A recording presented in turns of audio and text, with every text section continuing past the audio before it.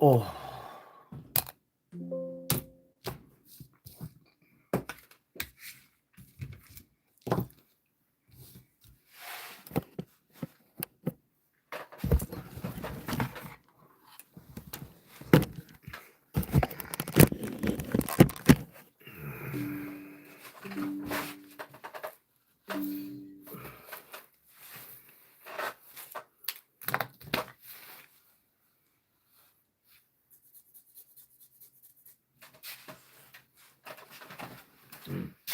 Here's the little bathroom.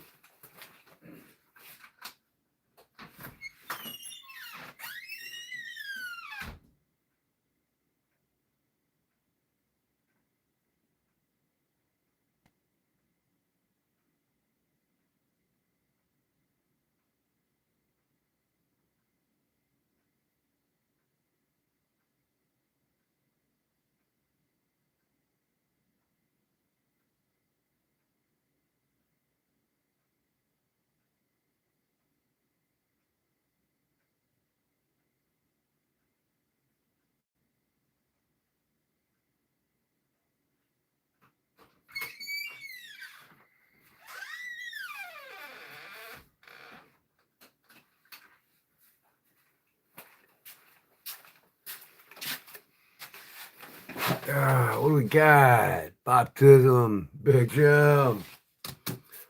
What's going on, guys? I got to go up and get my smokes. I tried to quit, but I only smoked 3 cigarettes today. That's it. And I chewed the tobacco pouches in between. Matter of time now, guys.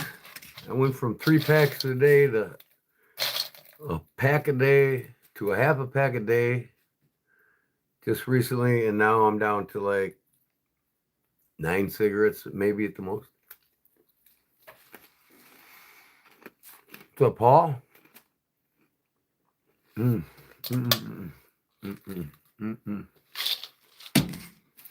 It's my weekend when I spoil myself with sugar. Only time I eat sugar. So, let me go up and grab my smokes. Keep the fort down for me, Big Jim. Well, I'll be back in 30 seconds.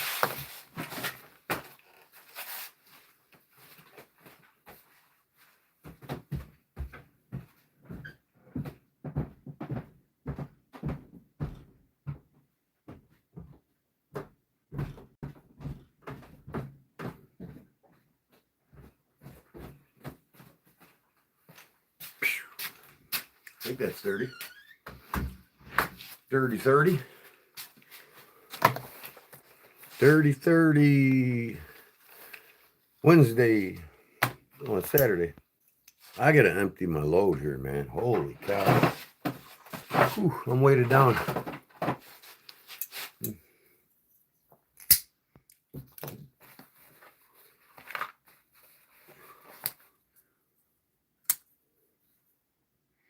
Big Jim. Look at that, buddy. Come on. What's going on with my computer? What else I got? I got my homemade, or my lockback knife that I made. Oh, I got this in my pocket. I've carried these all day today. What else? A World War II Coke bottle. See the bottle cap on top? Lighter. What else we got in these pockets? Oh, Swiss Tech sheath. I don't like this sheet. I'll give you a review here in a second. Oh, I got that in my pocket too. Can you believe this? Oh, I got that in my pocket. And that. Hibbert Spencer Bartlett goes with the knife. What's in this pocket? Oh, I got my armor coin. Oh, yeah. I carry the Lord's armor with me every day. My armor challenge coin. Okay. So that's about 10 pounds in my pockets. Let me bring up the thing here. I don't want to look at this phone all night again. Let me bring up the computer. 1-9. Tonight, well, I got back to Wilmington in my hometown from Joliet, where the Blues Brothers movie was filmed. You know, Joliet Jake and Belushi, Elwood Jake, and I don't know. I can't remember, but the Blues Brothers. I was 5 blocks from where Collins Street Prison is, doing a side job there for one of my best friends. I used to live in Joliet for 7 years when I got out of the military. But let me see here. My channel. Live. Boom. There we are. I'm going to turn the volume down. Okay. Man, we got these trolls in here already, huh? Get them, Cliff. I don't know. Are you American? Or are you... I'm not talking about that tonight. Nope, ain't going there. Okay. So have you seen my short videos yet, guys? My new one today. There's only one video I put out today.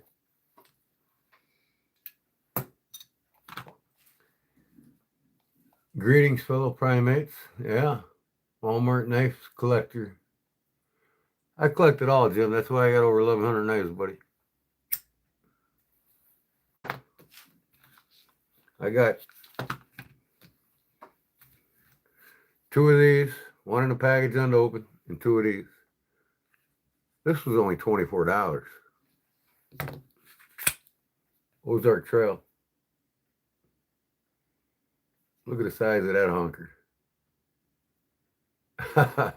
It's probably 448 stainless. Maybe not. Maybe D2. Have to look it up. But look at it. It's got G10 spacers. You know, my cart is scales, not G10 scales. And these are interchangeable screws, so I can make my own scales for it. Change it out whenever I want. I think I'll make fatter scales too, because these are pretty skinny. I'm from Bangladesh. I'm from my mother's womb. Well, that's cool. Bangladesh is a beautiful place. I've been there.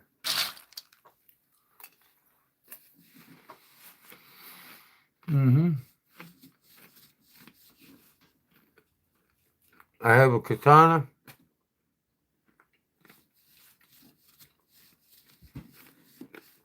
And about 20 other Chinese weapons.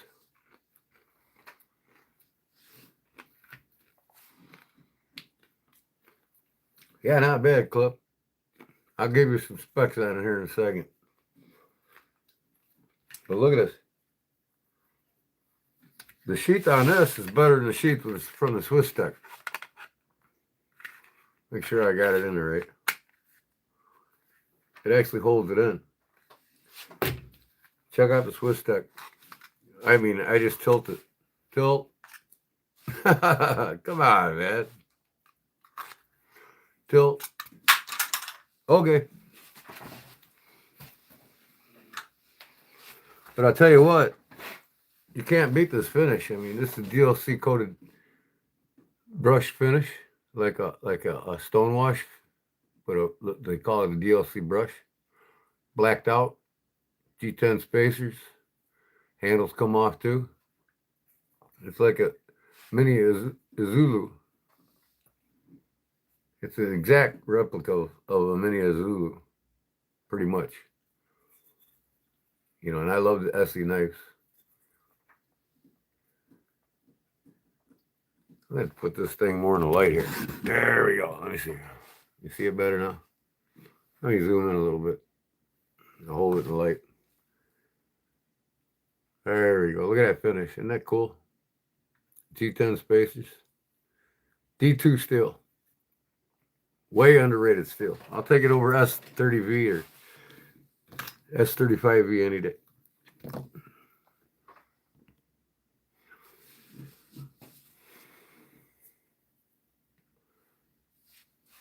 In all the way? I'm not. Come on. Are you shitting me?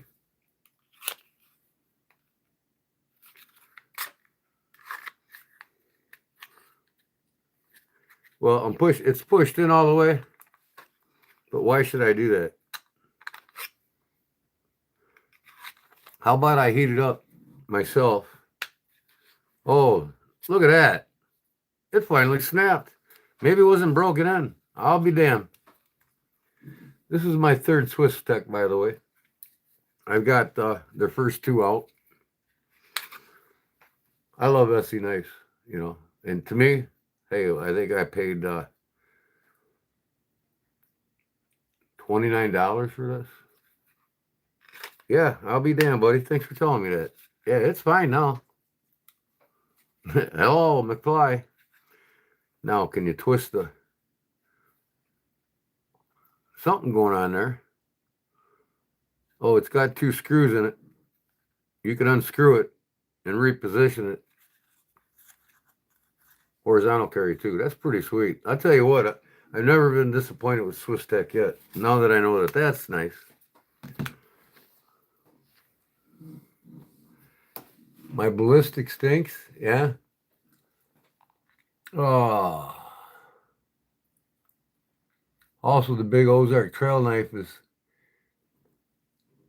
7CR17 MOV. Awesome. That's a tough steel.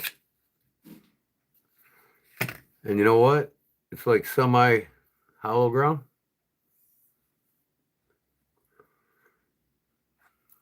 I mean, it's not a true hollow ground because it was done with a much bigger. I mean, it's hollow ground, but it's not a true 8-inch hollow ground, which means most knives are done hollow ground with an 8-inch wheel. This is about a 14 wheel, which is nice for a bigger knife, really. And I'm sure it's super slicey. Let's see how she does. It's harder to cut this than the newspaper. But it's super slicey. It'll give me a little shaving going here, right? Nope. Dragging on that. But the swipe cut's perfect. See how good it does across the page. Oh, yeah.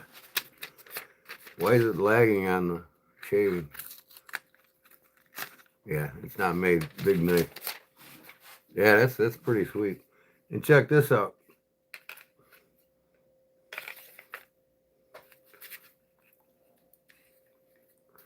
Can't beat this, folks. For 24 bucks. Come on, man. Look at that clip on that. You know what I mean?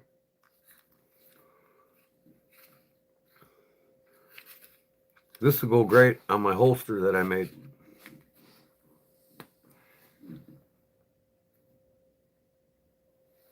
That's right, Cliff. Tell him, buddy. The elevation has 12C 27 steel. Exactly, Jim. It sure does. Yep. This looks like a bug out in the way, don't it? I'll probably buy 3 more of these instead of buying a bug out. Because then I'll put them with the rest of my collection of Ozarks. I always buy one and get one and never use it. Because, you know, like in 10 years, somebody's going to want the original bug out buster. Somebody's going to, you know what I mean? And they're going to pay me over $100 for it. It's got that ball bearing swivels in it. Yeah, it's got ball bearing swivels. I prefer the ceramic. It's a little bit tighter. It's kind of too loose for me. But it stops when you let go of that actuator. Button, whatever they call it. Button lock. Button assist. I'm not big on the names for that shit.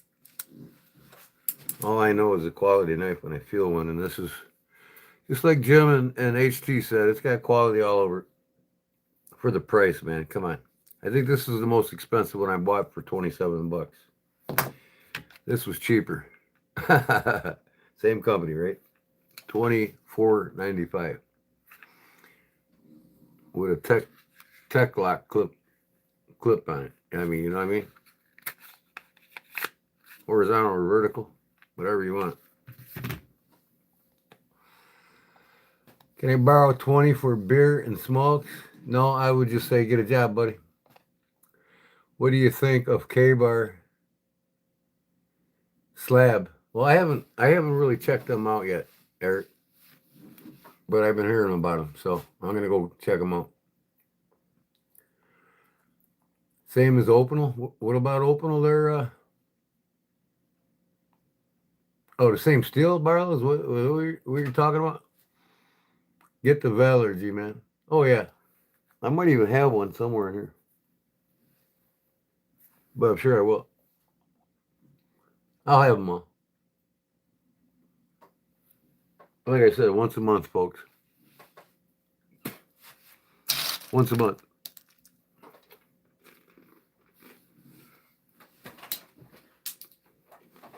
I missed it. I'm no good at that. Oh yeah. What up, brother? Oakwood's truck stimulator. $24.95. Oh yeah. I'm excited to make my own scales for it now. I might take that carbon fiber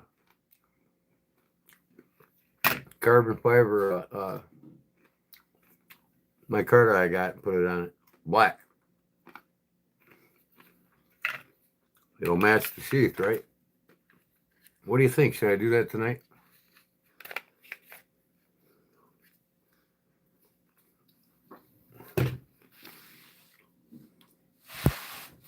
Yes, geek. Okay. Geek cat.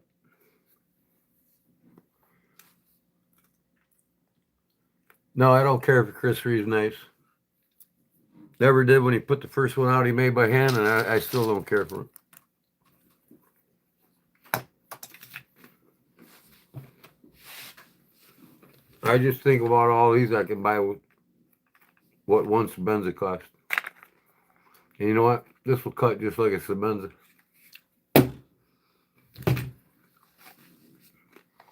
I leave those knives to the amateur modern collector.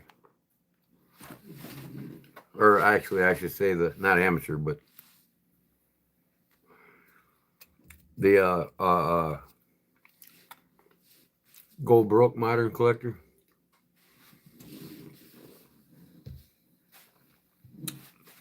Of course, I'd probably only have about 300 knives if I bought Sebenzas and everything else instead of 1,100 knives.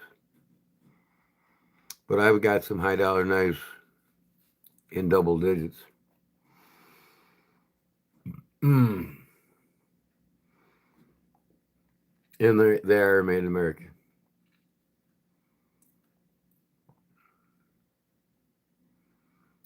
Yeah, pick a knife to buy, brother. Tell me whatever knife that you like, I can clone it. You want a Essie Zulu? I got 3 blades cut out right now, exact to their size and dimensions. Let me see, where did I put the blades? Over here somewhere.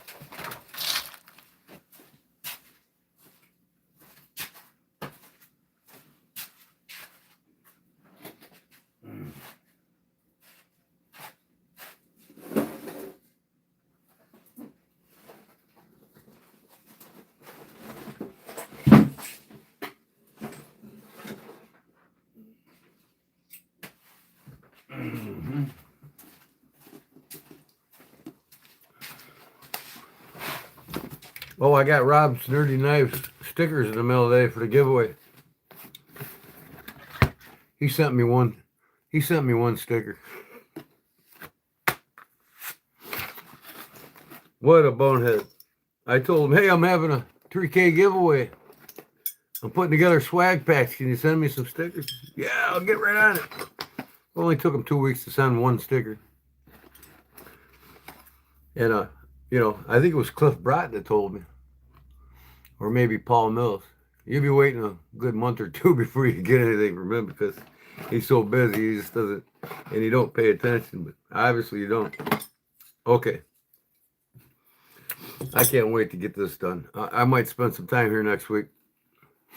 It's in the prototype stage right now. It's in the jig. See, I got my rocker lock bar there. I just got to make my spring for it, figure out how I'm going to do it. A one-handed razor.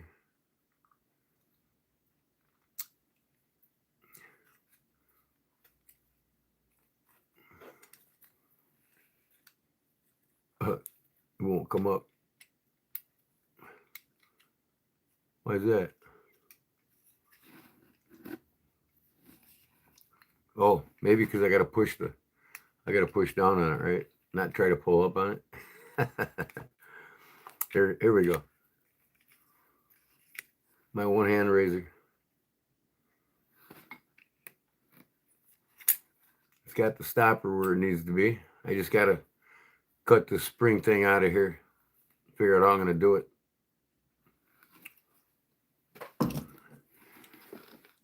Get Bear and Son large Saudi $10.95 today.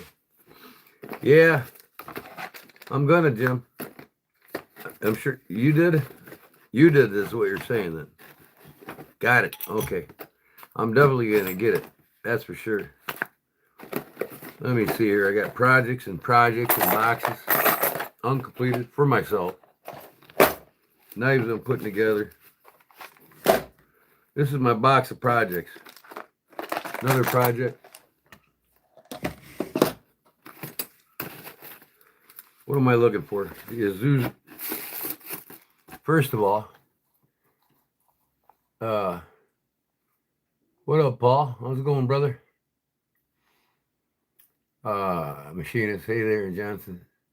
1095 is limitations with how hard it can be heat treated. It sharpens up quickly and easily. That's the charm of it. Well, yeah, that's why it's the most preferred steel by the traditional collector. Here's something I designed a while ago. Never did anything with it. I even carved the spine. It's heat treated too. One of these days, fits right on the finger. I got it backwards.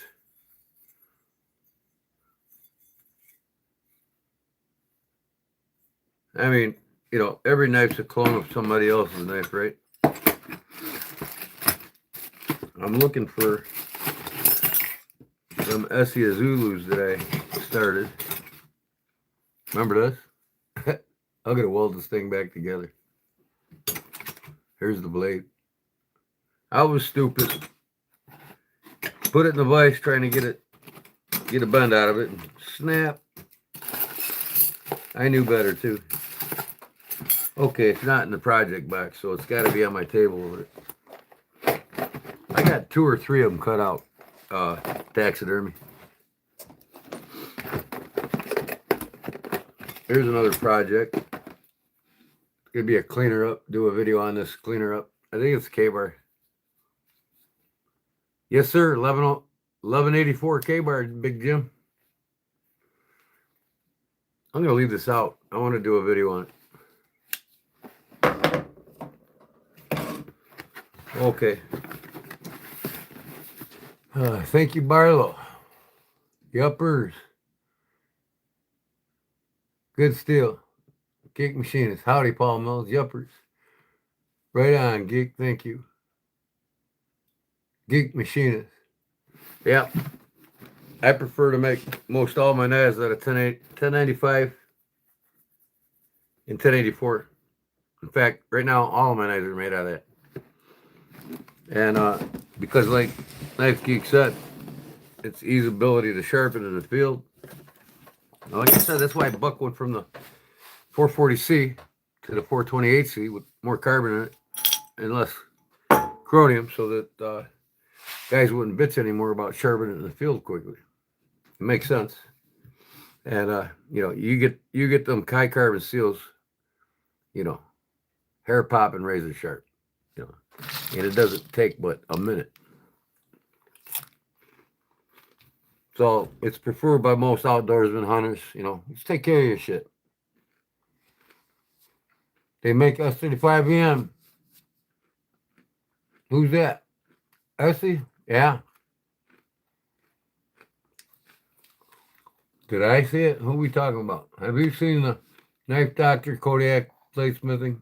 He does some cool restorations on knife slips. Well, to tell you the truth, I don't really have a comment about the Knife Doctor. I've been there, done that, supported that man, and he turned his back on me. I'll just leave it at that. And before he did that, I was emailing him, telling him the techniques to use because he was doing it improperly. But now he's starting to do it right. So I helped him along the way, and then he turned his back on me, and that was the end of that. I made the man free knives, gave him tons of blades for restoring knives.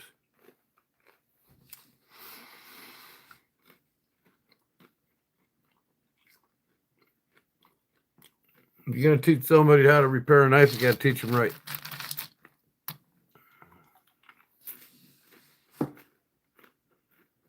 Or you can teach them the long way or the hard way. Not what wasn't right, it was just the long way and the hard way.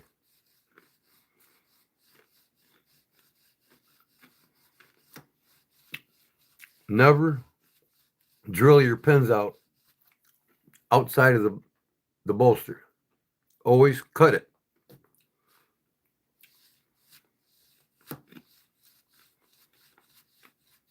Because them bolsters are beveled for a reason. When you pin that pin, it creates a nail head, right? And it fills the void in the cone, in the beveled cone in the top of the bolster, which is usually 1 to 3 millimeters, between 1 and 1.5, sometimes 2 millimeters deep. And as you're pinning, you're expanding the top of that pin. So if you're drilling into the bolsters to take the pins out, you get off by 1 millimeter. You're gonna cut into that peen bevel. Okay. You do that no matter how hard or how much you pin a new pin in, you're always gonna have a gap or a pinhole that will never go away.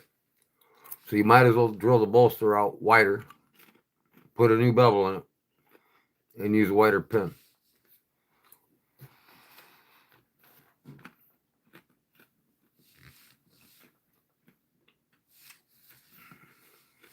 You're going to be drilling the pin for the corkscrew on a Victorinox, and don't drill them. Them smaller pins you can get away with a razor blade, but when I do the bigger knives like this one here,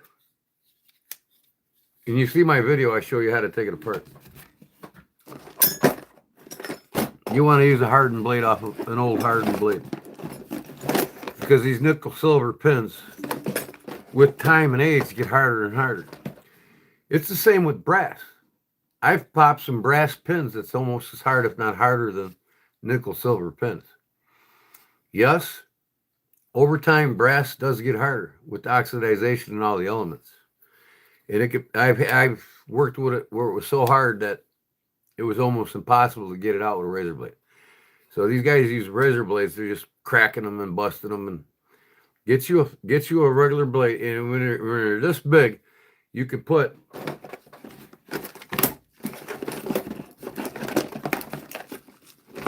here's the one I use right here. This is an old cheap guidesman. I put that sucker right in there between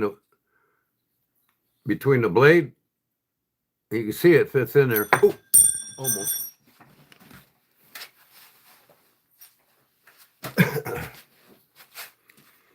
Right between the liner and the blade on the inside. See that?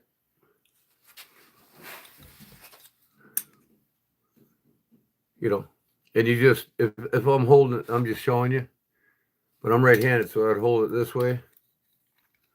I'd put my finger right there, and then I just beat on that until it goes right through that thing, and it'll pop it. Then you take a screwdriver and you open it up as far as you can without interrupting this bolster. You put this knife blade back in there behind that pin. Rubber mallet, tap on the bolster until that pin pops up enough to grab it with some needle nose and pull it straight back, because you don't want to disrupt that bevel. See, there's no gaps in there now. If you do it right, you won't have them gaps. See, the way I just told you.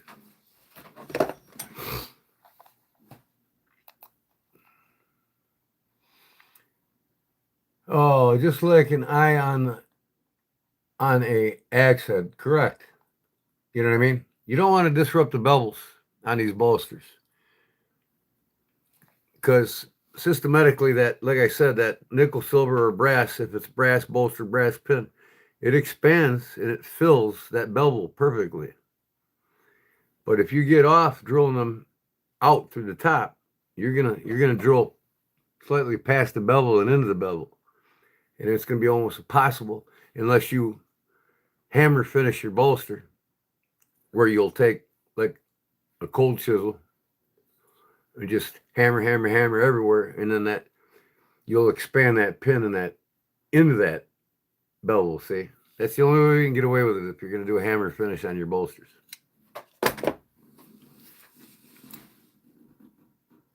No problem, geek.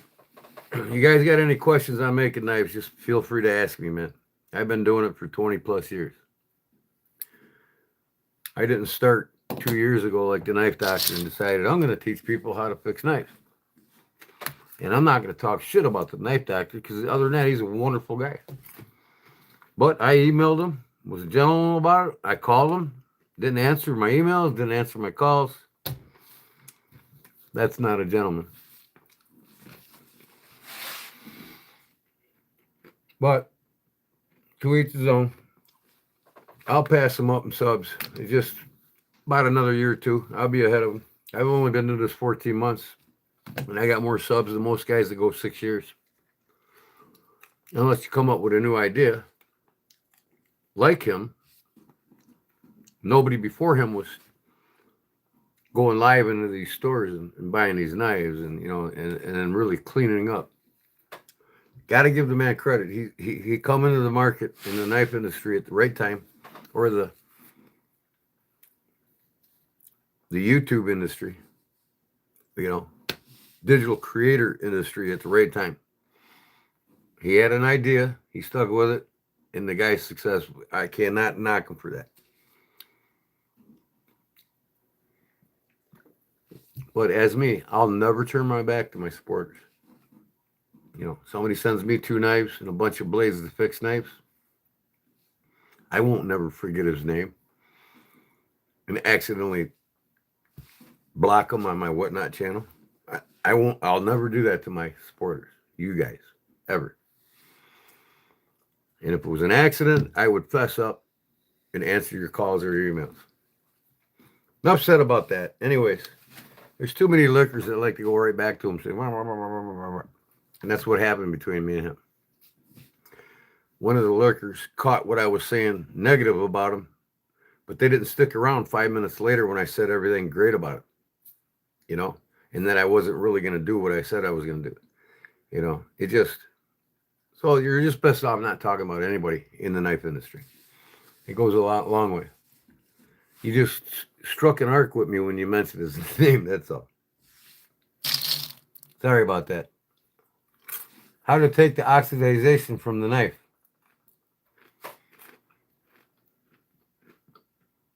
Oxidization? You mean keeping oxygen from getting the carbon?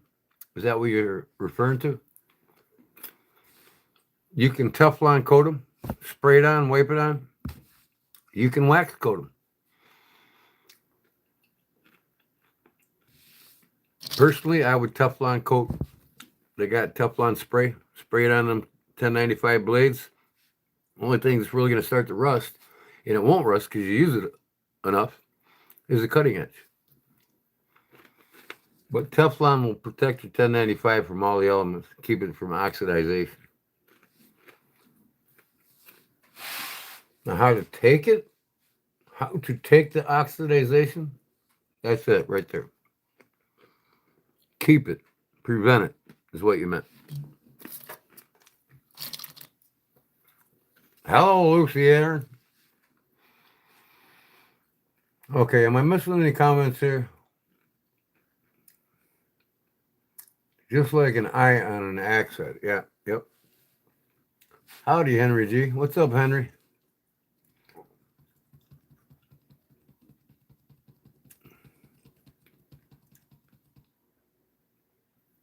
Yeah. I'm so glad that this worked out. let me do the, what's that one guy show? YouTube channel where he does a flick off sheath where it flies off the knife. This one don't. That's better yet. I don't really like them when they launch, you know what I mean? This has got a really great detent now that I'm and it won't come out. I need to, here's the lanyard that came with it, and it was just a piece of line, and I tied a snake knot in it. That's cool. You get to put your own. I might take it apart and put a bead in there or something. I don't know yet. But I'm definitely going to be making new scales. And I like this hammer on the back of it. Isn't that cool? I don't think I would. Kind of like a skull crusher. If you have to. But this blade here, man, this is deadly. If I hold this knife like this and come under your leg and cut that coronary artery, you're going to bleed out. You won't even see it in my hand either.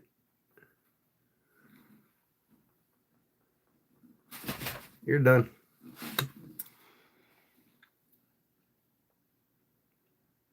Hi, I'm new. Okay, cool. If you're new, then what's Party Poopers about?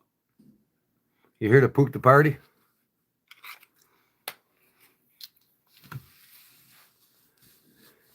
Oh, listening and lurking. Henry G. Yes, sir.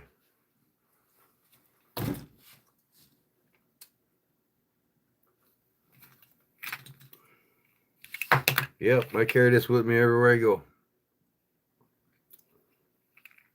I was gifted it by Kelly Bolster Blades. Put on the whole armor of God. Pray always.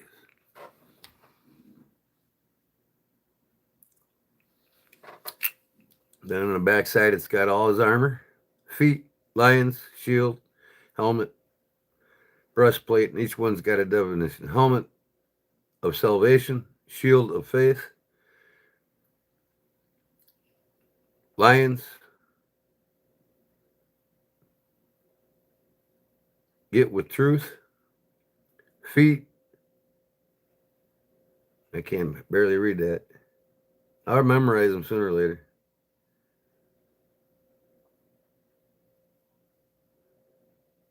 Anyways, and then sword of the spirit. I'm grass. I'm grass. What's grass? What up, grass? This is a knife channel. And I highly suggest you ain't got nothing to do with knives, that you're going to get bored quick and be ignored if you don't.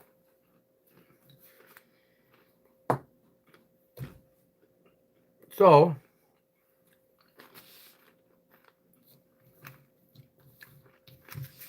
yeah, I think this is all for my large hands. You know, I'm trying to envision this. This feels better as a prone position fighting knife this way in the hands. I like the ergos on it in the hands. in a fighting position. This way, more so than this way. And it's got a finger guard on there and a finger choil for choking up on your cut. But it's kind of like a hybrid of all, do everything from survival to bushcraft to possibly fighting. But I would never fight with a knife with a clip point or a drop point. It'll always be a Warncliffe or something super slicey that's small, sleek. I can appendix carry. And then I'm going to switch this sheath around so I can grab it. I'm right-handed, so I want to grab it in self-defense. I'm not going to have it here. Pull it out, come into my assailant. Because once you pull it out, as you pull it out here, that's one movement. Now 2 movements is going into your assailant and slice. Appendix carry is the opposite. 1 movement, come under the leg, slice, come back, right back in. Most fighters with knives will tell you appendix carry is the way to go. Randall's. What about Randall's? Oh, Randall, hello. Okay. I take it he's a Randall's knife collector?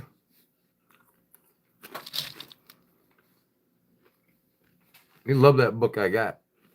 You can go to my playlist and listen to an almost 2-hour documentary, or not documentary, podcast with 3 fellows sitting around, knife historians, talking about Bo Randall and the founder, the godfather of fixed blades that Randall learned from, William Skagel, a Canadian that moved to Michigan, that Randall idolized.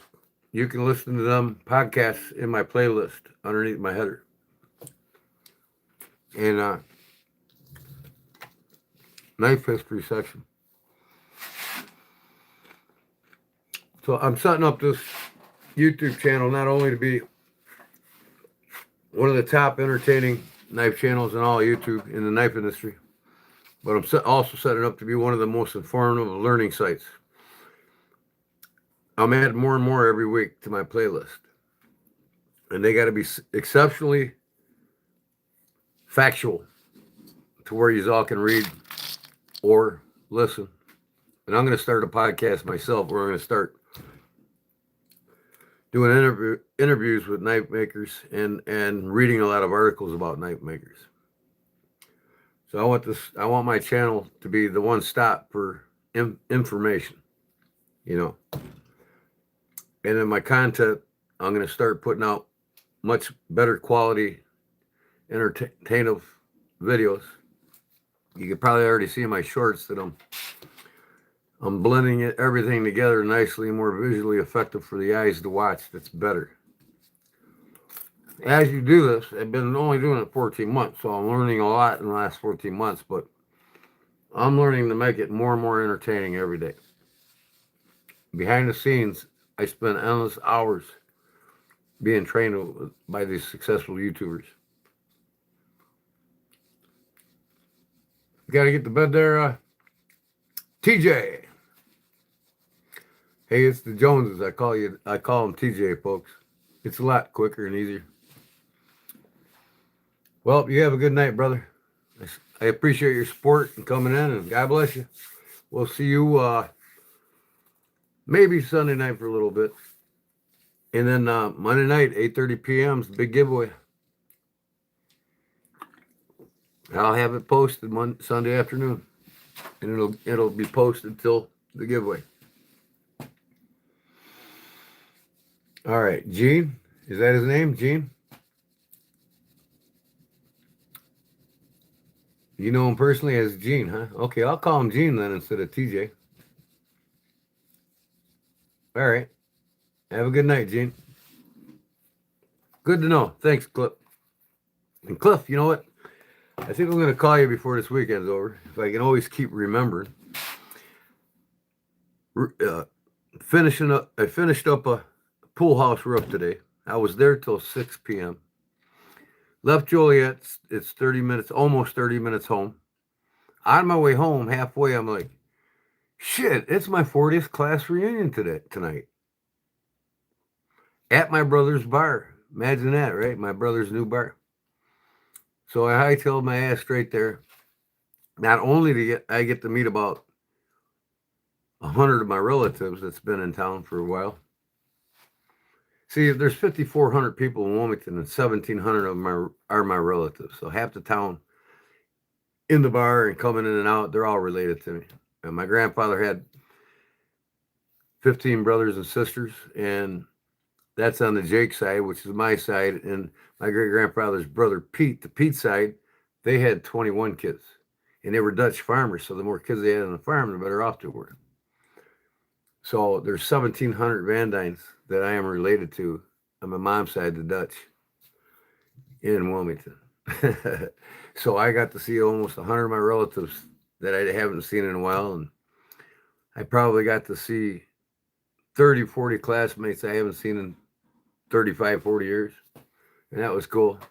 It started at 3 o'clock and I didn't get there till 6:30. I'm like, well, hopefully there are a lot of them are there. And sure is no doubt half the bar was filled with my class. I'm going to hit the hay as well. Geek Machinist. Oh, hey man, thanks for popping in, man. Feel free to do it anytime and talk about the the steels and help be informative to my channel. That's a bonus. I appreciate it. And let's keep it going. Help these guys out with their decisions on picking steels and and the tensile strengths and everything about the steels, man. That's awesome. You have a wonderful night and God bless there, Machinist.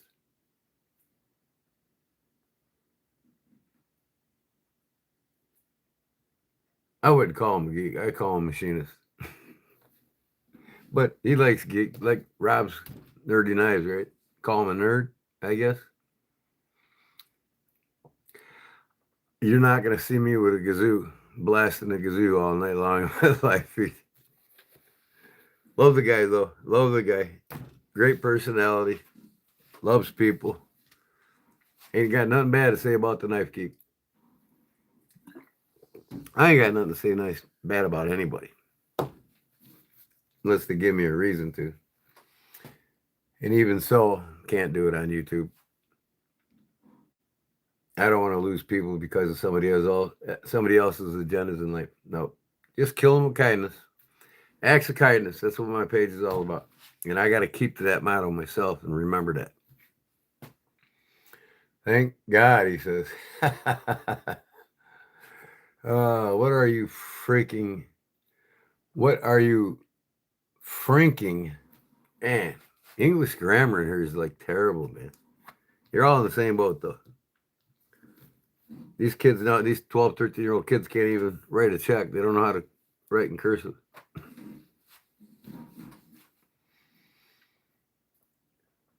I'm drinking Kool-Aid there, Paramount, sorry.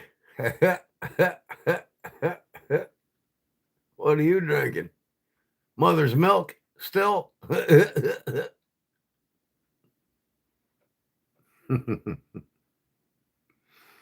Gotta love me, right, Paul? You gotta love me, Paul. Come on, Paul, say it. What is hanging above your door, if I could ask? That is an old ham sign of a guy in a canoe fishing for a bass, and it lights up. That thing was made well before you were born, if not your father. Maybe your grandfather, if you're 13 years old.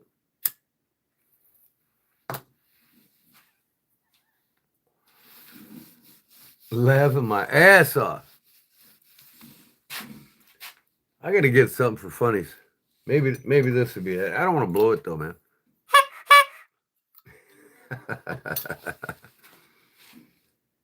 Oh, I know what I need. Where's it at? Where did it go? Where's the fart knocker at? Come on, help me out, Paul. Where did I put it? Maybe it's on a table.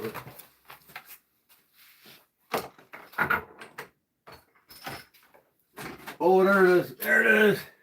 All right, I got something for the trolls now, Paul. All right, come on, trolls, give me a question. You know what's coming, Paul. We gotta have fun with these trolls, right? Before we remove them, unless they're just completely ignorant comments. You know what I mean? Then you move them immediately.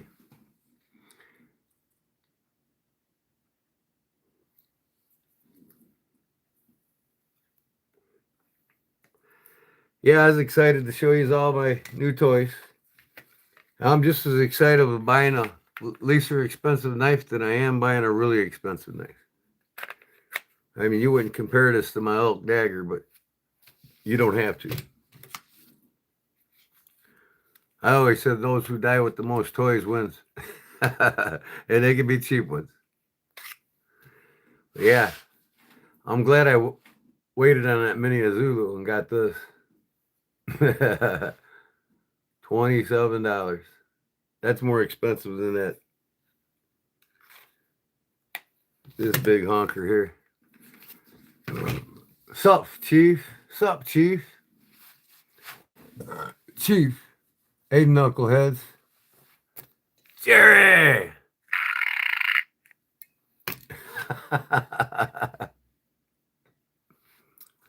I got my new troll. This is for the trolls now.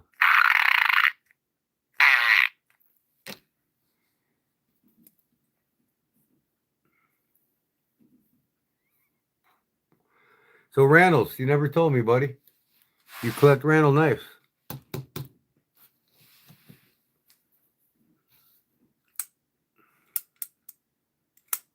That's like me, now that I'm 60.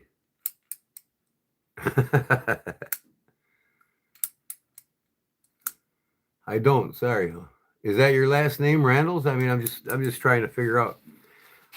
I like to have a little story how everybody came about their YouTube names or their usernames for YouTube. Gasorumba.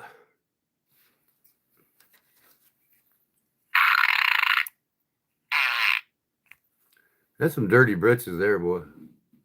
Ain't that dirty? Man.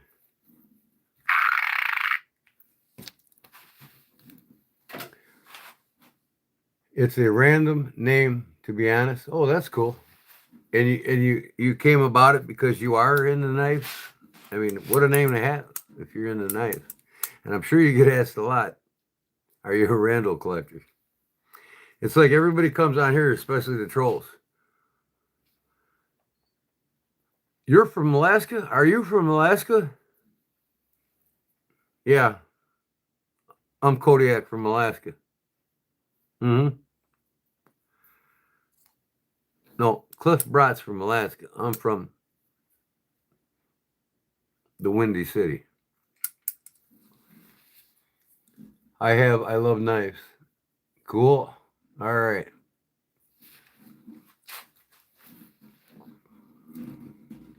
What's your favorite knife, Randall? I'm not trying to put you on the spotlight tonight, but just I like to get to know all my newcomers and start a one-on-one relationship with them. You know, just to understand where everybody is at. Mine is Hannah Yogananda after monks of yogas.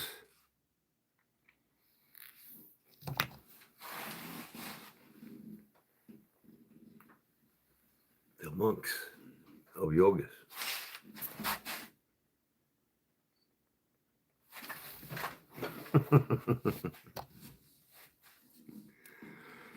Oh, I fought a couple monks in tournaments. I actually fought a gung fu so-called expert in the Chinese form of monkey gung fu.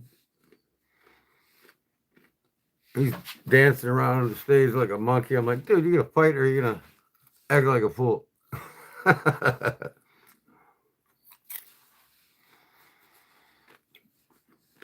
What's his favorite knife? He told me the one I have on me. Exactly, Dan. And I don't own a knife that I can't use. except for one. I never use my elk dagger. That's personally worth more than 1,000 to me. My wife bought it for an anniversary. The guy wanted 450 for it. I said, "You take 350." He said, "Sure," but I wouldn't sell it for more than 1,000. I would sell it for way more than 1,000 because my wife bought it for me. That's probably the only knife that I fear using.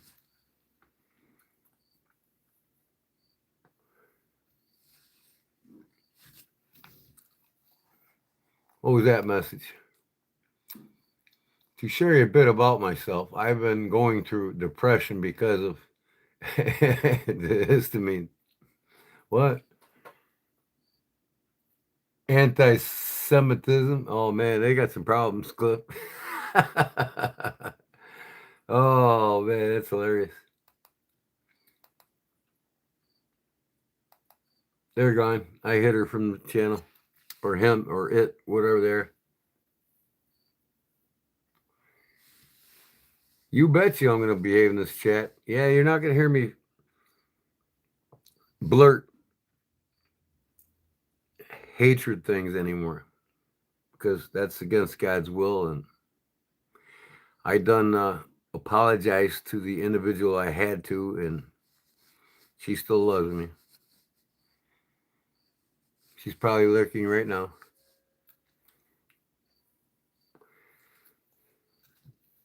I'm human. Shit happens. That's right. That's right.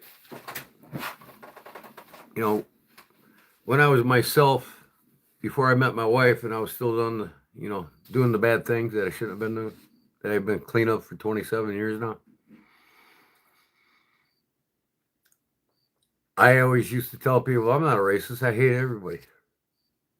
But somebody give me a reason to like them. Why should I like them? I mean, I really was a bully in school, but I was never a bigot, a bigamist, or a racist, or a sexist. You know what I mean? I had respect for people that showed me respect. I really did. And if you didn't, I was a bully. But not anymore. I just kill them with acts of kindness. When somebody talks about a topic like killing millions of Indians, I don't even want to go there. So, and I stick to my guns when I say the white Christian has killed more people in the world than any nationality or any people of any country in the world. Think about that. Really think about that. But other than that, I love knives, and that's the topic. I'm digging this though, man. I'm going to take this to Gander Mountain tomorrow. They got the one of the largest Midwest selections, which is 15 minutes from my house, of Benchmates. And I think I might take my live video along with me so you guys can see me comparing them right there at the counter. The Benchmade bug out to this. D2 steel. I bet it'll hold up to anything that they make. Way underrated steel, folks. Way. This even hits the mark higher than MagnaCut in certain aspects. And like I said, it's all about edge geometry. So don't ever be ashamed to have a D2 blade on any knife you want. There's a reason why it's been a tool steel for almost 300 years. I'd say almost 200 years. Precision scalpels, if you go under the knife, are made from this steel. Who's ready for Monday? Oh, yeah, you know it, Jerry. I am. I want to get that party rolling, brother. So what I'm going to do is I'm going to have one of the bug outs is going to be for members only. Now, if you want to get in both of the bug outs, you got to become a member for a lousy $2. Hey, after the live, drop the membership, but it's good for a month anyways. But when you start getting perks from me, you'll want to keep that $2 a month membership, believe me, because you'll get more out of it than what you're paying. But my Wi-Fi skipping on me. They've had problems. I was in Roll Shambles tonight. Y'all were there. I think Baptism was there. He had to restart his live tonight, or I should say, last night. Now it is 1 minute past midnight. I was getting kind of mad, man. I told his mods, this guy answer me or what? And the mods went and told him, texted him and said, he read every one of my comments from then on out. I want to subscribe to all these different channels, and I can't do it right now because I got to contact Google, and I think I'm going to do it first thing Tuesday morning. I gave them all the 4 forms of identification to verify my identity. And hey, in order to be monetized, I verify my identity. What's the problem? You know what I mean? Now I got to identify a credit card I've had 10 years ago. Well, who keeps the same credit card 10 years? I don't. I'm pretty sure you guys don't. So I sent them all the information for the 4 forms of identification, including my new credit card. Well, they wanted my old credit card, I guess. So I had to start over. And then I had to start over again. I got to call them so I can purchase, super chats and super stickers and become members of these channels. I've been with all these channels for like 2 years, watching them and talking on these channels for 2 years. I could have been a member now for 2 years on Rochambeau, on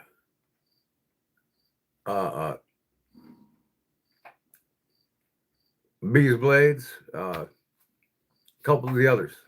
I've been watching them for 2-3 years.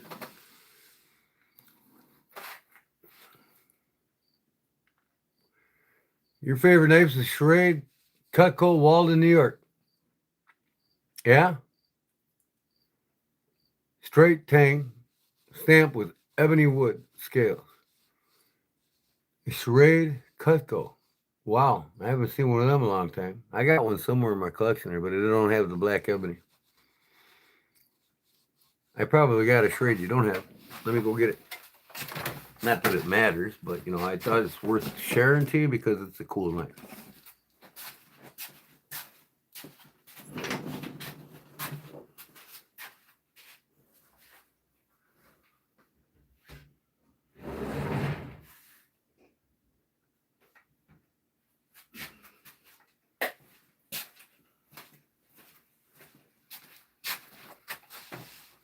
Brand new.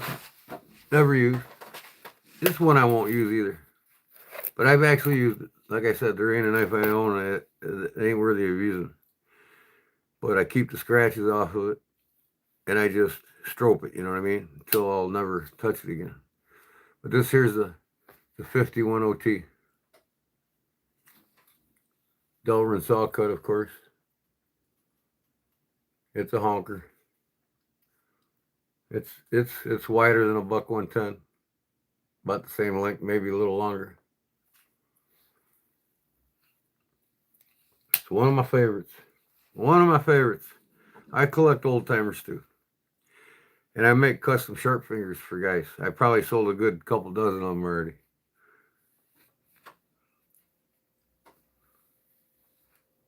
I need one of those. Yeah, you do, Jerry. This is one you don't have in your collection yet. I got the edge. I got the Kodiak edge on you, brother. Oh, yeah. I just get these pop-ups out of the blue. Like shit's attaching to my phone. I don't know about it. Yeah, I got the edge on you, Jerry. The Kodiak edge.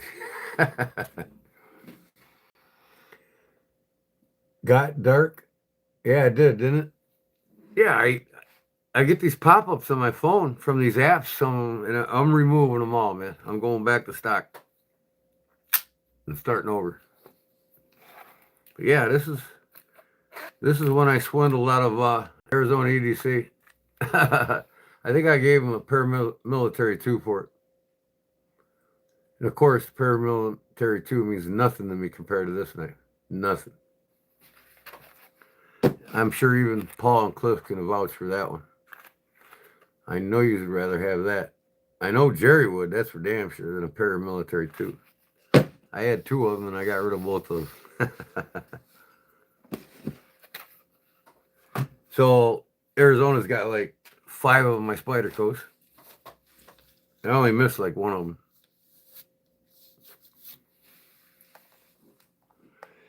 It's 6:05. Should I sleep? Oh, wait, time out.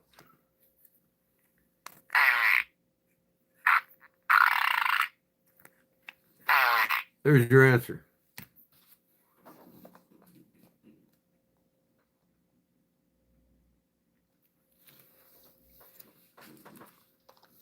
Okay, quiz time again, folks. Who is it? Now it's backwards. It's Hibden, Hibden, Spencer, and Bartlett, Chicago, Illinois. Hardware for hardware.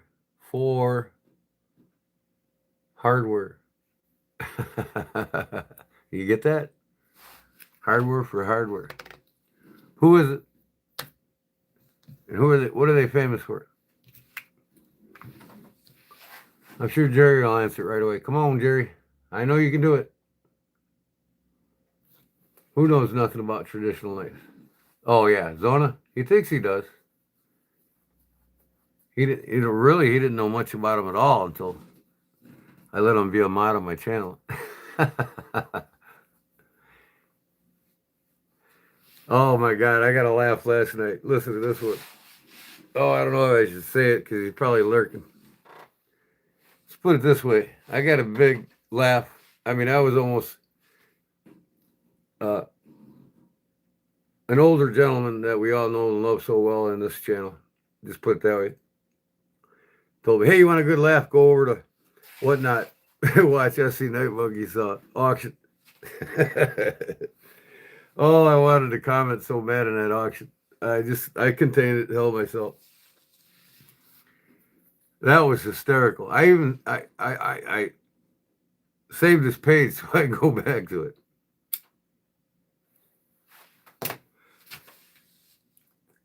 I'm still trying to figure out how that Whatnot works. I guess what he was doing was starting to bid on numbers, 1 to 10. And then when he sells all the numbers, then he auctions out, he spins the wheel for the winner of the knife. And if it lands on the number that they picked and paid for, they win the knife. I guess that's how it works. So he's only getting $1 or $2 out of each number. He got the 6 numbers and he stopped. He says, I got to spin the wheel, folks. Hey, I'm only going to make about $5 on this one. Poor fellow, man. He needs the money too. He has a hard time keeping down a job. Oh, we're all entertained. It's called a waffle. Like a waffle? You know what I gotta say about that? Well, shit.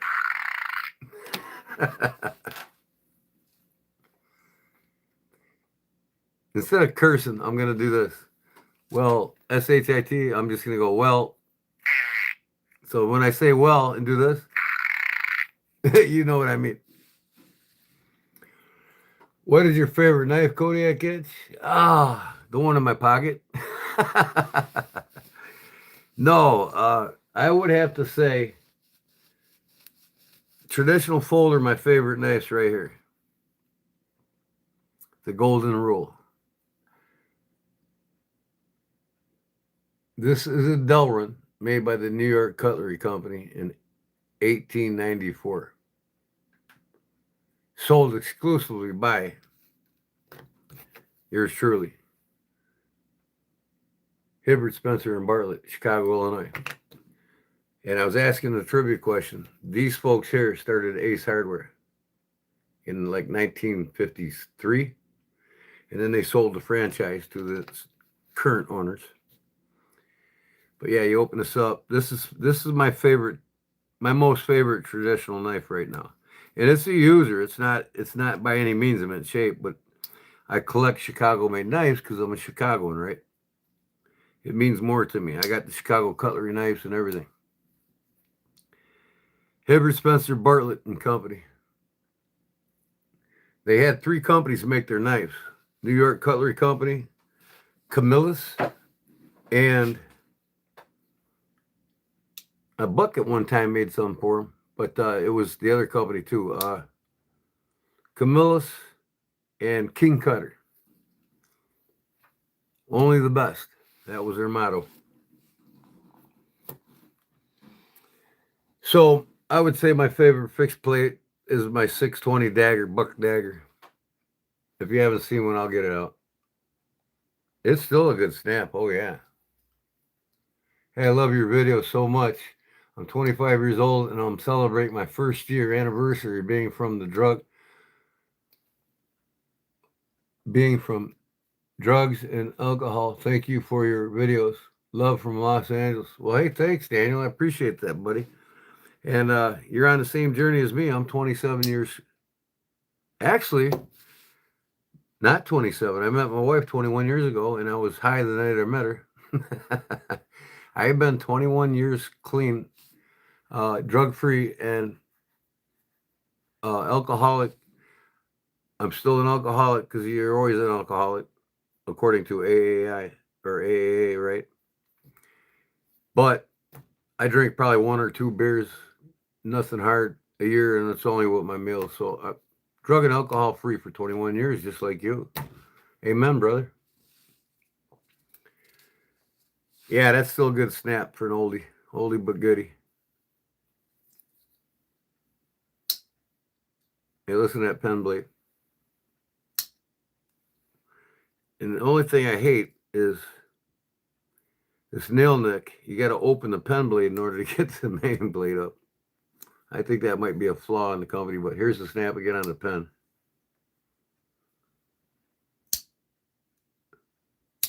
Main blade. Hey, 132 years old, I think it is. Gotta love it, right? So that's my favorite folder. And I've got much newer and better ones than that, but personally, it's all about personal, right?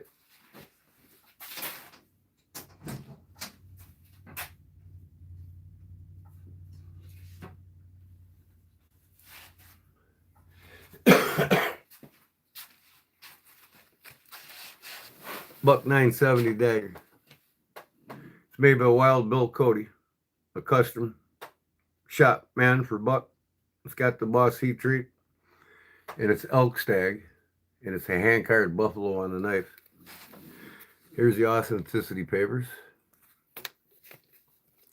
But this is, like I said, this was an anniversary present to me last year from my lovely wife. Mirror finish, elk dagger. And this is only, I believe, 260 were made or something like that. Let me see. Number 65 of 250. See if I can get it in there on the bottom of the ricasso.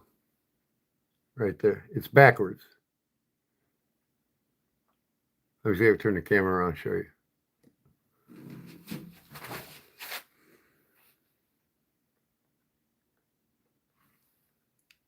Yeah, that's right.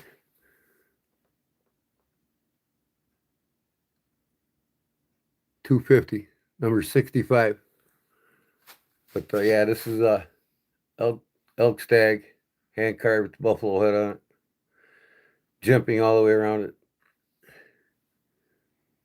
This is brass, copper, and nickel silver on the bolster in the front with nickel silver pins. This is my number one when it comes to fixed blades. Number one when it comes to fixed blades. No, you cannot buy this one unless you got maybe $2,000, because I told you they're hard to come across on eBay, but you could probably find one right now, probably for around the $400 range, maybe $375. But I paid $350 for it in Havelock, North Carolina, in a consignment thrift shop. Get great deals when people are desperate for money. So natural markings. When we make handles out of natural products, you will find nature's own brand marks. In most cases, these markings are not flaws, rather than nature's own design. Each one will have its own personality and distinctive look, unlike handles created from man-made materials. So what you now own is a one-of-a-kind complete with unique markings, buck knives. That's a small card. The big one's the authenticity card, serial number 065 of 250. It's backwards again. But the limited edition 970 elk dagger was created by Wild Bill Cody, Buck's custom knife maker. It features, I think he's retired now. It features a mirror polished 428C, which is the highest grade of 420. Steel blade with file work. The elk hunter handle is detailed with a cow skull inlay, and the bolster is made of nickel silver, brass, and copper. This handcrafted knife comes with a brown distressed leather sheath. We hope you enjoy your custom knife for many years to come. C.J. Buck, president of Buck Knives and Company, and Charles T. Buck, chairman of the Buck Knives, both signed it. So that's my number one.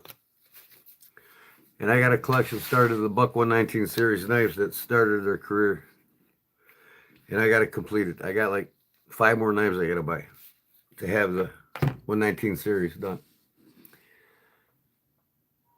Yeah, here's what I say about you with wanting it for $10.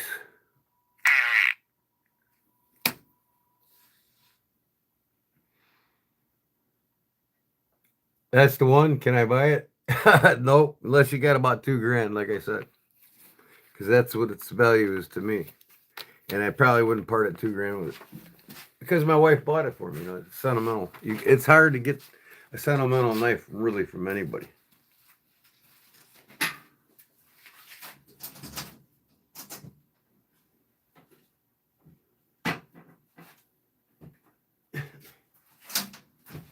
This is another one of my favorites right here. I got to turn this camera on.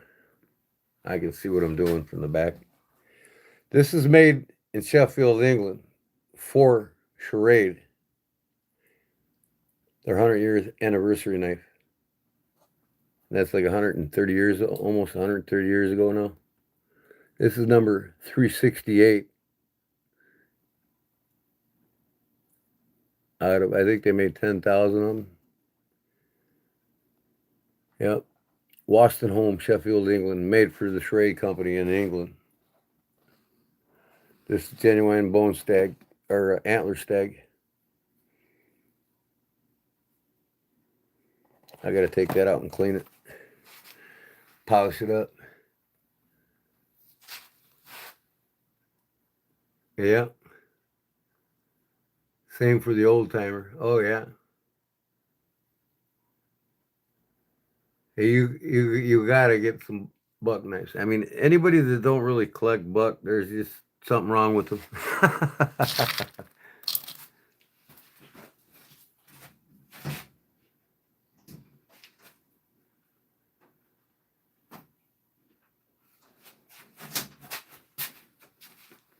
Now this rare bird here, I got from Jerry Shelby Knife Guy. He can vouch for you. This is so rare. Good luck finding one online. This is Henkel's before 1956 when they stopped making them. Or actually, 46. No, wait. Earlier than that, the war effort, Henkel stopped making their own knives, which is World War II. 1939, 40. You can see the Henkel is wore off on the handle there. It's kind of like a scout knife without a bail, right? But I would date this about 1939. Henkel scout knife. Henkel's Germany. Henkel's don't make them anymore. They don't make pocket knives anymore. They don't make a lot of things. I think they make the kitchen knives still. But all their knives, they still sell Henkel knives, but they're subcontracted or contracted out by other knife manufacturers like Camillus and all of them. Or not Camillus, I'm sorry. Boker and, some of the solid in German knife manufacturers. I bet Boker USA makes some of the Henkels for the American market too. Because Boker USA ain't the tree brand. Tree brand's from Germany. Solid in Germany. But the Henkel USA is Boker USA is the Boker company from Germany. There's their operation in the United States. Boker makes knives here in America, and they make them in Germany. So if you got a tree brand, you got a German-made one. If you got Boker USA, it's made in America.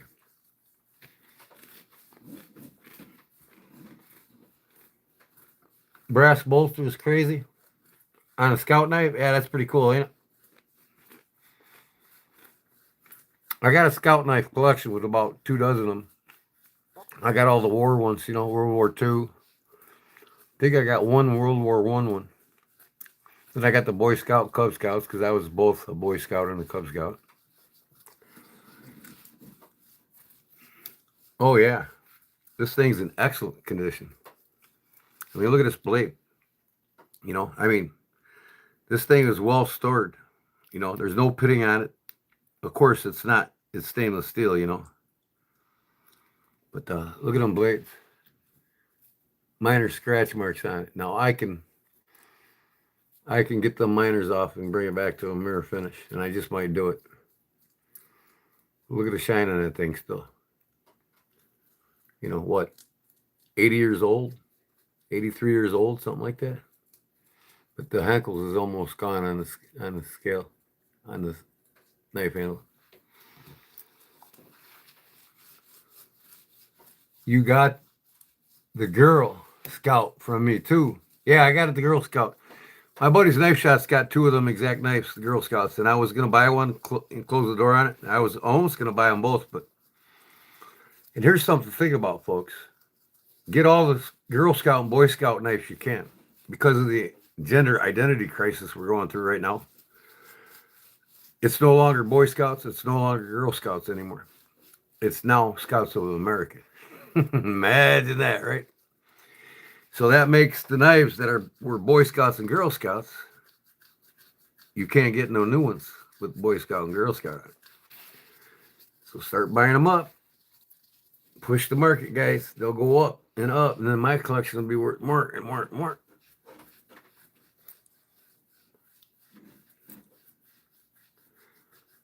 Kaiser Harpoon and D2.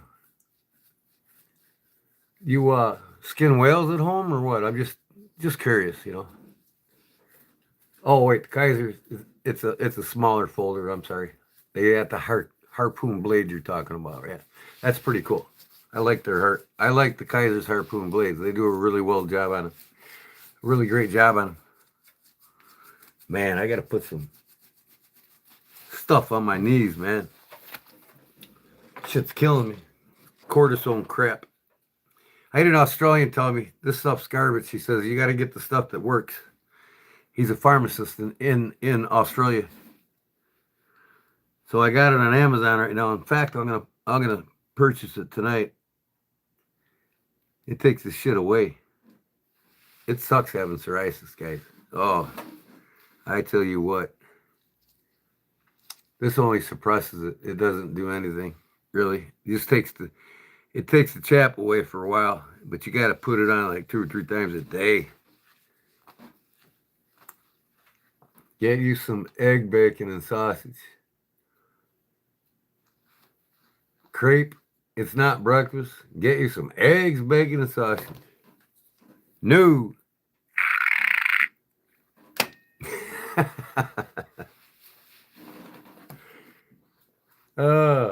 That means no shit. That is funny. That right there is funny.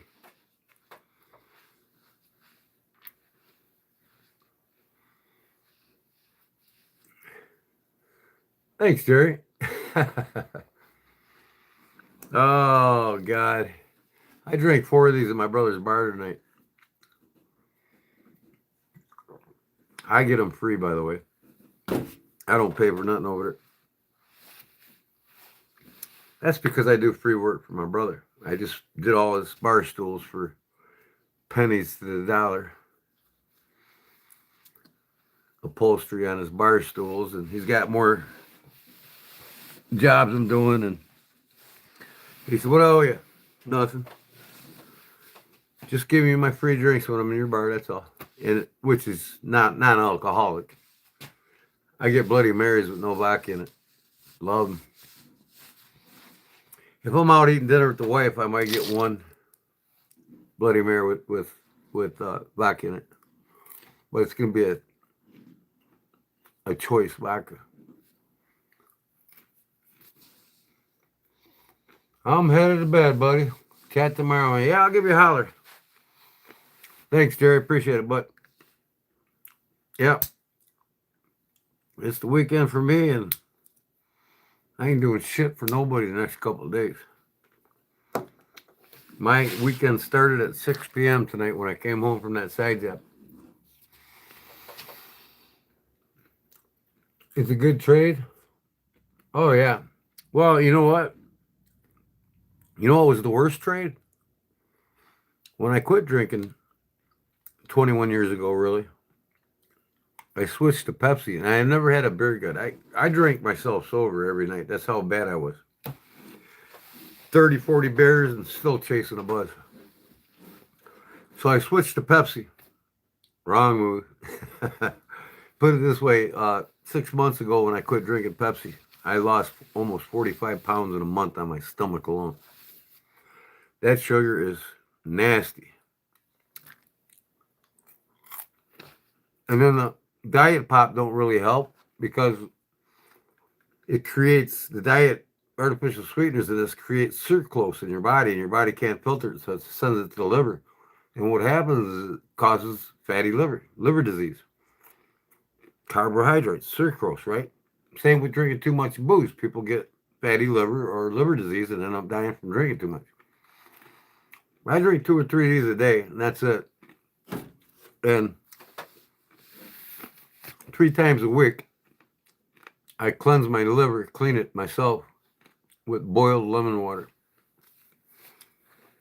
So I get the sucrose out of my body. And see what sucrose does also, it'll say it right on the bottle, sucrose. And a lot of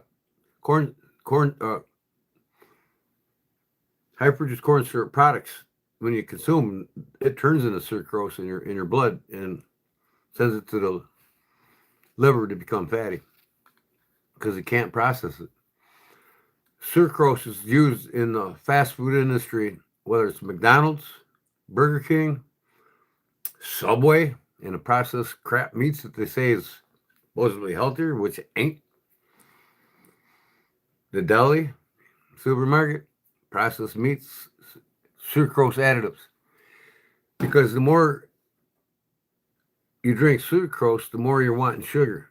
And so people will drink this and then they'll just start binging on sugary substances afterwards. It kind of tricks the mind, you know what I mean?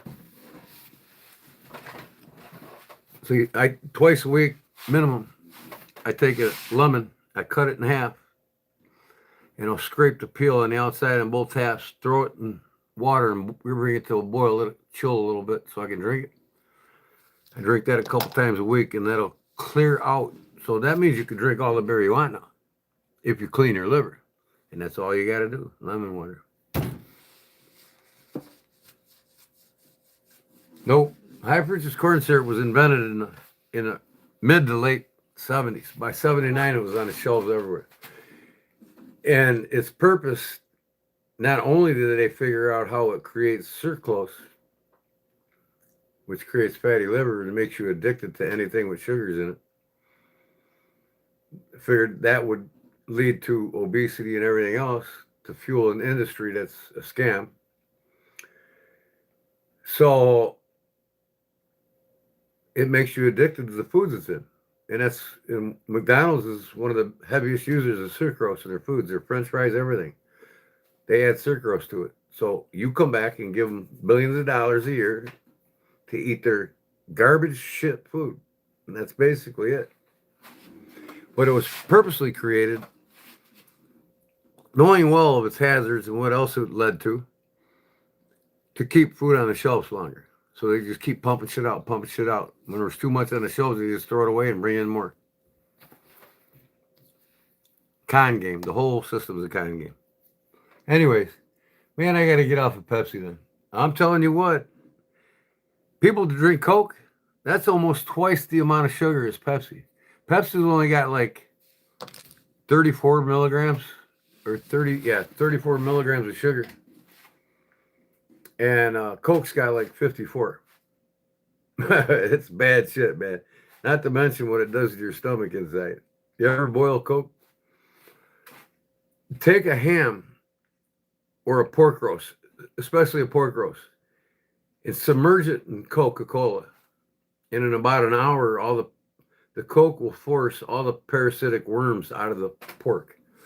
And that's why the Bible says not to eat pork, because it's full of parasites. And yes, there are. And if you don't believe me, soak a pork roast in Coca-Cola and see what happens in an hour. You'll see all these parasites floating on the top like little worms. And you guys eat that. But once you cook it to the right temperature and it's done properly, the parasites are dead. You're consuming dead parasites and they're no longer effective. So make sure you cook your pork properly. Pepsi has natural sugar series I seen today on Safeway. Yeah, but how far are you going to go to believe anything these corporations that scam you into drinking them as actual facts? You can make your own soda pop at home. Just get a carbonator. You can carbonate tea. You can carbonate orange juice. You can carbonate just about anything. But I've come up with a formula of tea where I added blueberry and raspberry tea with regular tea, and I put honey in it. And when I drink it, it tastes just like this. And it's all natural. So what's in these sodas that we're drinking, you can carbonate it yourself with H2 carbonation kits, H2O carbonation kits. And you can come up with the same formula that they use. If you go on YouTube and type in ingredients in Dr. Pepper or ingredients in Coke or Pepsi, you're going to find it. Just like McDonald's. I know how to make McDonald's French fries the way they do. But I don't add the shit that they put in it. I love pork. Absolutely love pork. I made burnt butts last night out of pork belly. And then I made bacon in the morning from it. So I eat a sugary snack once a week, and it's on the weekend. In 5 days, no sugar.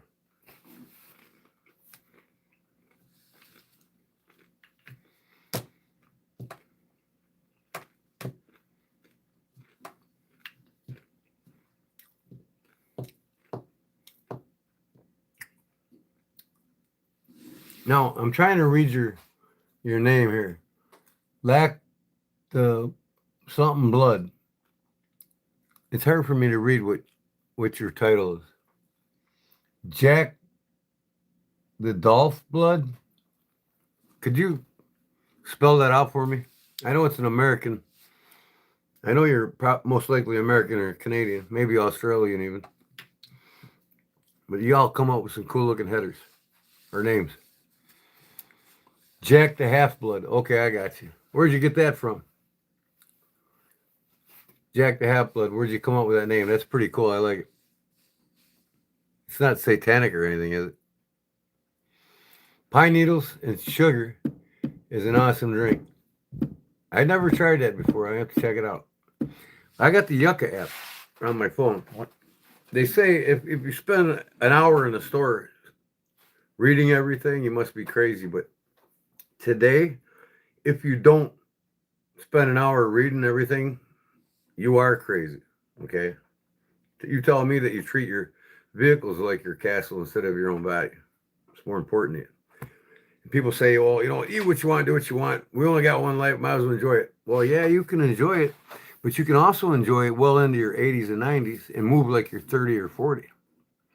And you decide how you're going to go out of this world, whether it's going to be in misery on a machine filled with cancer and everything else, and machines keeping you alive, and just modern medicine that's poison, and you're just going through the process of poisoning your body to where you have chronic heart failure. And that's what my mom's going through right now. She won't listen to me. Or you can die peacefully in your sleep from being healthy, making the right choices. But I got the Yucca app. Check it out. YUKA.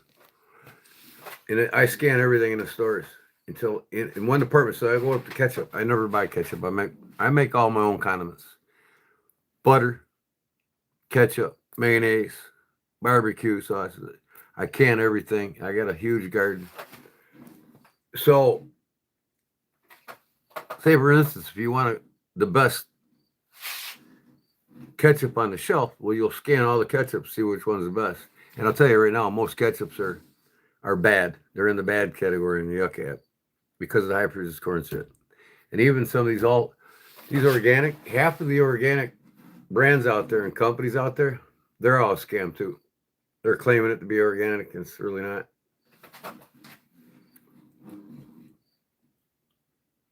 But you can be assured with the scientists behind the Yucca app, if it's in the good to great or excellent category, you want the good category or higher, which is plus 50, the plus 50 mark.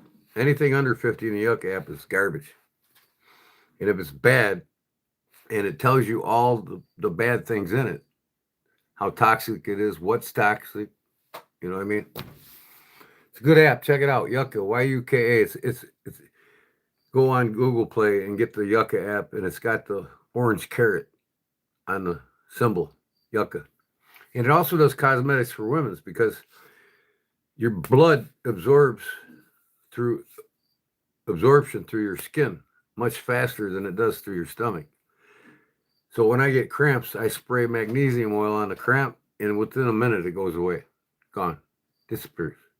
Because most of us are 80% of us are magnesium deficient, which helps your sleep rhythm and your mental aptitude throughout the day. So I got the magnesium oil because magnesium capsules are worthless. More than 60, 70% of the vitamins not sold on the shelf, your body don't even absorb less than half of them. So you're better off with the proper nutrition diet to get those same minerals that you have in the supplements. If you want to take a daily allowance of magnesium, you'd have to eat a whole cup of sunflower seeds every day. Or a half a cup in an Epsom salt bath. And, you can. But I wake up in the morning, I spray the magnesium on, I'm good for the rest of the day. Every morning when I wake up, it's right there, right next to me. Good. You spray when I go, that is not from not having enough oxygen. Yo, what's up, man? It's me, Mike. How you been? What's up, Brian? Or Mike?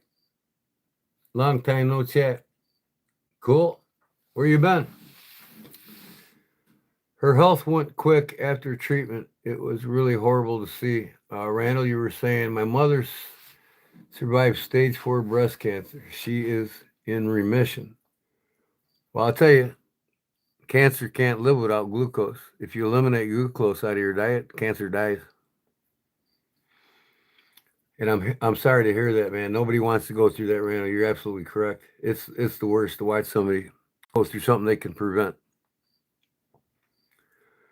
And now she has really bad arthritis, and she's only 50. Well, a lot of that's caused by the chemos. You know what I mean? It weakens your body's ability to utilize 100% of the protein that they eat or you eat. So it's crucial for anybody who gets to be 60 years old to eat certain foods that hyper accelerates protein, because as you get 60, your body doesn't absorb but less than 50% of the protein that you're eating that you used to absorb in your mid 50s and younger. So that's where arthritis comes from, if it's not caused by chemo, is once you hit 60, you should eat certain foods that hyper accelerates the use of proteins in everything you eat, from red meat to nuts and everything loaded in protein. And it's the best source of energy. Glucose is the worst. Once you switch over to the keto diet, you figure out that red meats is the highest form of protein, and you get your energy from protein instead of glucose, you'll sleep better, you'll act better, you'll be sharper, and your brain's made of fat, so the good fats are all in it. But when you hit 60, your body quits absorbing more than 50% of it. There's two foods. There's actually three cheeses. Who don't like cheese on their salads and everything they eat, right? Mozzarella and Swiss cheese. You grate it, put it on everything you eat once you hit 60. And that forces the protein to be utilized 100%. Therefore, you don't get arthritis.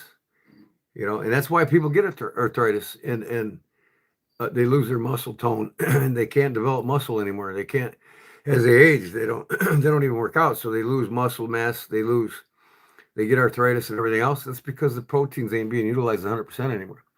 And these cheeses, there's powerhouses to utilizing it. And it's real easy. It's simple. Cliff says, what now? Sup, Mike? Cliff understood. Let me see. What am I missing here? Her health went quick. I'm telling you, man. God bless her, Randall.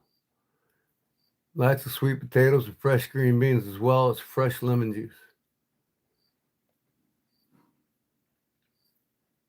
Yeah, sweet potatoes, they're an excellent source of protein and vitamins. And the lemon juice is key. Lemons is a superfood for health. I mean, I can't stress it enough. So is ginger. And so is, was it cumin? Man, I keep forgetting the name of that spice. No, it's turmeric. Turmeric, mushrooms are the fountain of youth. Do a Google search on mushrooms. Mushrooms, the fountain of youth. Type that in and see what comes up. Mozzarella is actually quite simple to make at home. Exactly. And I do make it with the cheesecloth and, it's real easy. And butter, it's easy. Just put it on high speed in the KitchenAid and in 15 minutes you got butter. Add a little salt to it if you want salt in it. As good as any store-bought butter. Better than any store-bought butter. It's just people become dependent upon a system that created them, and they don't realize it. See, like I said, that article I read the other night about the government being bought and sold out by the banks, we're living in the dragon's mouth. It's the banks. They're draining the wealth, and they're draining our health, and they're draining everything that's important to us, our values. They're doing all that. They're behind the scenes of all of it for this. It's the root of all evil. Follow, trace it. Trace the money path. It's the root of all evil. The pharmaceutical industry was created by two multi-billionaires, Rockefeller and his best friend Carnegie. They created the pharmaceutical industry, and they also created the AMA, the American Medical Association, that regulated the doctors from practicing above and beyond medicine. They're only allowed to practice medicine. They create customers, not cures. They killed all these helopathic healers and all these doctors that will heal you with food. Got rid of them all. They want customers, not cures. It's a medical industry. It's not a health industry.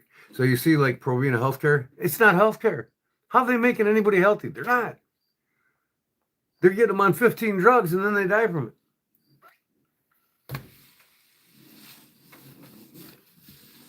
Would you say the body somebody's, turmeric, ginger, all sorts of, ginger tea. I make it all the time, a couple times a month. I don't drink it as much as I used to in the beginning.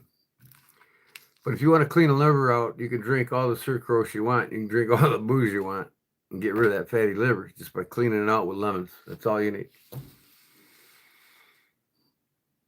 See, your body can't get rid of a lot of things. It causes a lot of problems. And then what happens with glucose is it's stored as fat, right? So it gets in your blood tissues and your blood cells, and it works its way around the body, see? And everybody's got a form of fungi in their body. Actually, several forms of fungi. But when these two individual forms of fungi permeate the cell wall, which glucose allows that to happen, and they touch each other, they become cancerous and they start growing. Then they're out of control, see? Then it's time for chemo. The doctors don't make a dime off of cancer treatment alone. They make it from chemo treatment. They don't make nothing compared to chemo treatment. So they want your parents or whoever's got cancer to have 10, 12, 15 chemo treatments, right? Because each chemo treatment, the insurance pays out $14,000 per treatment. The hospital gets $4 grand of it, and the doctor gets 10 grand. So if your parents get 10 chemo treatments, that doctor's making 100 grand off of your parents, and then you die. Makes sense, don't it?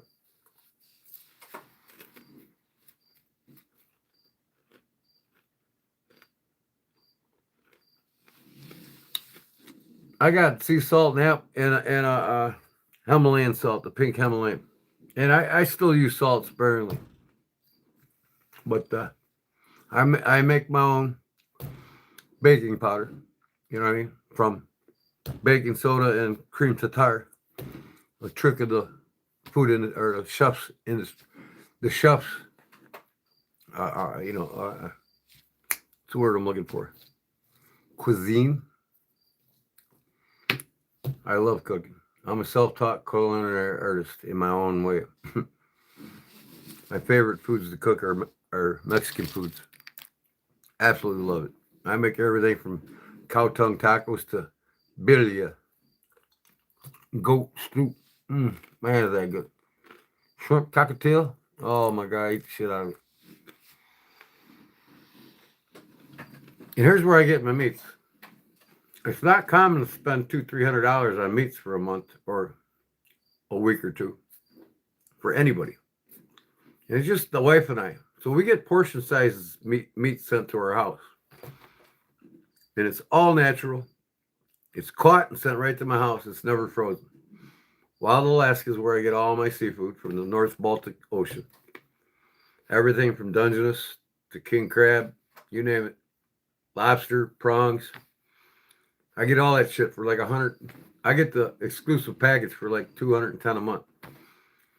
And then for my meats, all natural buffalo, black Angus, all natural turkeys, chickens, goats. A lot of goat meat I make Mexican food with. Seven Brothers Farm in Indiana. Butchered, slaughtered, sent right to your house to dry ice. None of this food's ever frozen. It's on the dry ice path to your house after it's processed. None of it's farm raised. It's all naturally grown and raised right there in the Baltic, North Baltic, and in Indiana.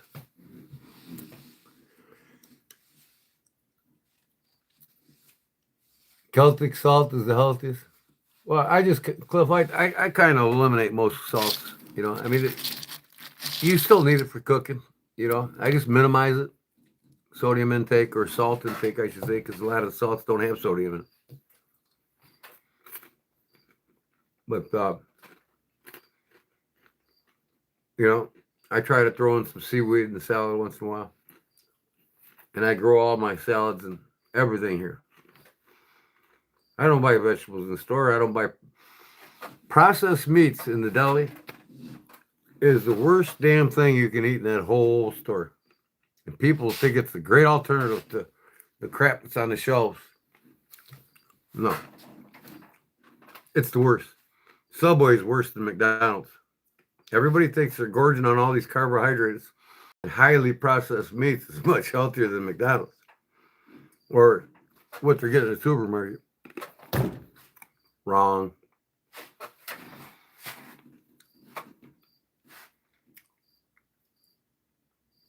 Bruise easy, yeah. Am I missing anybody here? Just ask the question again. I'll get it. Because I'm noticing now my chat log's starting to scroll a little bit faster than normal. As I'm growing it, of course. Corn dog, Keen. In Chicago, where I'm from here. I don't live in Chicago. I live in the burbs. I'm out in the country. I got 5 acres in the country. And out in the rural RFD, RFD, rural free delivery. But what was I talking about? What was I going to say? I got a brain fart. I need no more omega-3s in my diet.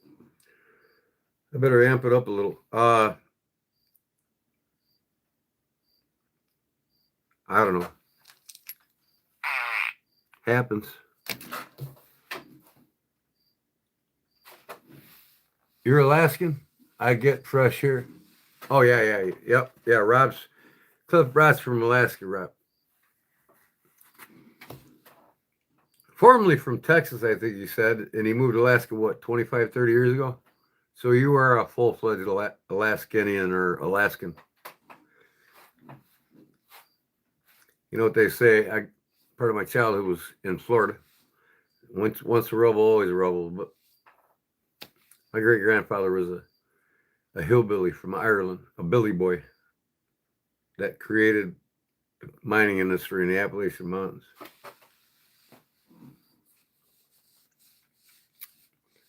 It's a call with the Fed in Durwood.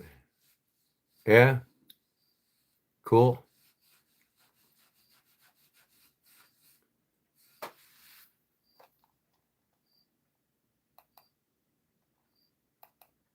See ya.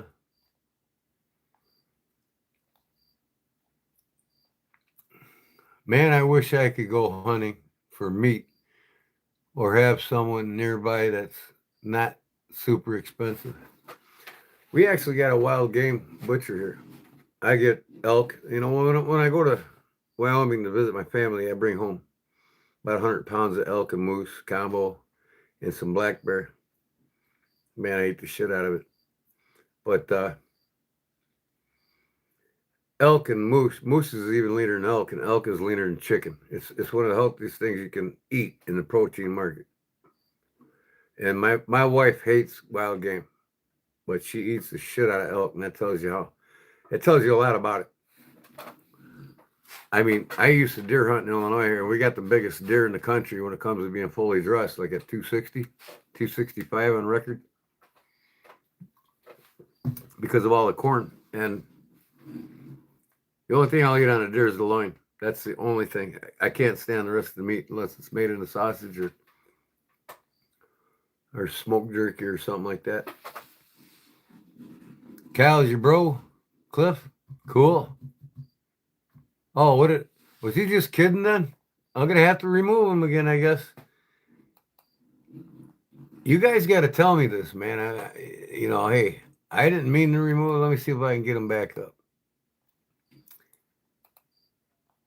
But hey, I guess I'm supposed to know whether or not if you guys, Cal Cano, 11 years ago, 63 subscribers. Okay, where's he at? How can I bring him back? Channel activity. Okay, I'll tell you what, since I got rid of him, I can put him in timeout for 1 minute, and then he can come back. Okay? Sorry about that, guys. So tell Kyle, message him or whatever. Well, he'll know in 1 minute, so he's good to go. Yeah, I mean, I don't know some of these guys, or I just forget, you know what I mean? And I don't do nothing like that on purpose. Sometimes I'm not paying attention enough to the chat to realize, hey, this guy's just a joker. All right, now where's my chat at?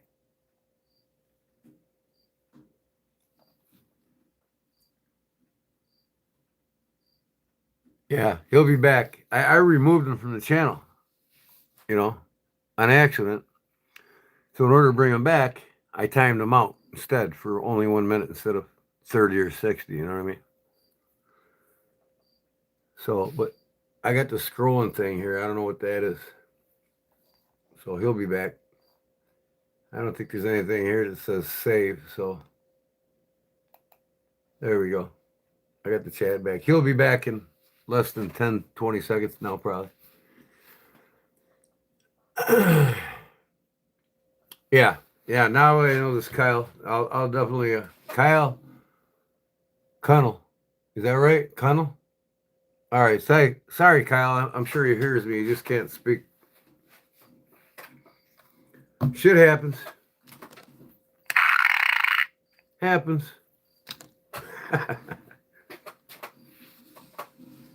You're in Georgia? Georgia, oh sweet Georgia, you're always on my mind.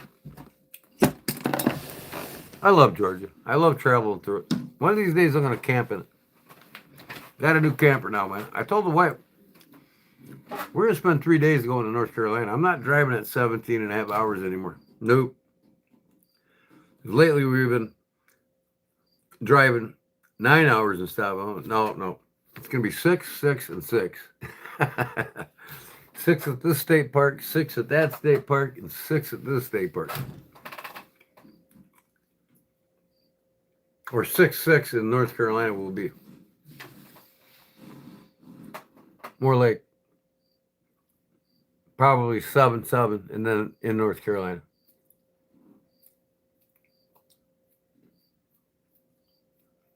My preteen years, I lived in Florida till I was 14 and came back home. Actually, 13. Tarpon Springs, Florida. I've been in every state except for 2. Maine and no, well, if you want to consider Alaska, upper 50. 3, Alaska, and I'd be there already if it wasn't for my wife. I was already headed there before I met her. I met her just in time. But I'm going to get out there and visit my family, take my camper across in the ferry. But realistically, I'll just probably fly in.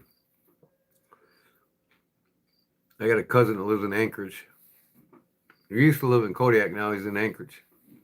He's one of the meanest son of a bitches in all of Anchorage. You go to Anchorage Cliff, ask for Reggie Bever. And they're going to say, what's your business with Reggie Bever? Because believe me, he could probably kill 95% of the people in Alaska. He is the definition of badass. I mean, he could probably knock out 3 or 4 Navy SEALs at once if he wanted to. So one of these days I'm going to get over and meet my cousin. I haven't seen him in 43 years.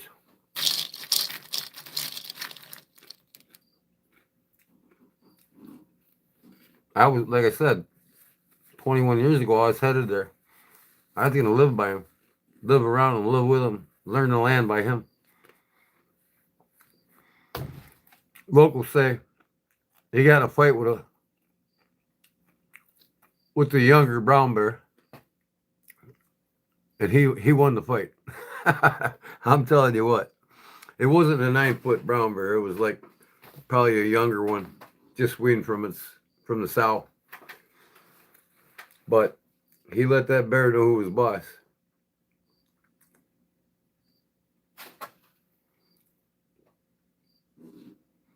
And just to let you know, he was like 6 or 7 time undefeated state champion of the state of Illinois in wrestling.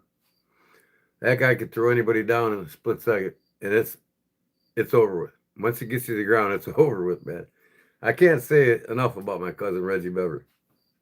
But other than just shut the hell up, quit talking about it. But we lost contact, like I said, about 35, 39, somewhere around there years ago. And he'd love to see me. He'll never come back to the States, though. And he wasn't running from the law. He just wanted to get the hell out of the upper 50, you know. Or the lower 50, they call it, right, Cliff? Okay, what do we got? Never been to Georgia. Jack, how could get in contact with you with some deer meat? Did Kyle come back yet? Where's Kyle at? Is he out of timeout? I sure do. I got the machine right there.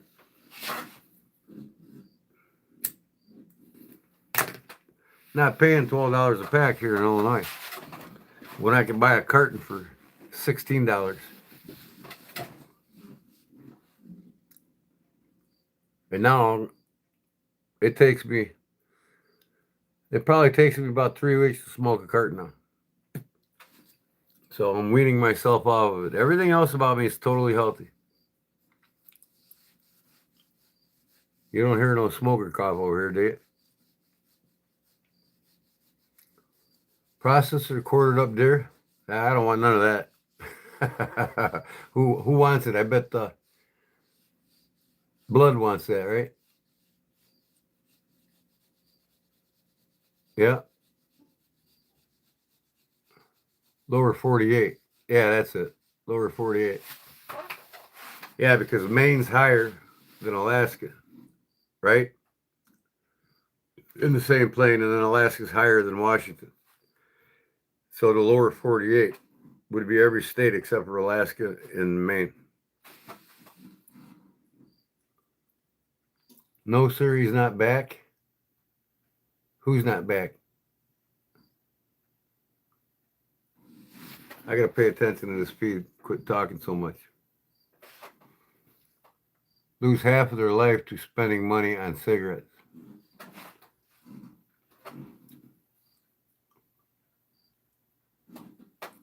Oh yeah, I mean, like anything else, you gotta control it. Don't let it control you. A lot of times, the only time I smoke the most is when I'm in my shop.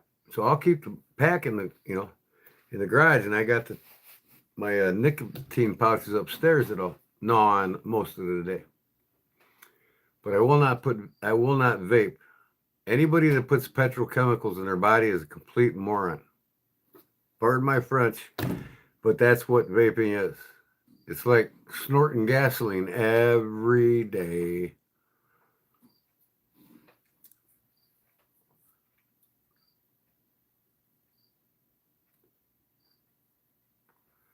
Once they get you hooked, they got you. Just like the medical industry.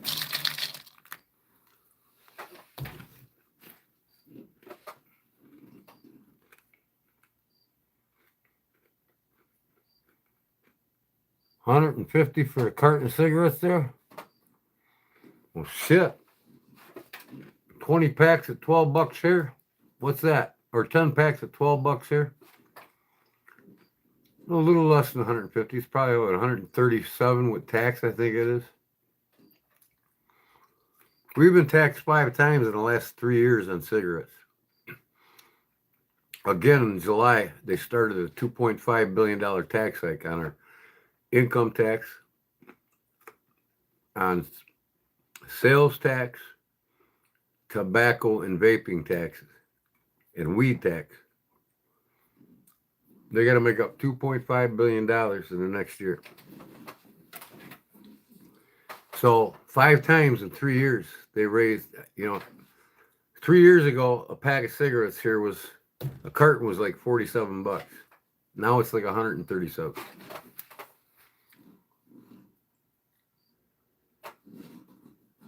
You go to the bars, it's $15, $16 a pack. And that's more than Alaska. But I bet the bars in Alaska sell them for 20 a pack. Because it costs so much more to ship things there, right?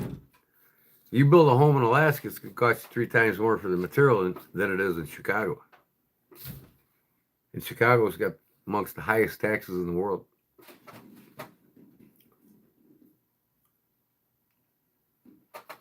"72 miles from the nearest town." Shit, well, you gonna fly yourself to the hospital if you get sick? But people in Alaska really don't get sick. They take care of themselves, especially when they're that far away from a hospital. So they learn to cope and adjust and eat healthier and be healthier so that they don't have to worry about that crap.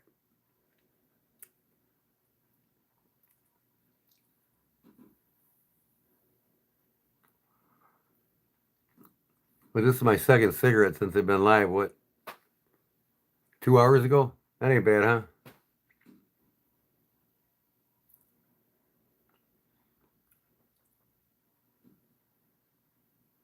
Cold weather does the body good, and so does sunlight.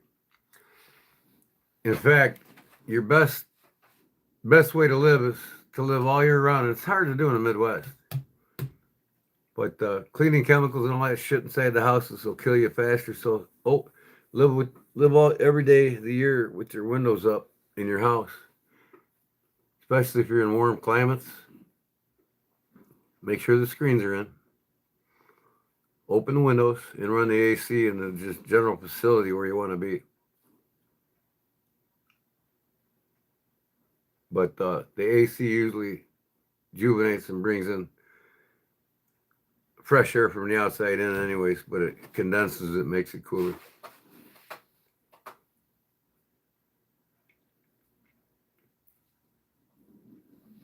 Well, yeah, that's right, Cliff, but most men can learn to handle it just like you did. You know what I mean? That's all taught and can be taught. You know what, I could handle it, but I wouldn't know how to handle it until I get there. And then the locals and my relatives there will teach me how to handle it. And then I learn to handle it, and you know, but it's just the temps. You got to learn to handle the temps before anything, and then wildlife. That's the two biggest concerns: freezing to death and being prey. That's the two biggest things you got to worry about. You know, and in certain places in Alaska, you don't have to really worry about being prey because the conservation cops there keep a good control of it in the populated areas. But most of the places are remote to where you have, right, Cliff? You have to fly into them to get to them. If you're not in a big city in Alaska, like Anchorage or Kodiak.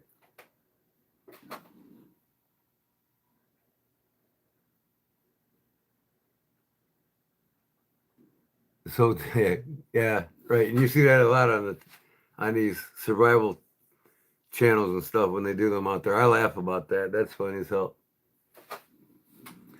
So did Kyle come back in, Cliff, or what? Where is he? I don't see him. Let me go look at him again. Kyle, right there.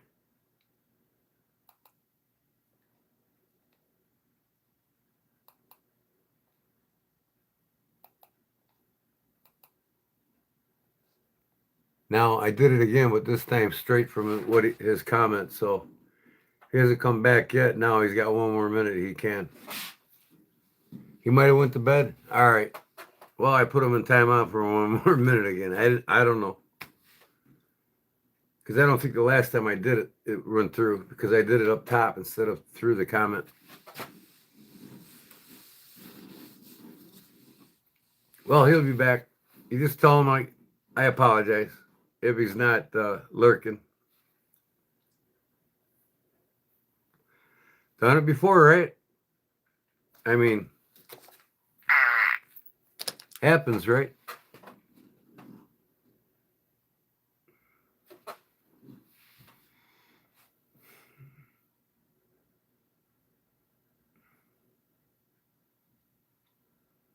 Bush pilot in Alaska, yeah. Yeah, you see that bush pilots competition they have where they win based on who can get up the quickest and land the shortest. That's crazy, man. I mean, these guys are like, they're up. It's crazy, crazy good. But they've done that all their lives, you know. I mean, most of them.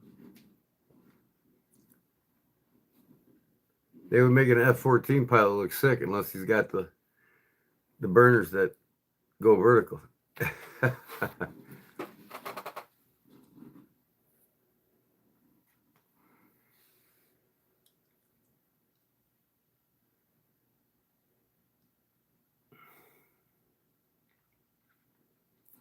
Yeah, and that's learned. You know what I mean?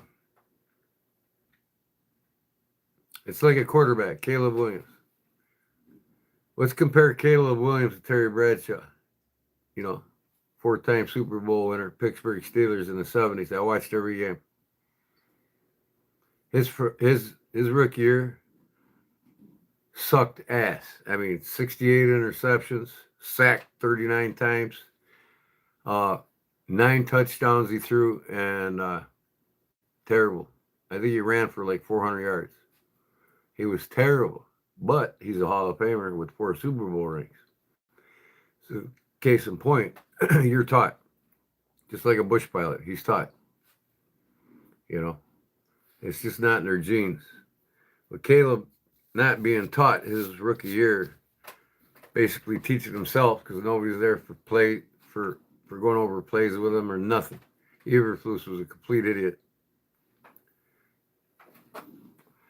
And now he's got a powerhouse coach coming from Detroit that every team in the NFL wanted. His aggressive play calling is going to give the Bears a 15 game winning season this year. Playoffs, possibly Super Bowl. His first year coaching, just like he almost did with Detroit. And look at golf. He wasn't even half the quarterback Caleb was his rookie year. He sucked ass. Ben Johnson made him who he is today. And why do you think Ben Johnson wanted to go to Chicago? Generational quarterback with the most talent any rookie ever. He ain't no dummy. Everybody said that Caleb sucked. Come on.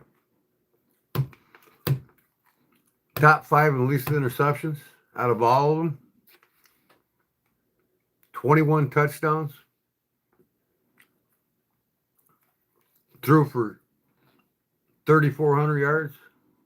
Come on. Yeah, he sucks all right. Not too bad for a rookie teaching himself his rookie year.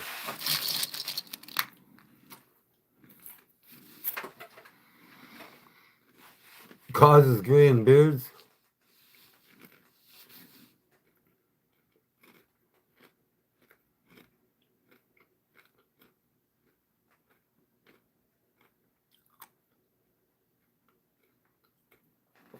Sure they are, Cliff. I mean, they gotta be.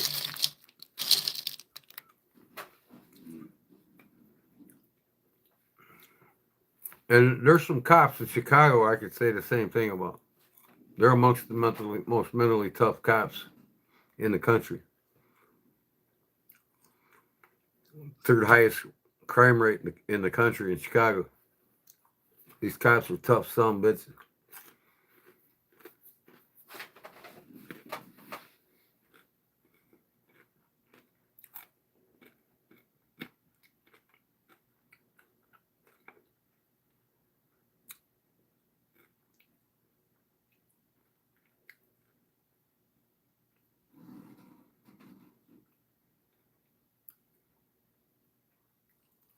Yep, it's its own lifestyle there, that's for sure. But everybody watches TV and they all wish they could be an Alaskan and everything else, and some people live the dream. But I wouldn't trade the Midwest, where I live here in Illinois, for nothing. Even if I lived in Nebraska or Ohio, I wouldn't trade it for nothing. I get a break from the cold. I get a break from mosquitoes and bugs and snakes. I get a break from rain. I get a break from humidity and heat. I get a break from it all. Right now, it's my favorite time of the year, the fall in the Midwest.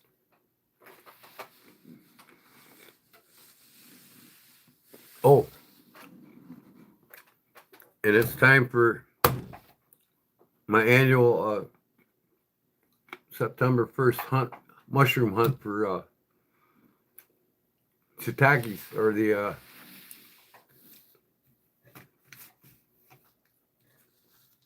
mushrooms.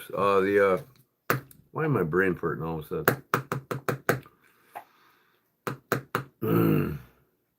Man, they're as good as steak. I cook them with steak. Tastes like steak. I freeze them. I get about 170 pounds in a half an hour in my backyard.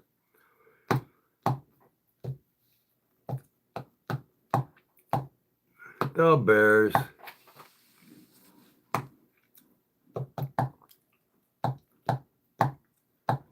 Well, here they're not. In Japan, they're called shiitakes, but here they're called hen of the woods. Best, yeah, I like them more than morels. And I'll get about 30, 40 pounds, sometimes 60 pounds of morels.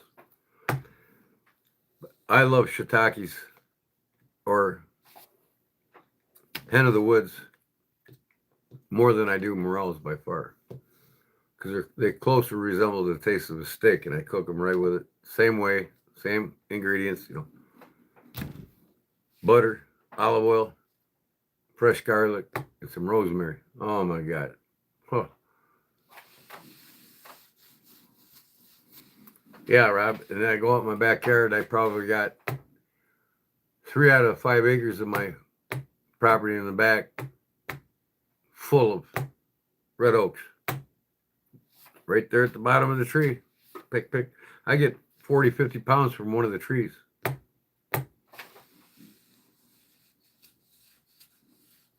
Lion's mane? Well, actually, I think lion's mane's in the same category as the shiitake, the hen of the woods.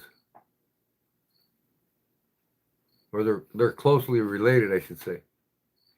I'd have to look at my phone. I got the mushroom app on there that tells me everything I need to know about them. Yep. Where you at, Rob? You in the upper or lower Midwest?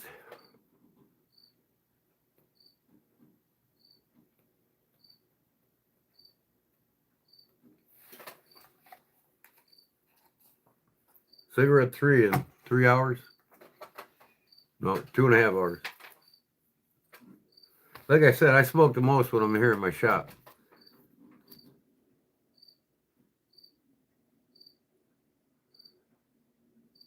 Well, Hillbilly Deluxe, when you learn to pronounce the name properly, I'll answer it. They make you numb. And yeah, I've worked with them way longer than you've been on this planet.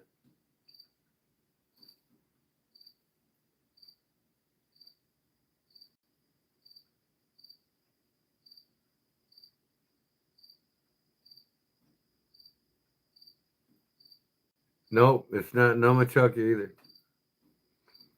Google the name, it'll tell you how to pronounce it properly. It's Nunchucka. Nunchaku. Nunchucka. Not numb. Numb is the effect when I hit you with them. It's N-U-N, not N-U-M-A. And it's one word.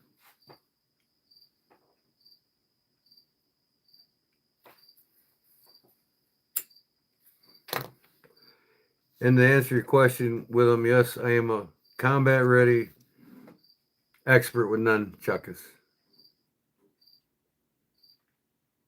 I actually taught the cops when I was younger. Half of them came to our dojo. And this was back in the 80s.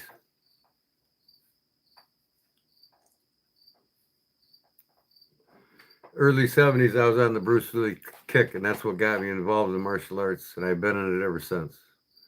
And I'm currently hold a 4th Dan in Shorei Goju in the Shogo-Te Academy. Okinawan, Japanese combination style karate.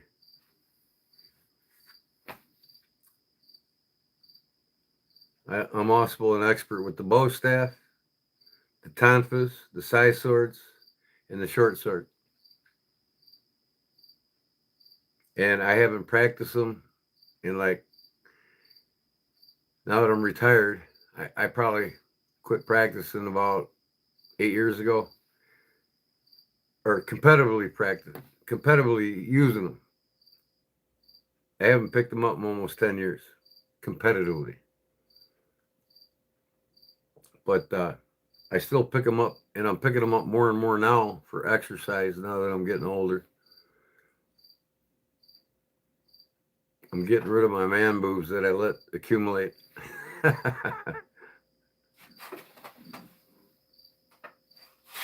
Last time I messed with nunchucks, never mess with them ever again.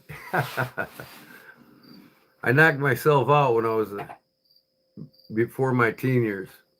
One time, fell on my bed. I was probably 12 years old. I never hit myself again with them, and I kept at it. And now they're just a muscle memory. I know where they're at all times.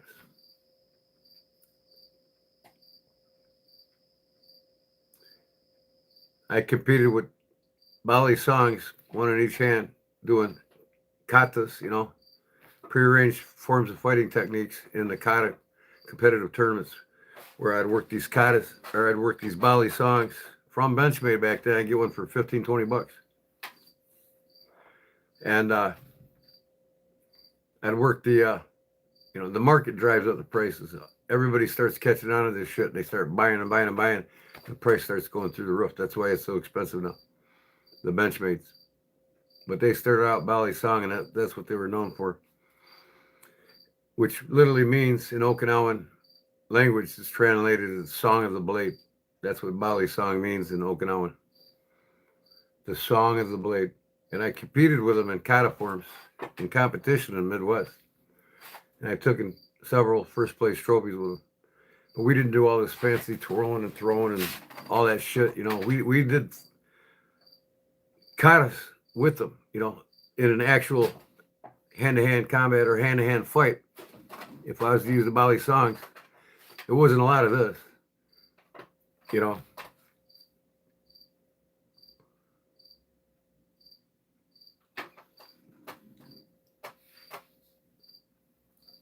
Yep, practical versus show. And I could do both. I could do practical and show. Same with the chucks, I'm not going to sit there and twirl them around my back and my head and all this crazy shit, I'm just going to be in a prone fighting position with them. I might occasionally come behind my back and grab them and come around the opposite direction and get somebody across the jaw or something with them. But as far as doing all this fancy shit that you see in the Bruce Lee movies, that's where it belongs, in the movies. But I learned that growing up watching Bruce Lee. I wanted to do everything he did, and it was just the movies. But then when I started to learn how to fight with him, it was a different story. Oh, really, Hillbilly? That's cool. When you was...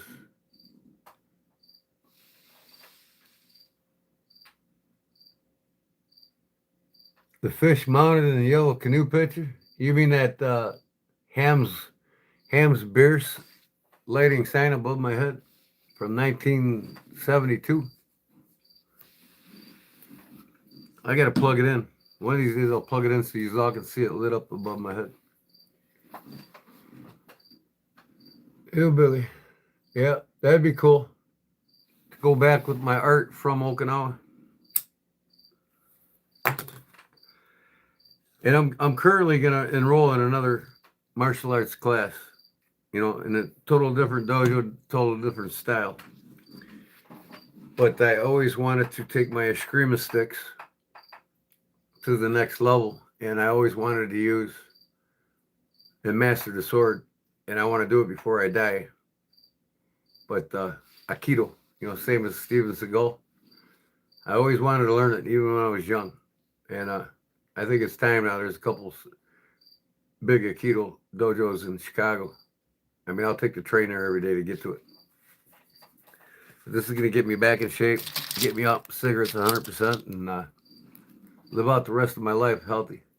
I mean, I'm already healthy, other than these. But like I said, less than half a pack really does it.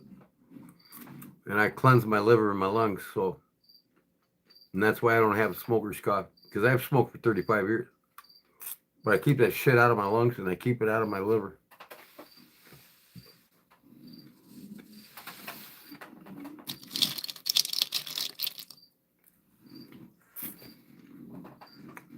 Aikido is actually, it's the art of defense more than offense. It's the art of using your opponent's body weight momentum against them. In grappling techniques similar to judo. But then, with the style that evolved through the monks, it's also the mastery of swordsmanship. I got proficient with the sword, but I never mastered it. And I don't care if I really mastered it at my age now. Say if I spend a good 5 hard years, I could. But I'm not in no hurry. If I master it, I master it. If I don't, I don't. At least I'll know how to fight with one before I die. Nice workbench. Yeah, I got my leather bench here, and I tie my flies for my fly fishing. This is all my leather station here. And then I got my upholstery station over there, and there's my sewing machine for my upholstery work. I'm doing a fellow's blue jean jacket, putting patches on every inch of it. And in the back's my woodworking shop and my knife shop where I make knives and I do a lot of my woodworking. Put all them tools and shit in that box. Most of them I made, and I made the box that's teak mahogany. I'm a retired carpenter woodworker. I've been doing it for 45 years, woodworking for 45 years. And let me think, I'm 60, 49 years I've done woodworking, and 45 years as a union carpenter. Now I'm now retired. You know, and over here, this is basically a little bit of my knife collection. And I got more up on the wall back there, and a couple other toys.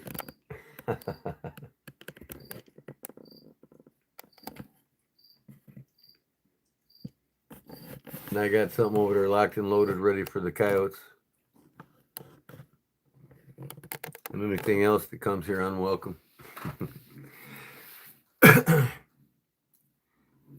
A radio case? What kind of radio case?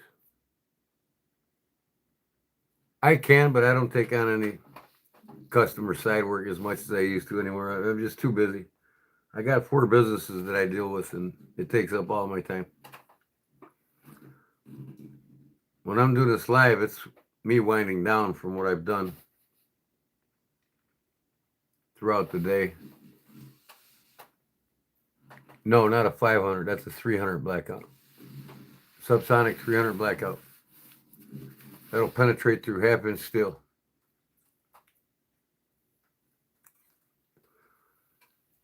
My targets are 3/8 in the back, and they're all blown through. It's as effective as a 7.62 by 39 and some.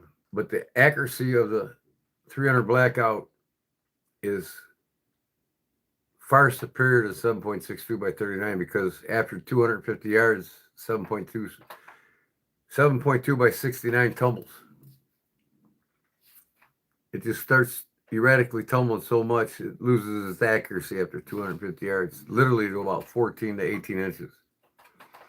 And it just tumbles so much that its effectiveness, it's a close killing machine, is what a AK-47 and SKS that the AK-47 replaced.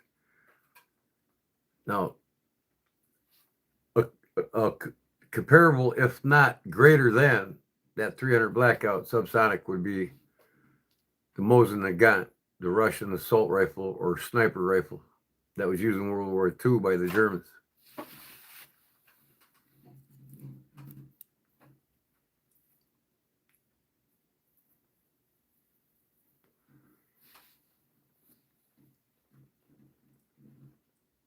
Cliff, true, but I believe jiu-jitsu covers that with holds and such, but never say no to learning anything you can. Yeah, that's right. It's like Bruce Lee, 7 different art forms that he's learned throughout his martial art career. And, we all know, and he formed what was called Jeet Kune Do from the 7 styles of martial arts. Bruce Lee was a banger. He was heavy into gang violence in the streets, which is in Hong Kong amongst the baddest ass, toughest gangs in the world. And his uncle wanted him to get the hell out of Hong Kong and get to the United States, go to college in California and get a career and a life for himself, get him away from the gangs. So his mother named him Lu Li Lung. That was his birthright name, not Bruce Lee. And Lu Li Lung basically means little dragon in Chinese. So hence all his movies. Enter the Dragon, Return of the Dragon, is all about the dragon. Well, that was his name in Chinese. And his grandfather gave him the American stage name, Bruce Lee. And Yip Man was his protege in China. And he actually helped funded his family to get him over to California to go to college and make something of himself.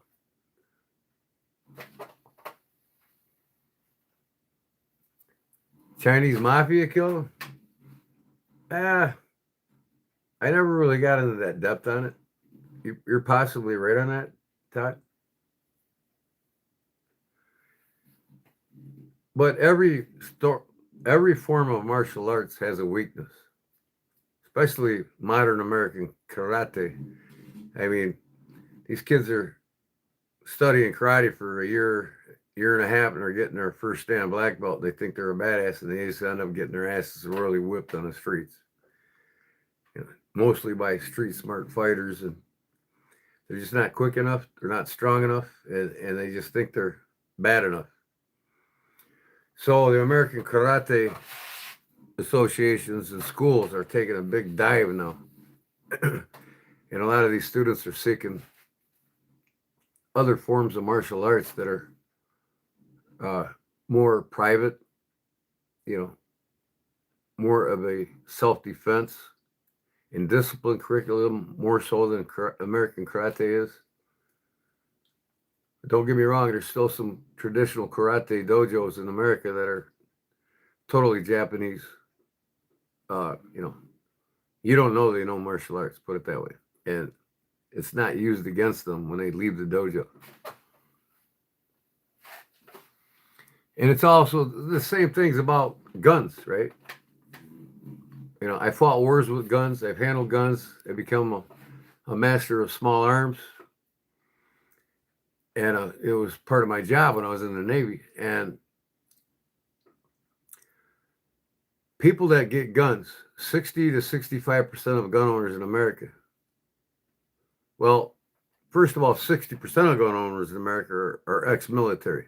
And even them, unless they were in combat training, you know, small arms tactical training with them guns, still hasn't killed anybody with guns. They still are more of a threat to themselves. So it comes down to this. You know, we've got the biggest standing army in the world in just 3 states: Illinois, Michigan, and Indiana. All right. That's the biggest with registered gun owners. That's the biggest standing army in the world. That ain't counting all the ex-military and everything else.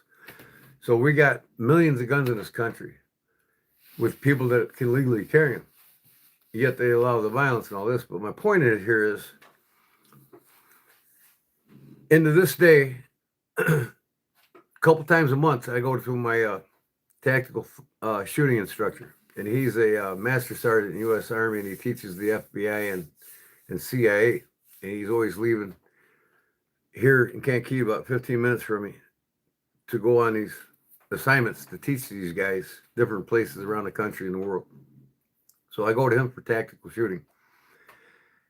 And a gun is like martial arts to a sense that it's more of a threat to yourself unless it's properly used. And what I mean by that is people get their firearms card or they get their legal means of carrying a firearm and they think they're good to go. They can shoot a bullseye on a target and they're good. They're going to protect their family now. They're going to protect themselves and those around them that are law-abiding citizens. But yet they don't have a clue what's to come when they get in an actual confrontation, a deadly confrontation with an assailant with a gun, another gun. So what happens is that if you don't train your adrenal glands, you don't train your central nerve system to not get out of control, meaning when you're threatened by a gun, if you can't control your adrenals, what happens is your adrenal glands rush the blood from your extremities, your legs and your arms to protect your vitals. It's a natural thing that occurs under a threatening situation when your adrenal glands kick into overdrive. If you can't control them adrenal rushes from your limbs to your vitals, you might as well run. You're a threat to yourself, your family, and anybody around you, unless you got the tactical training skills to be able to overcome that, or if you've been in combat like I have to overcome that. And I continually keep that training going a couple times a month to keep overcoming it. See what I'm saying? So, and I've learned that at an earlier age in martial arts. And then when I got in the military, it all was like a light bulb going off. So these people say, "Oh, I've got a Glock 9, 7th generation, man. I'm good. I can shoot off 22 in a double stack mag, and I can just take out any assailant with it." Okay, partner.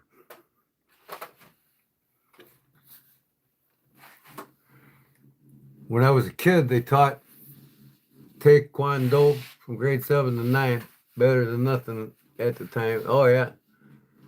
We never got martial arts. Well, when I was a kid, I started at the age of 9 from my sensei's dojo. But when I was a kid, we had swimming lessons in a pool underneath the school where they taught us how to swim. That was more important, I guess. I got shot 4 years ago. Thank God I can control mine, or I would have been dead. So you know what I'm saying, Rob? I mean, those who have been in an actual confrontation with an assailant with a deadly weapon understand what happens to you when it's fight or flight. And if that weapon is not only shooting on a target instinctively, see, because I don't aim with a gun, I don't aim with a bow. I can shoot a pheasant in flight with a recurve. I look at my target and the natural muscle reflexes, it's all one motion. Same with a gun. I bring it up, I know where it's going, and I know where that bullet's going. It's what you call a instinctive shooting ability or an instinctive reaction based on muscle memory, and it takes practice. I got a laser target upstairs. I can just literally sit there with my SKS with the laser in it and work on my draw. So that's how fast my gun's up and firing. You know what I mean? It's not like I'm at the range, boom, you're dead. You know, they go to the range, they don't have no clue about making that weapon an instinctive reaction, making it an extension of your hand, making it a muscle memory, knowing where it's at, when to grab it, how fast to grab it, knowing your surroundings around you. See, you learn this in tactical shooting. When I'm out and I'm in Chicago, first of all, I can't legally carry a gun there, but it's better to be judged by a panel of 12 than it is to be carried by a panel of 6. And my master sergeant instructor that teaches me tactical shooting for the last 8 years now, since I met him, he told me that. I'm not going to tell you where to carry a gun. So when I go to Chicago, I have my SKS, or SKS. No, I'm not carrying a rifle with me. I got my XDS, Springfield 45 ACP on me at all times. I'm never going to Chicago without a pistol on me. And I'm taught through my military experience and through my technical trainings, I'm aware of my surroundings at all times around me. I don't loaf around and bullshit with people. And, I know where I can take cover in any situation when I'm in a train, a bus, in a car. I know how to use the doors for shields. I know how to use people for shields, and I know how to get an assailant distracted to where I got that 1 second, split second window to kill his ass before he gets me. So it's just something, once you learn it, you don't want to forget it. You want to keep it a muscle memory. You want to control the adrenals. You want to get on target. You want to go home safe. So 65% of Americans that get these weapons, get a pistol, are more of a threat to themselves and their family than they are to the general public and themselves.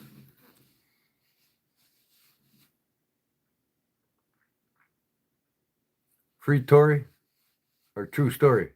Do you like to fish? I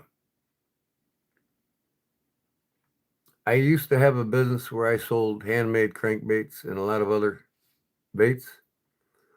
And my baits ran in Fisherman Magazine and Bassin Magazine every year.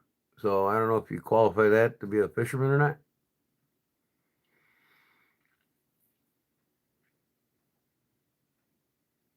So grew up in the Kankakee River. I'm a multi-species fisherman. At the age of 4 or 5 years old. When I was 4 years old, my godfather used to take me to the shoreline to catfish.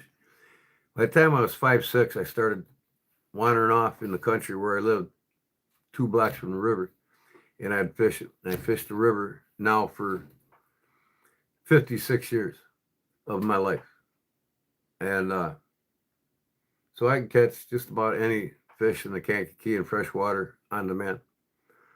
But I became a tournament fisherman 20 years ago and fish semi-pro. And I have a professional best friend that's in the live stream right now, watching everything you're saying, and he's here all the time, and he's fished with all the greats. So yeah, I'm a big time bass and walleye fisherman more than anything. But I love my catfishing still. I love going out for brim, shell crackers or whatever you call them, what part of the country you live in. Crappies. I stock my freezers with fish every year. In the crappie and bluegill season is in full swing here in another week. So I'll be putting around a couple 100 pounds of walleye in my freezer here pretty soon. With a tang stamp of SFB. I can't really remember, Randall.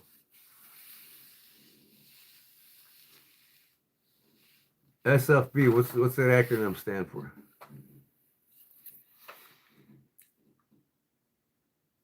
$357? It's a good choice. $357 is a great choice around.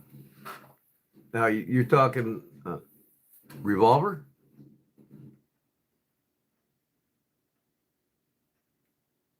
I've got the first pistol I ever shot when I was 9 or 10, maybe 12 years old. I can't remember. It's right there. And I'm not going to touch it, but it's a Ruger single 6. They don't even make them anymore. That was the first pistol I ever shot, 22. My father gave it to me for Christmas a couple years ago. And he thought it was gone. He thought my stepmother got rid of it. But she hid it in a closet all these years, and he didn't even know it. And when he found out, he gave it to me for Christmas a couple years ago. And then my dad, at the age of 12, gave me my first shotgun, which was the tried and true, most dependable shotgun made in America, Remington 870. And now I grew up on a pump. I can shoot them as fast as somebody with a semi-auto, and I still shoot them. So my waterfowl shotgun is an 870 Ultra Mag. It shoots a 3.5-inch round.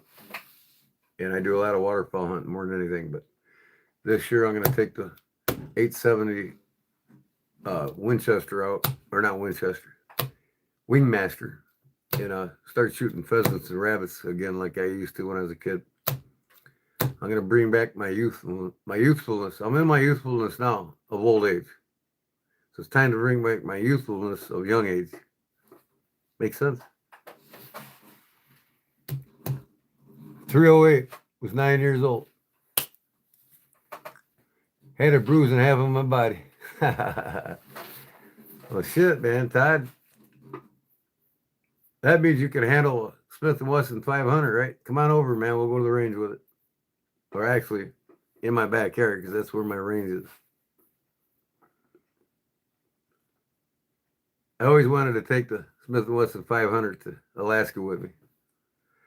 I don't think I got the nads yet to buy the one with the 4-inch barrel on it yet. Mine's got a 9-inch.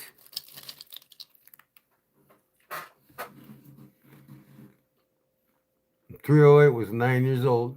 I had a bruise on half of my body.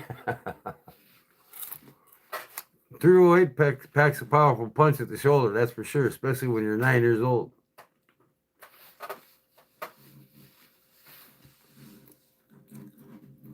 Yeah, the Express 20 gauge, 2 3/4. It's the same with the Wingmaster, 12 gauge Wingmaster. That was always a 2 3/4 round. I got 2 barrels from it, when I was 12 or 14 when my dad gave it to me. One's for skeet shooting, the other's for bird shooting. That's what I did all my pheasant and rabbit hunting with growing up. It's still to this day the most reliable shotgun made in the United States, if not the world.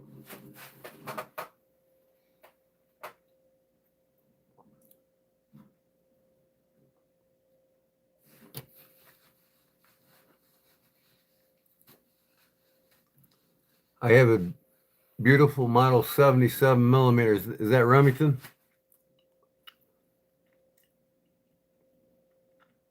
Model 77 millimeter Remington, I take it. My uncle shot one of the biggest buffaloes in the United States in over 50 years. He's registered on the 14th biggest in the world. 2,300 pounds in the Grand Teton Mountains in Wyoming with 7mm Remington at like 390 yards.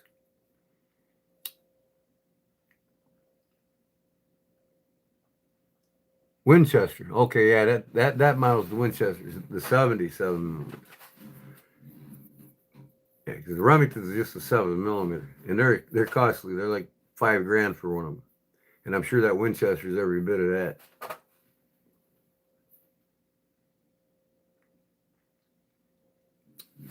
Oh yeah, right there. See it? I'll zoom in for you. See it there in the corner? That's my squirrel gun, man. The Daisy. Watch out, you shoot your eye out with that kid.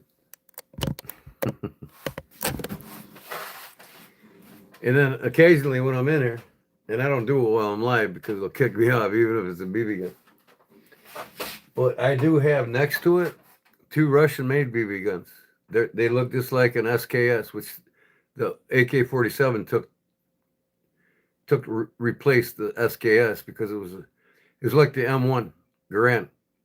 It was heavy, cumbersome, long barrel, so that's got the upper of the SKS and the Russian BB guns. They got 2 of them there. But I'll take them out and I'll shoot these little mice that run across my shop floor once in a while. And that Daisy, it wasn't my childhood one. I wish I still had it. But I only got one toy from my childhood. You ready for this, folks?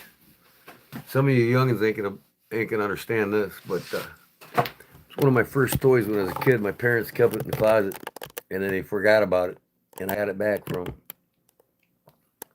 I gotta tote it across the floor here. Y'all ready for this?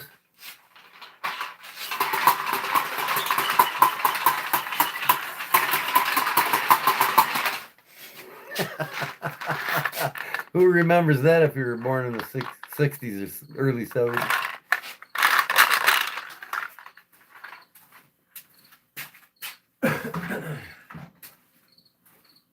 I still got all my Tonka trucks too. Oh man, that's funny. You remember those things? How old are you, brother? Are you like in 55? You're Generation X, no doubt, if you remember. Yeah, that thing,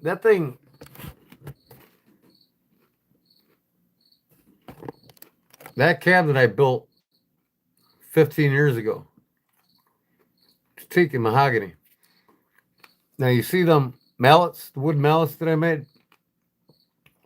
Them lower drawers are straight, they're 90 degrees.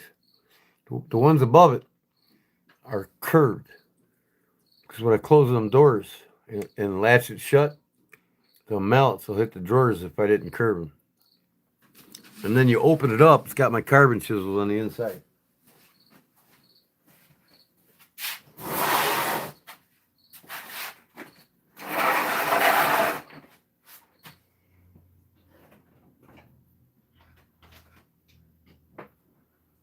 And I got to get more.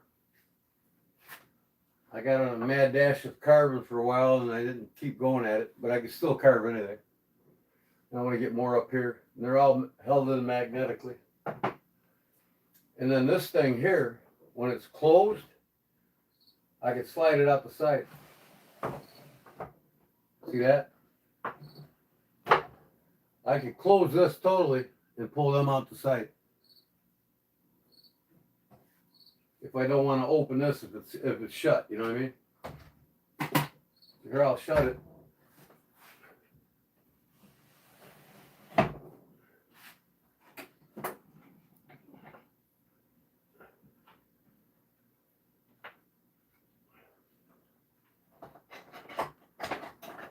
See, the mallets will hit here if these weren't curved.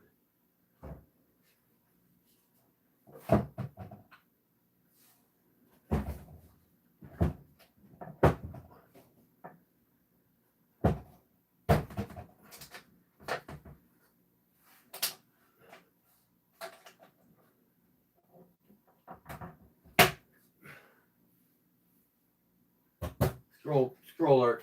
I can't reach it, but there's a knob on there now. I can pull that out and get my chisels out without opening the cabinet. And that thing's on gravity cleats. It literally hangs on a 45-degree cleat with the opposite cleat on the back of the cabinet. And it's got handles on the top. And I can literally carry that on the run if I want to go somewhere and do some woodworking. But I learned to build that 20 years ago on the YouTube channel that showed you how to make it.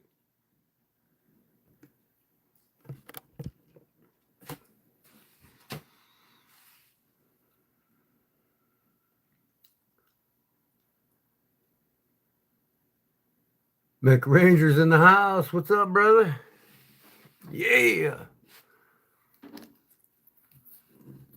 We're talking about the good, the bad,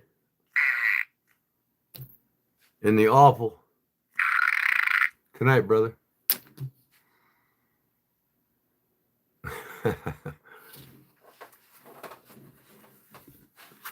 So yeah, I got a couple toys today.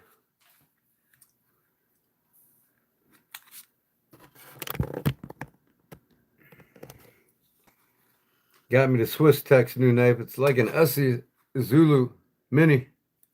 It's sweet, man. Actual micarta with G10 spacers. And it's got a DLC blacked out stonewash finish. $27, people. Come on. Come on. And then the Ozark Trails newest Benchmade bug out spinoff, which still has stronger micarta scales than a bug out's got. Here's the only $24.95 Ozark Trails. I can't remember the name of it, but it's pretty cool. And I can interchange these handles. I'll be making scales for all of these.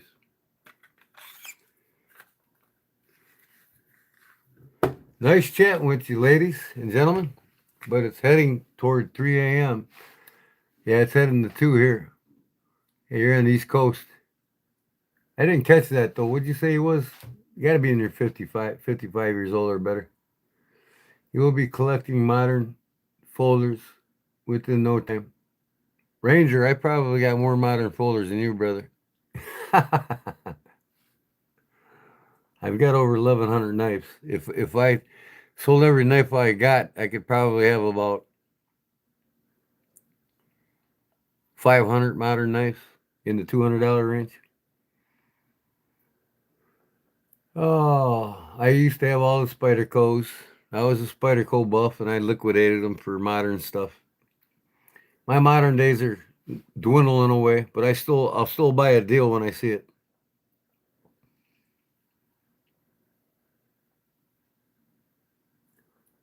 Get early, late, fast, and the best. Okay, yeah, Blood.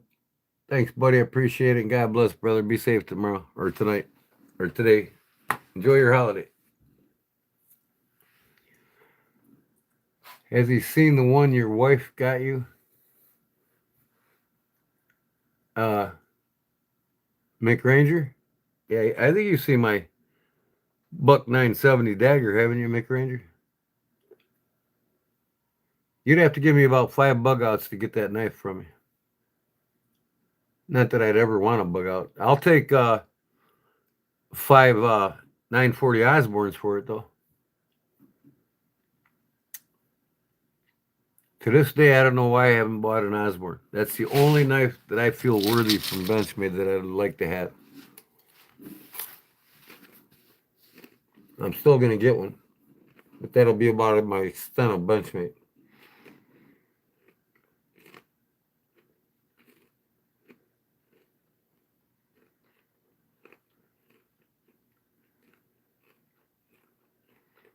Yeah, they're great budget knives. But, it's all about edge geometry, folks. It ain't about this steel's better than that steel. Not to me. I could care less about steel. You know what? D2's way underrated. It's been around longer than most all steels, and it's up there in a specific category with Magna Cut anyway.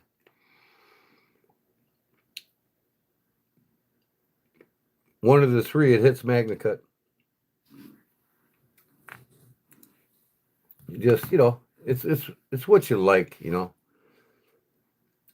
If you like modern folders and that's all you buy, that's what you like.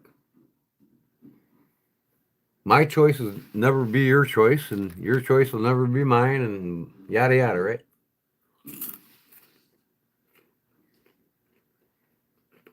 D2 is, like I said, way underrated. I think this one is D2. No, not the, yeah, I think this one is. No. This one here is. No, that one ain't either. One of these is D2. I think this one is. It says it on it. No, this is 12C27. I think this one. Yeah, this is D2. It's on the spine. See it? It's backwards, but Good thing is I can make new scales for these. They just unscrew right off. What's cool about these, or what are they? Swiss Techs, man. It's amazing how they do. I don't know if any of you is watching me take them first, other two Swiss Techs I got apart. Pretty damn cool. They're well thought out knives.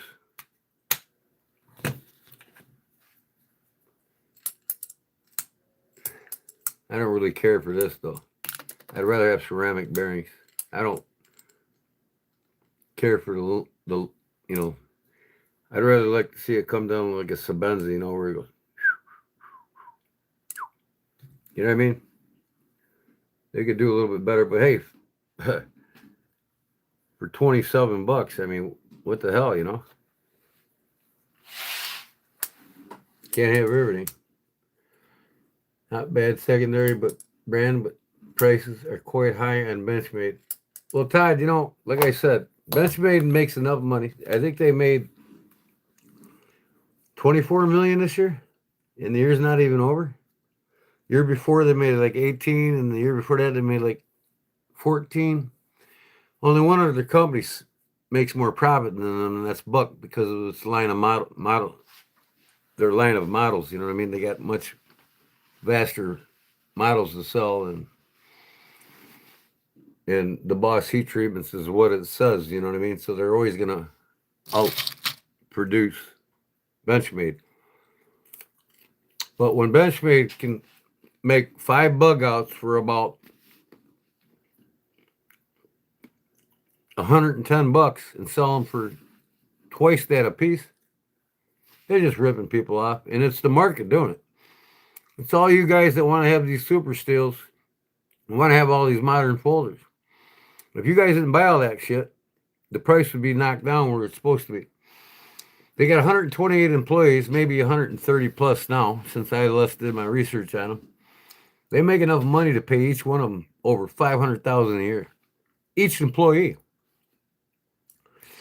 And the profit margin on knives, believe it or not, are around 49%, almost half of the value of the knife.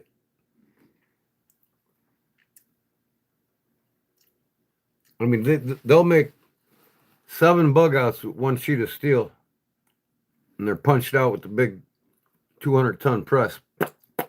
The blades. 7 blades only cost them about $35 MagnaCut, because they buy so much of it in bulk rate.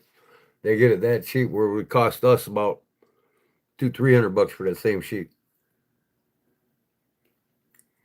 3CR13 is no go for me. It's a stainless only steel I dislike.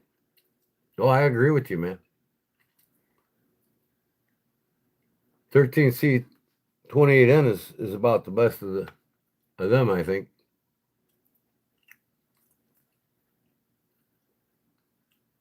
A lot of that 13C 28N is used Chinese knife. Now with the Swiss Army knife, there's 5 different steels, depending on what the tool and used for. But the blades all remain the same, with 10.100 steel from Germany used on Swiss knives, stainless, which is an inexpensive steel, but yet takes an edge quick and is super slicey even beyond its extended life of an edge. They just get away with it because edge geometry is everything. The blades are so thin, they're slicey machines, dull or not.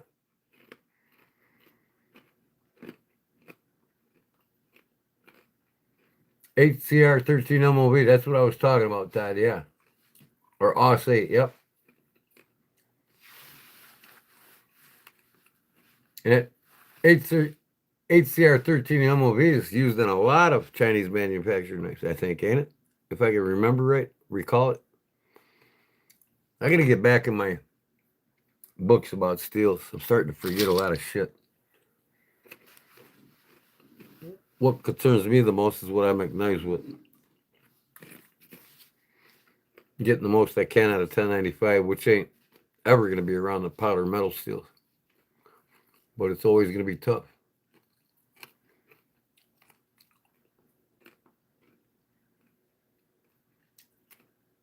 And take a bug out and try to cut a bolt in half with it. that'd be hilarious. Even Magna Cut, I bet it'll still chip out. Maybe not. I never seen a test with it. No, I'm in the Seiko watches. They're superior to Swiss watches. Swiss movement is just like a bug out. The market demanded it, so the prices went through the roof. But the Japanese movements of the Seiko white brand is superior to Swiss brands. This happens to be a Swiss watch with a Japanese quartz movement in it. So its affordability is around the 160 range instead of 1600 and up. Ain't nothing more accurate than a quartz watch when it comes to accuracy in watches. But yeah, I've got the Japanese Ronda movement in this Swiss watch. That's why I bought it. I'll never buy a Swiss watch with Swiss movements in them. Quartz is battery operated. It's an electronic time machine. It's an electronic device, electrical impulses, which is far superior in accuracy than any mechanical watch made, whether it's an auto or a full wind.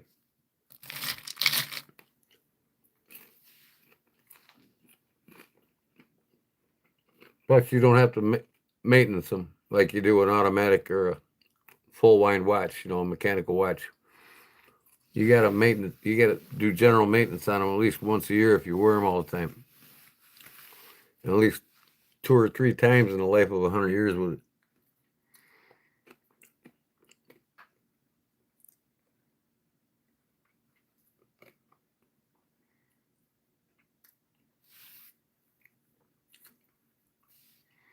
Decent budget knives, at least not gas station. Yeah, I quit buying gas. I got a gas station knife I bought here probably about 15 years ago. Just because I thought it looked cool. And that's the last one I bought in 30 years. I'll show it to you. I just thought it looked cool. Of course, it's a neck knife. But yeah, budget. Them are everything in them gas stations are set up for shopping suckers.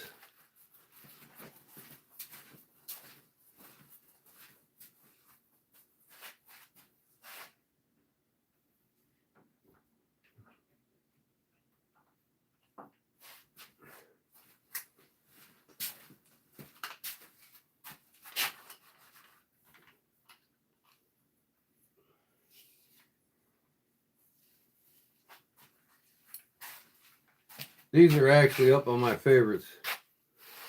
My favorites collection. I got 3 of them hanging. One's mine that I make. One's a CRKT, and then this one here. This is a gas station one that I bought.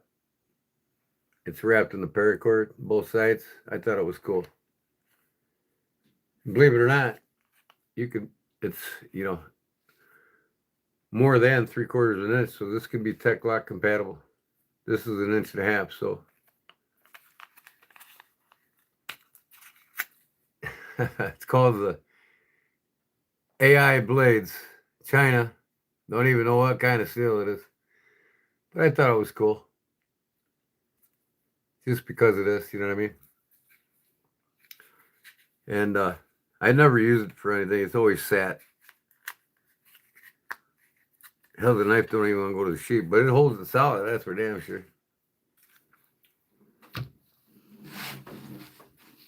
What is that? It says on here, Action Imports Fixed Blade Double Lot 6 006 FB006 model number. I paid $29.99 for it probably 15 years ago. Action Imports, AI blades, Action Imports. You know, cheap gas station knives. If you need to cut something without spending a ton of money, and you leave your knives at home, right? This would probably be my choice over them cheap ass folders they got on every shelf in the truck stops. But yeah, I like collect neck knives, you know, and then I make them. This is one of my favorites here. This one is actually, I love my German knives. This is Boker. In the lanyard, see here? Boker thinks of everything. It's got a metal clip, so you can take the knife directly off of it without having it in a ring or in a sheath. And then you just open it like this, right? Let me see here if I can remember how to do this. Oh, you just flip it out. See that?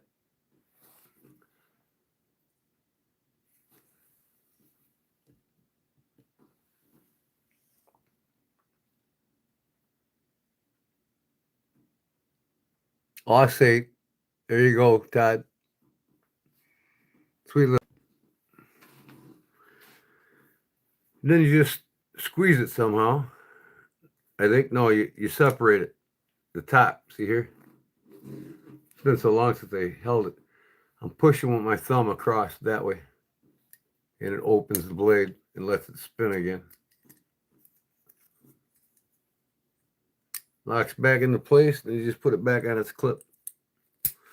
Boger's been around over 100 years. I mean, they think of everything. And it doesn't go anywhere, man. That thing's on there solid.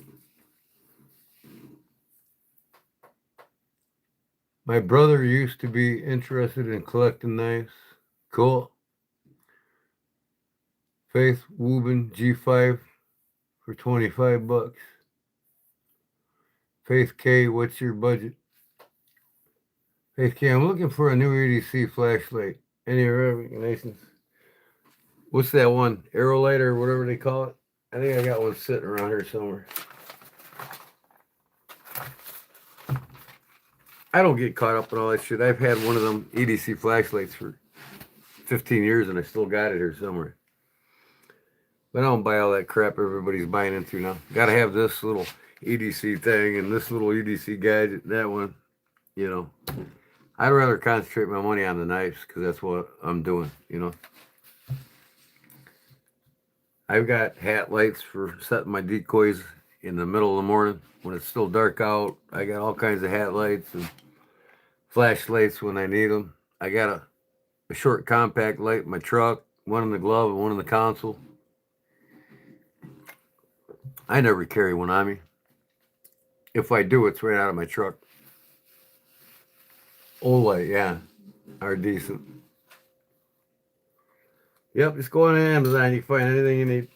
And then this one here is mine. This is a hybrid sheath. You know, you've seen it before probably. Leather and Kydex. It's got tiger wood. What do they call that? Leopard wood, I'm sorry. Leopard wood, but there's another name for it too. And scales on it. And it's my little, it's kind of got like a finger grip, kind of similar to CRKT, but this is my own version. And it fits in your fingers perfectly.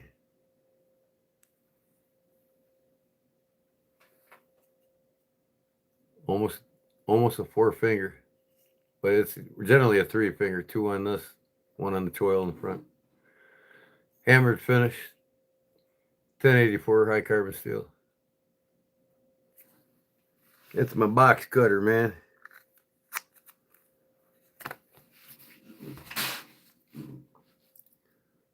I have one. EDC, I love it. Cool. Yeah, I mean, I'm going to have these available on my website too here shortly. So, when I mean shortly, next few months, because I got specific knives that I'm getting in the site right away, like my pocket drop and my sharp fingers and one of my bushcraft knives. And then this will come later on. So, finances is everything. It might take me 6 months to get by the time this gets to my website.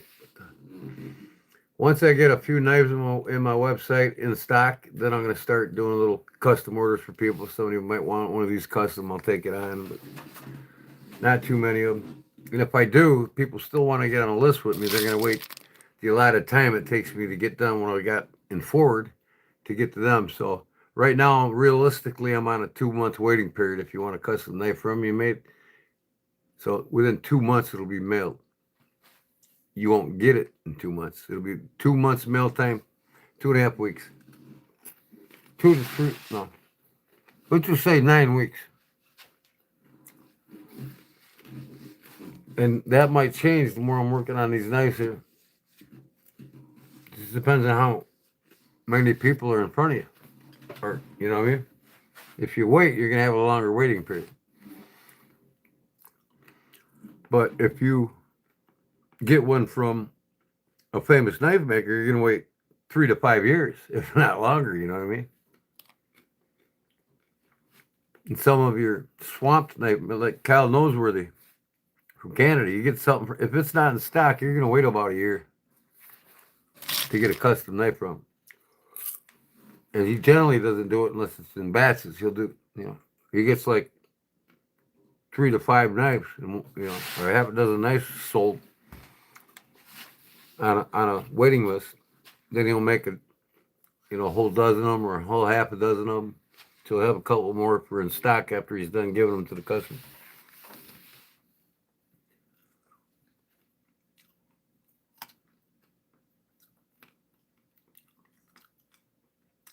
So Todd, you're talking a total different game than what I'm used to.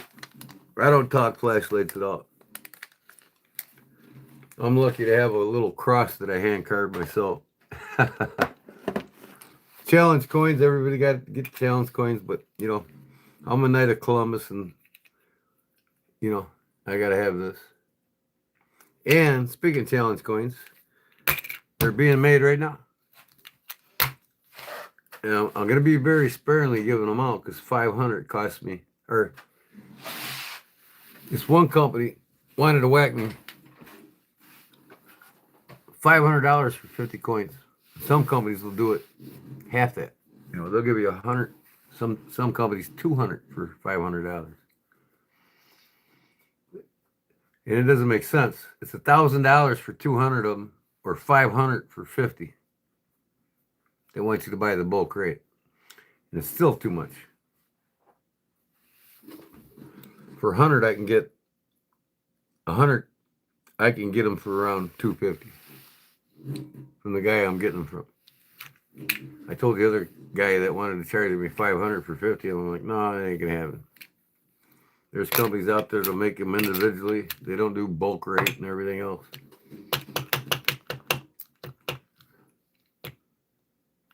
Don't call me radio. Cool. Just here to like and sub. Well, come around my channel. Tell me what you think next time you're live. In fact, I'll be live Monday giving away for the 3K subscribers. 8:30 p.m. I appreciate you coming in, man. Get on board. Yeah, Todd, what do you think, man? Or Cliff. No, Todd. I wanted to ask Todd's opinion. A lot of these big channels have the, GAWs, the giveaways, and people come in that are subscribers or not even members, in the last 5 minutes and getting a drawing. But I think I got to withhold the rule where it's you got to be here for your second live in order to be eligible, because this is my giveaway, and all they got to do is, you know, they got to be. I still have the 30 minutes before the drawing. You have to be active in the chat. That's it. Just for this giveaway drawing. And like I said, there'll be 2 top prizes that go to members only, even at the $2 range. And then just regular members or regular subscribers, they get a lot of the giveaways. Except for the 1 Benchmade and 1 custom knife by me is going to be for members only. So, yeah, I'm gonna waive the rule just for the giveaway Monday night and only Monday night, that you have to be in your second live before you're eligible to win. All they got to do is text me a snapshot of them subscribing to my channel, and that's it. Because all the big boys do that, you know what I mean? So I can do it at least once or twice a year for possible new subscribers, because, you know, I'm just going to piss a lot of people off that come to subscribe to my channel, and all of a sudden, hey, I didn't know I had to be here twice before a giveaway. So I'm going to waiver that one rule, and that one rule only. The rest will remain.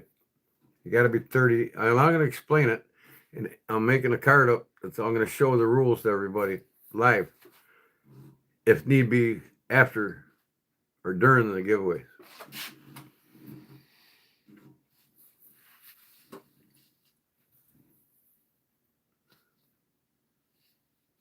They should be subbed to enter, subscribed. Yeah, oh yeah, they got to be subscribed. They got to send me a snapshot of their, of my page, of them subscribed, and a snapshot of their own page.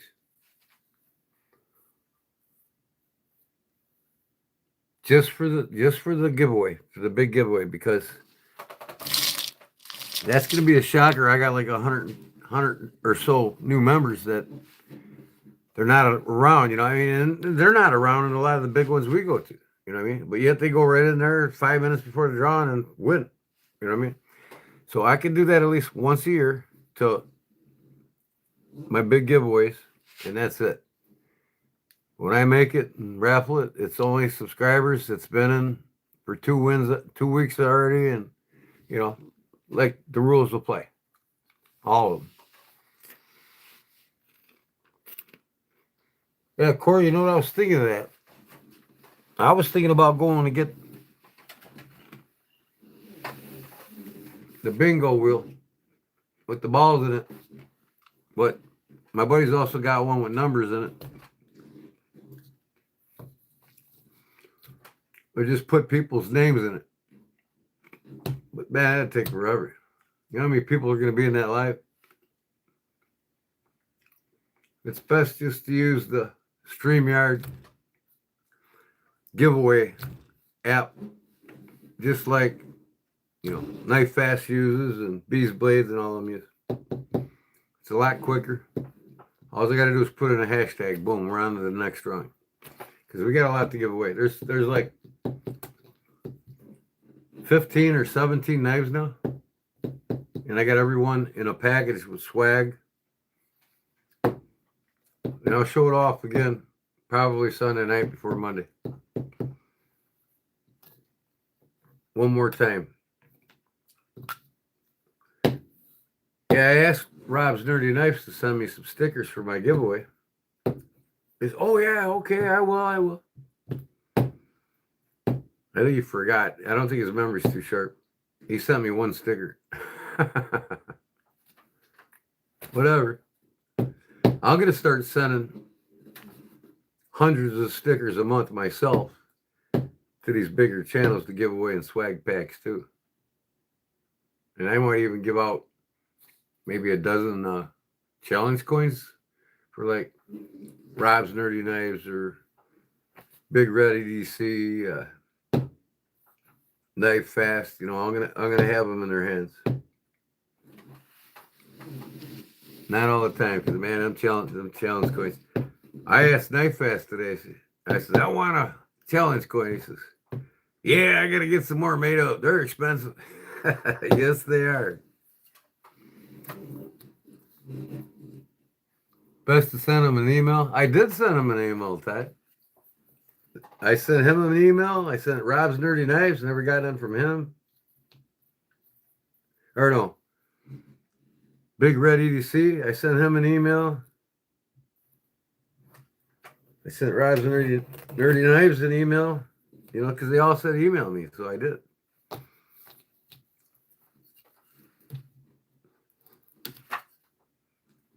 You think I need to take this out and just beat the hell out of it and test it?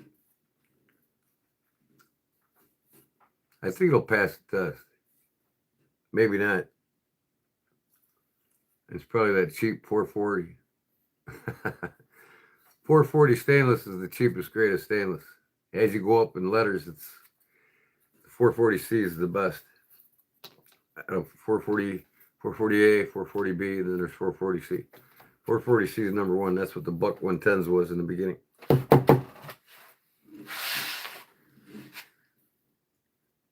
You should test and do reviews. I'm thinking about it, Johnson, but you know what? I'll wait till I get about 5,000 subs. Once I get there, then I can get a hold of these knife suppliers like Zach stuff, and you know what I mean, and other knife suppliers. Some of them they want them back, but I bet when you get to 5,000, especially 7,000, you can get them free from the companies. But I don't want to be like everybody else. I want my shit to be fun. I want to make stuff and give it away. You know what I mean? But I should do long form videos of reviewing knives, not lives. Maybe I will do lives once in a while out in the woods testing some of these new knives. We'll see. Who's Troll's clip? What steel is it in? This here? Let me go get my package. I think it's in the truck.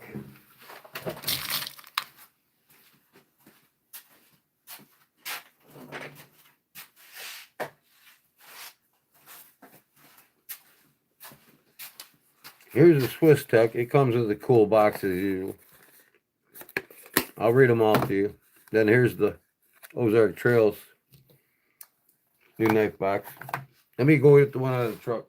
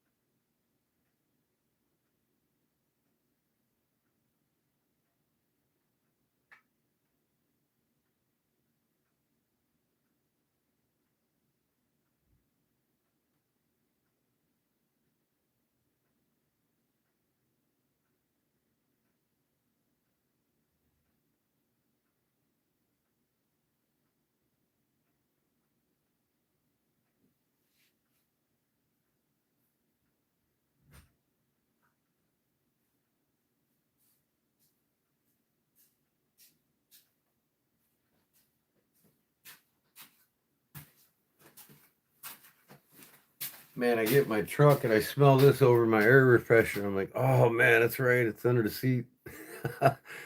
Picked this bad boy out of my garden today. It's right.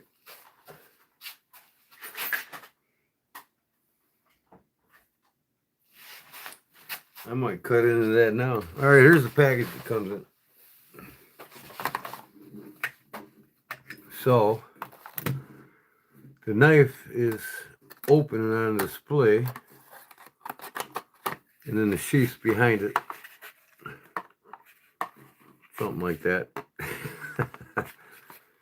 But,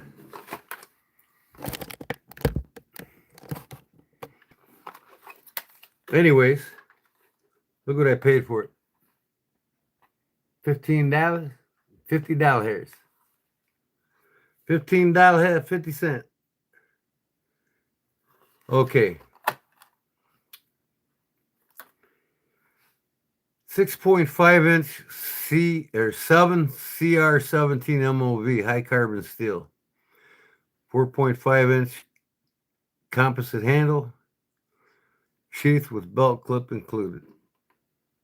So yeah, that's the answer there. 7 CR17 MOV.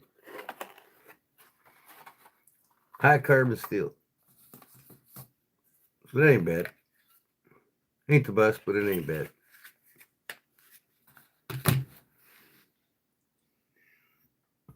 Yeah. The Mora carbon. Yep, I got plenty of them knives. I love them.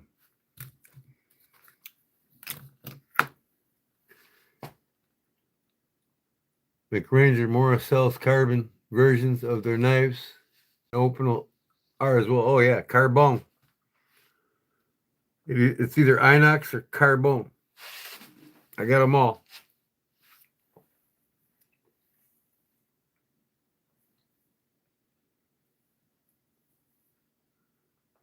You know, Todd, they're considered peasant knives in France.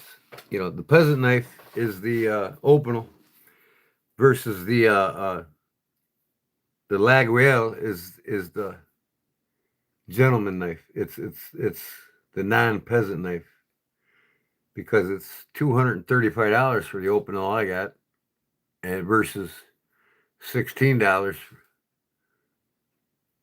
for the opinel. You know, people that only show up for the GAW. What are we talking about there?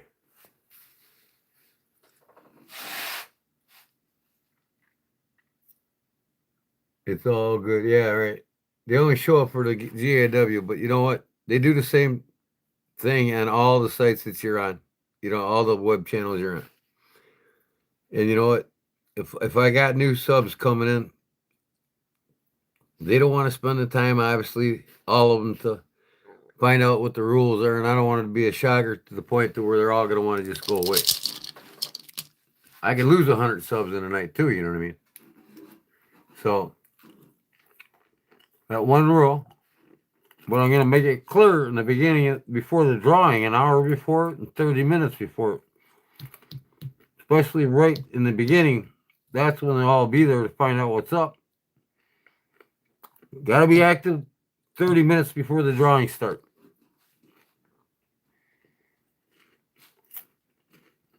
Other than that, I'm lifting the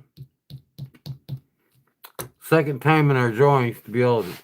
That's the only rule I'm lifting. What, Ashley, that's this one here?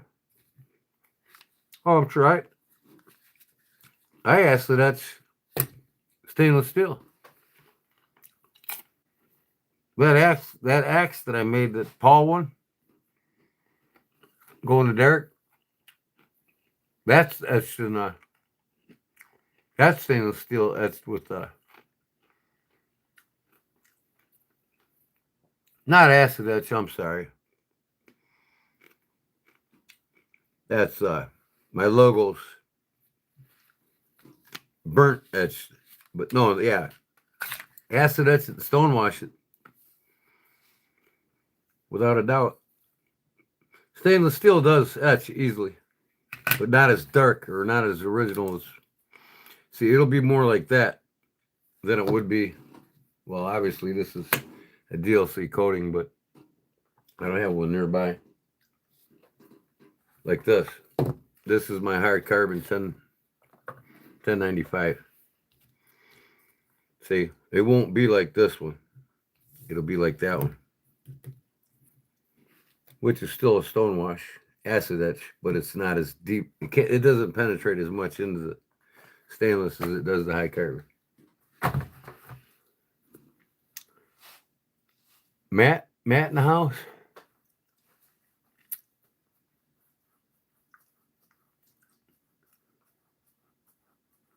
What do you think of CJRB blades? Well, hey, in the budget realm, they're affordable and they come out with a lot more models than most companies do, which makes variety of CRJB really great. I would put them in the Civivi category as affordability, not the Suncut, but they're innovative. You know, them, Kershaw, you know, Civivi, not we, but they're two sister companies. We are Civivi and Suncut, you know, affordable knives that work well, and they make a lot of they make a lot of varieties. They're innovative as all hell, and they come out with a lot of new things every year. Yeah, I made this cigarette case about 8 years ago. I got the 1950s leather patterns, and this is from the 50s. It's got the matchbook holder in the back, and I can put a lighter in it too. So occasionally I'll put my lighter in the back there. I made this about 8 years ago, I think. Got my initial on a horseshoe. Used to be a ferrer, man. I used to trim and shoe horses and weld boring them on them for the races. That's where I got to start my blacksmithing. Pounding horseshoes for the races. We got the most money trimming and shoeing them horses for the races than $95 a head versus cleaning the frog and trimming them 40 a head, $40 to $45 a head out on the ranches and farms. So we always headed the races, man. Trim and shoe as many horses as we could. Me and my partner, man. I'd be heating them, and he'd be welding the borium on them. They use the borium in the front. It's almost like tungsten, which helps the horse slow down fast after going at full speed in the race courses. Yeah, I belong to Midway USA. I get all their notifications and email. Hi, I'm Larry Potterfield, and I thank you for your support. I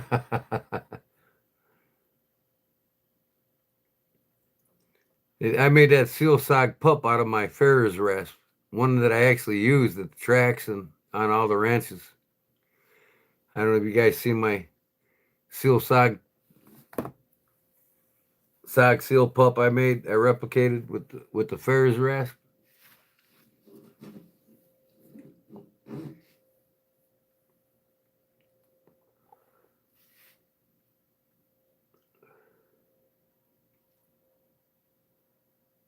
What's today? Today is Sunday morning, ain't it?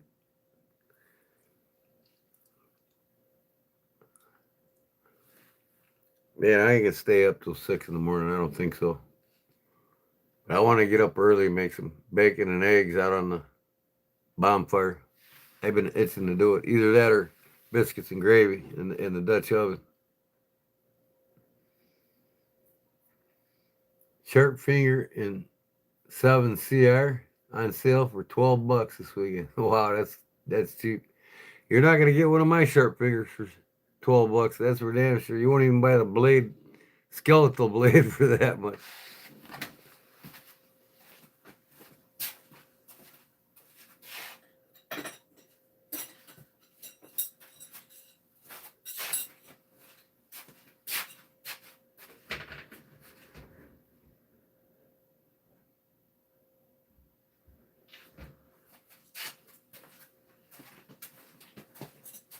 This is an American made, and I also got the Chinese made sharp finger.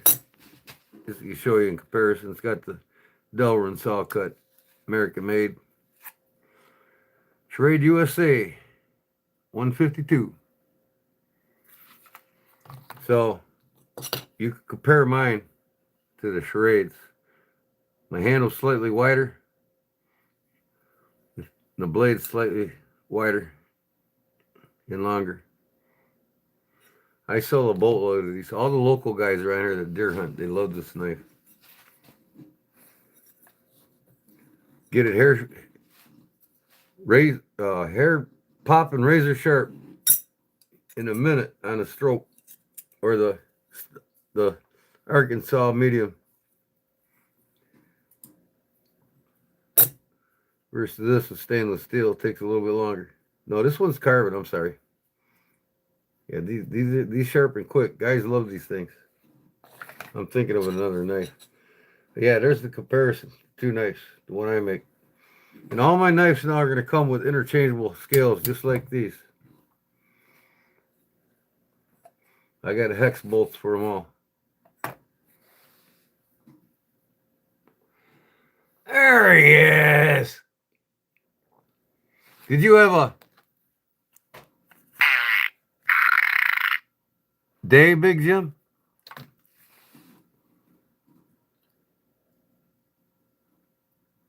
No, I'm not going till the sun comes down. Hell no. Pardon my French. I'm going to clean my table, and I got knives getting scattered again here. So this one here is a Swiss Tech.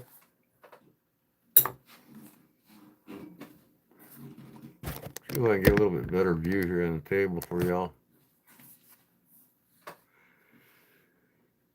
Swiss Tech here, premium D2 steel, full tang blade, hammer end, canvas micarta, premium hard sheath.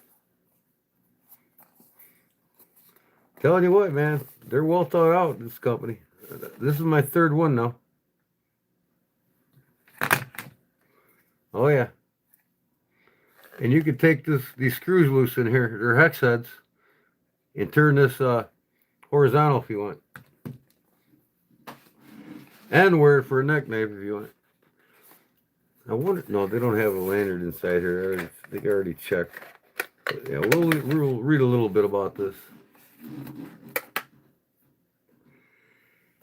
Tactile coated D2 steel blade. It's called tactile coated. I'm pretty sure that's a DLC coating though. Tactile coated, folks. Pretty cool, nonetheless. It's a mini Izulu, Essie Izulu, basically. Spin-off, but a well-made one with D2, right? So,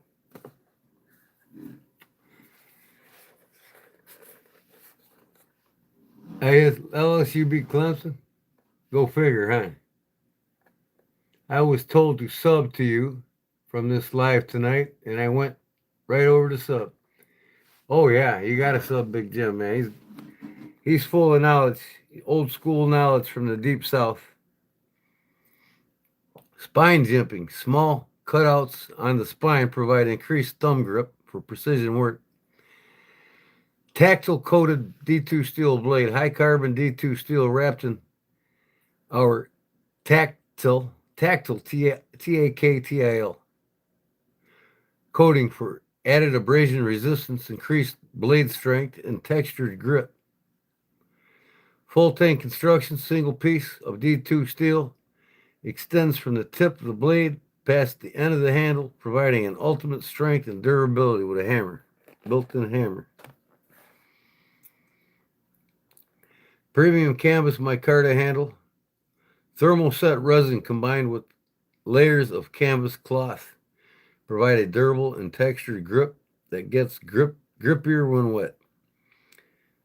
Premium hand sheath, fiberglass reinforced nylon hard sheath, features a dual directional belt clip for carrying versatility.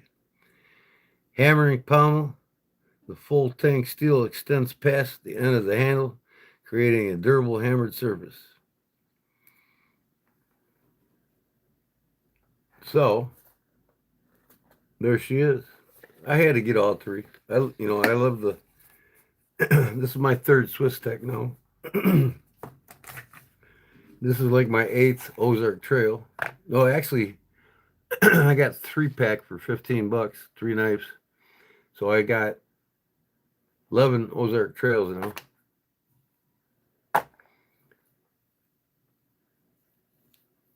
Yeah. Yeah, this makes 12. This is actually my second fixed blade Ozark Trail. Gotta make a lanyard for it.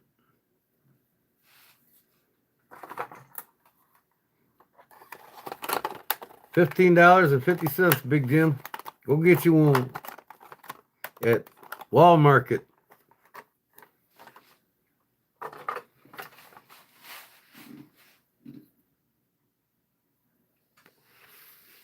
Yeah, it's pretty good steal for the price. $15.50. This is the most expensive. It was like, I want to say $24 or $29. I can't remember. No. 20, yeah, 24. This was the most expensive. I think I paid 27 for this Ozark Trail. Yeah, that's right. Canoe crew +1 tomorrow. Yeah. Get your canoes out, folks. Jim wishes he had this one. Right, Jim? I'm not throwing it in your box. I went through that already tonight. My favorite knife's the one I'm carrying. But no, this is the one that I carry majority of the time. The Russian Kalashnikov, made in Germany by Boker.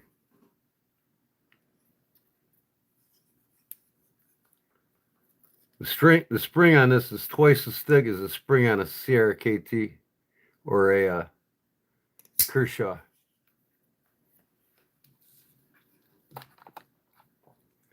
Then this is a pre-1955, so it's a 1950s, between 50 and 54. It's handmade. All the Italian stilettos were handmade up until 1955. In 1955, they started stamping them and making them by machine. And how you can tell that is they switched to the bolster unlock mechanism, where they twisting bolster unlock, versus all the handmade ones were manually closed, where you got to pick up on a spring to close it. So 1954 and older, if they're manual, they're 1954 and older. This one's in an immaculate shape for 1954. I love the grain on that wood. 2 different colors, both sides. This is my favorite stiletto. This is my favorite automatic. This is my favorite all around. 1894. Hibbert, Spencer, and Bartlett, the founders of Ace Hardware from Chicago, Illinois. And this is the button I got at a garage sale the other day to match it. They started the Ace Hardware chain in 1935, I believe it was. And then they, shortly after then, because they started in 1857 making knives. And they had 3 different companies make their knives. King Cutter, New York Cutlery, and what's the other one? Camillus. This one here is probably most likely, can't find out 100% sure. It's either you could tell the swedge on a blade is common to a Camillus. Okay? So I would assume it's a Camillus, but it could be a New York Cutlery. It wasn't King Cutter, that's for sure. Listen to the snap on these old. That's a half stop pen knife. half stop. They just made them right. The golden rule. You got one coming? Which one coming? One of these? You'd be lucky to find one of them on eBay. Unless they got it at Deep South over there, do they? Big Jim? What's what worth? This here? It's priceless. I'm from Chicago, so I collect Chicago knives. Chicago, Illinois. Their building burnt down in the 1857 Chicago fire. What kept them alive is their affiliate knife companies had warehouses where they can keep their lumber and keep it going to paying customers throughout the Midwest. Kept them alive until they built their new corporate office on Michigan Avenue in downtown Chicago.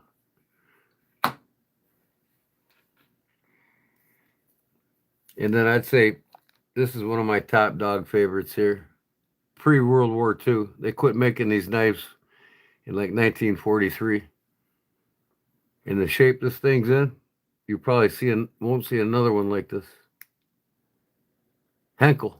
They quit making them in 54. That was the last, or 45. That was the last, no. Yeah, I want to say 45, just after the war. But they quit really making what was getting more stock to make them. So a lot of them had stock that they, where the blades were already made, so they couldn't, they wouldn't melt them down. They just continued making the knives until the stock was gone. But 1941, I believe they quit making the parts. And Henkel no longer makes pocket knives. They make kitchen knives still. And that's what they're known throughout the world right now in Germany. You see the Henkel logo's pretty much wore off, but just the shape of it all around. I mean, it's priceless too.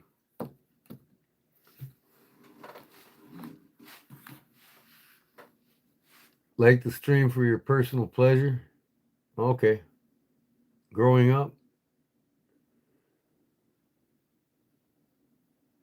Same YouTuber. Oh, the Cal 47. You got another one coming? Yeah. I'm gonna get the other one. My buddy's got at his shop in Braywood, and that one I won't use. But this will remain my user. Boker, love him. And I explained the 970 dagger, buck dagger is my number one fixed blade.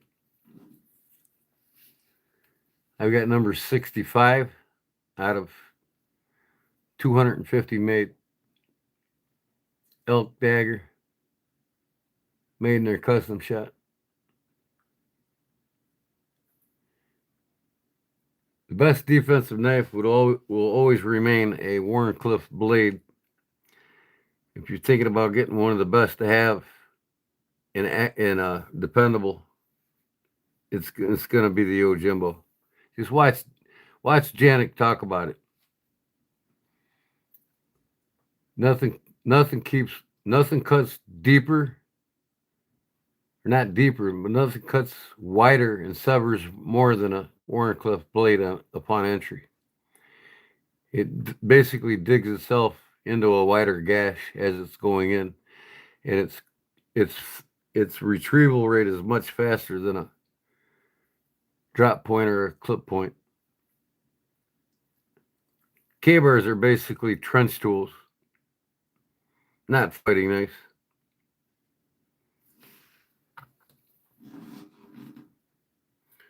And there's times when they use K-bars or the Camillus, or the Ontario knives in war occasionally to fight with, if that's what they resorted to grab right away. But the military today, the folding knife like this is most preferred, reliable folding knife that has a more deadlier blade on it, like either a dagger point or a Wharncliffe.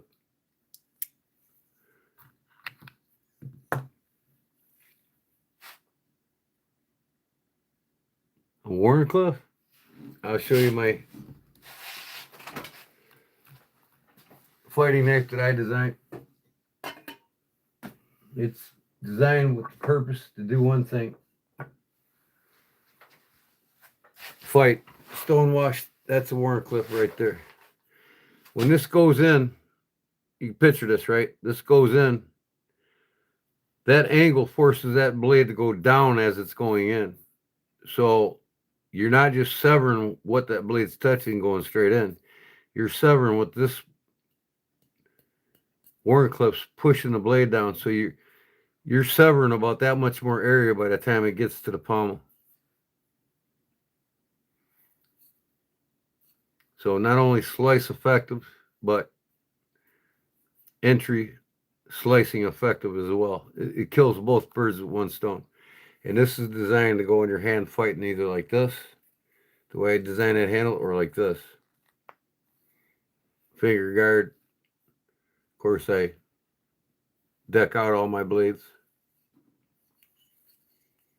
It's ready to go.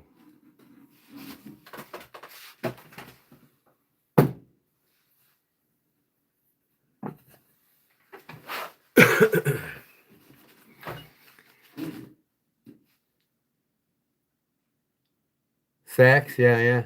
Similar to sack style blade, yep. And two, believe it or not, their exit is way less drag than a clip point, especially a clip point. Less drag on a drop point. That's why all your Eck trooper knives and all your Eck knives before K-bar were mostly daggers, or the Fairborn Sykes daggers. Them were the ones that were used in combat for fighting with, because they just went straight to your heart or straight to your throat.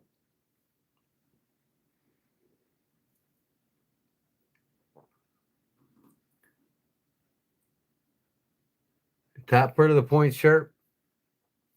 No, it's not sharp at all. You don't want it sharp because it'll go in straight. You want it to be force itself to cut that blade. That angle of that blade forces that thing down and in at the same time. So you're getting that much more sliceability cavity versus just that. You understand that? Because the blade forces it down as it's going in. It's designed to slash and gash at the same time.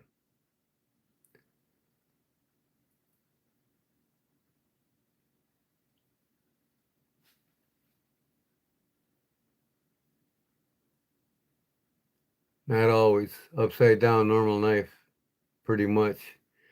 Flat cutting edge to a point. Some of the sax blades. Okay, I got you.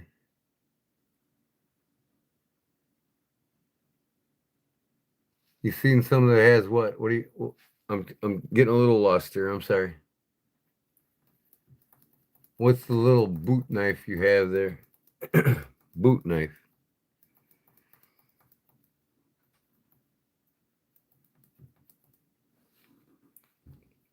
I don't think I have a boot knife here. With a dagger point? No, I don't have one there. Tell me what color it is.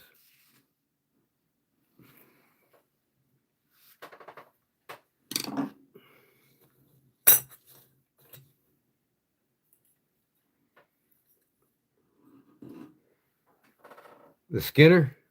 Oh yeah. This is Charade sharp finger skinning knife. It's made out of high carbon 1095. It's used for field dressing animals from small game to caping larger game. It's a preferred knife in the United States for over a century. Almost a century. But there's new technology, new knives out in the market that's basically almost replaced this knife. But the old school guys, we still carry them. Here's the sheaths for it. It's got a long history. The Charade sharp finger with the bone handles and the saw cut. And then they started making them out of Delrin. Majority of them sold in America are from Delrin.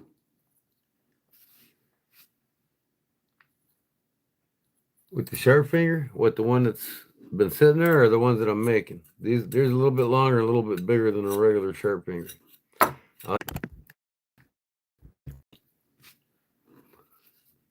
Tell them what case double X. Buffer. What the hell's going on here? Hold on. Oh, I'm not. Signal's bad, man. Everybody's been having problems on their live streams last night. It's 3 a.m. here. It's 3 a.m. here too, brother. In the Midwest, up here in northeastern Illinois.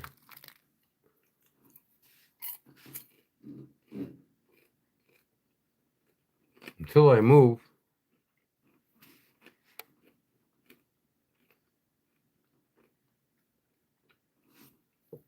What knife is that, Jim? Tell him, Jim.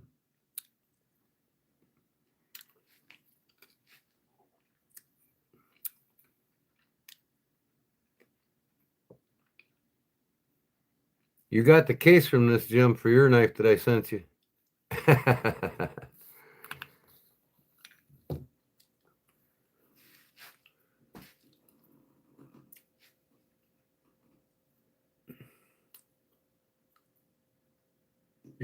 Is it lagging for you guys too? I'm gonna check, make sure my Wi-Fi is strong. Hold on, I'll be right back. Yeah, the Wi-Fi is fine. I can't wait till I get I'm gonna order it tonight. Cat 8 cord. I'm ordering a Cat 8 cord and gonna have it directly from my monitor, my modem, straight to my PC. So when I go live Monday, tomorrow night, it'll be 5 times faster than my cell phone. I won't have any lag time or nothing. Gonzo's in the house. Yeah, what case knife is it? You gotta know what case knife that is. Come on now.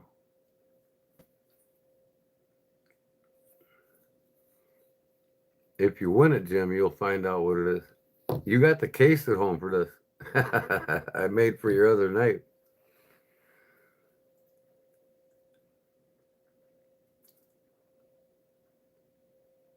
It's buffering again, ain't it? Wow. Let me go back. I don't know. I guess it's getting.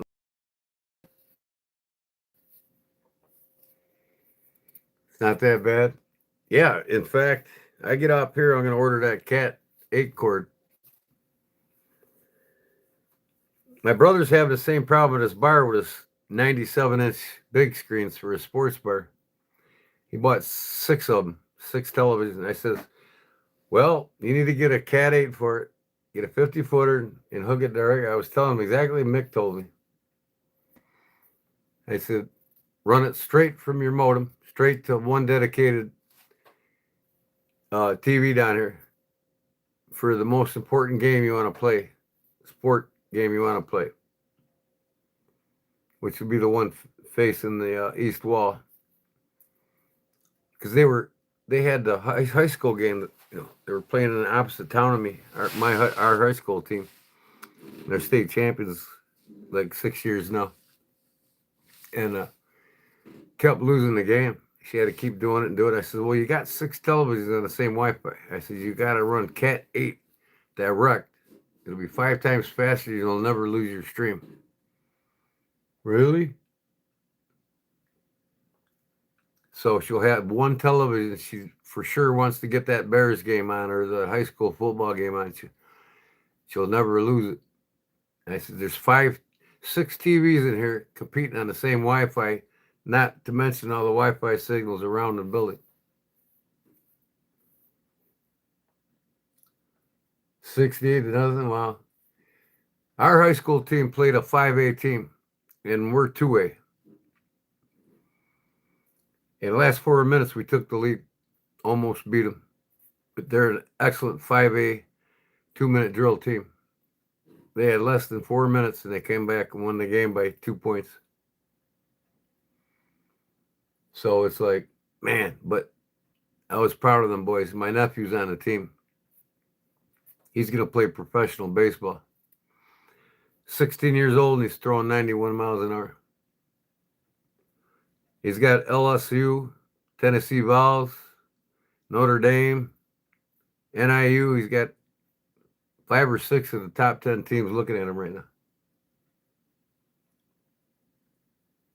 My son is the assistant coach. That's cool. In what state? New York, right? Our coach for the Class 2A state champion, the Wilmington Wildcats, is the team I played on 4 years. Now my nephew's playing on it. Jeff Freentz, he was after I graduated. Like 10 years after I graduated, he became the head coach. So from 95 to now, he's the number one most winning coach in the IHSA history of the state of Illinois over every class. And we got 8 classes here. 8A is the top dog class. He's got more wins than all 8 classes. Coaches from all 8 classes. Number one winning coach with 820 wins.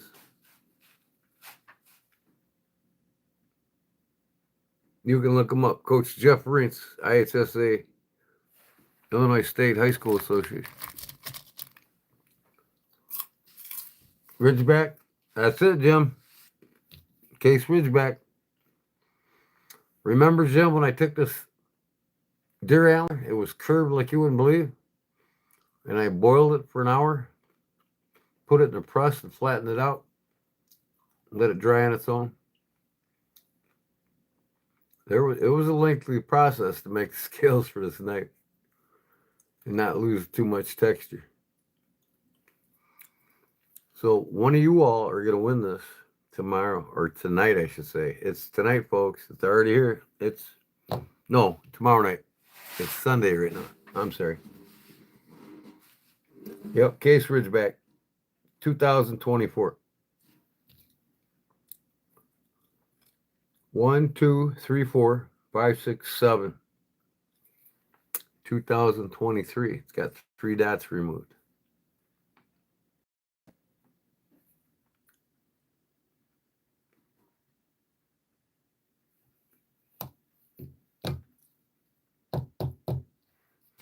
There's the buffering again.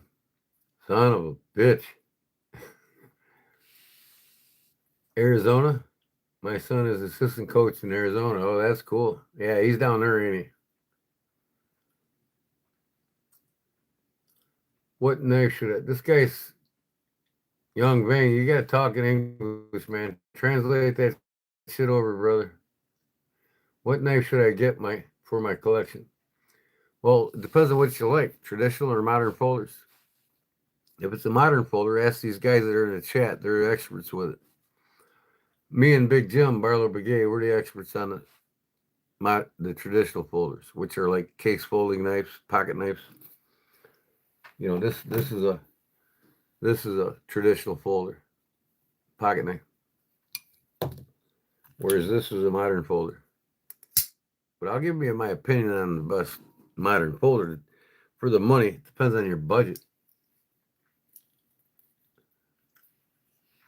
I'm from New York, but I moved to Arizona in 2007. Oh, I got you. Yeah, we moved to Arizona in 1975. 115 in the shade. We didn't even unpack, Dad said, we're going to Florida. So we drove from Illinois to Arizona. Didn't even unpack. A week later, visited family there, and went straight to Florida. We lived there till I was 13 years old.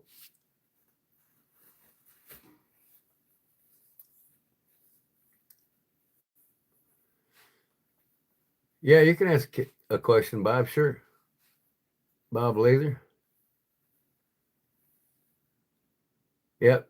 Like I said, like Mick's saying now, we got to know your budget, brother.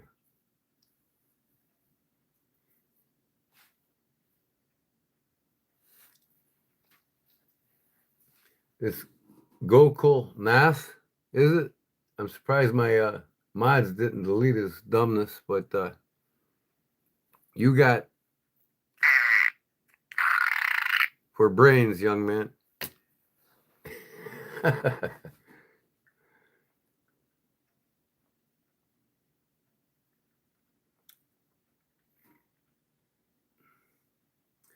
60 to 100.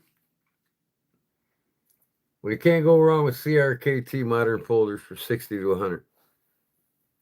Or Kershaw. In fact, you can get a lot of German-made ones around that range. You know, Ozark Trails, the Chinese-made Ozark Trails, Swiss Techs. If I was to choose two companies, I'd definitely choose Swiss Tech over Ozark Trail.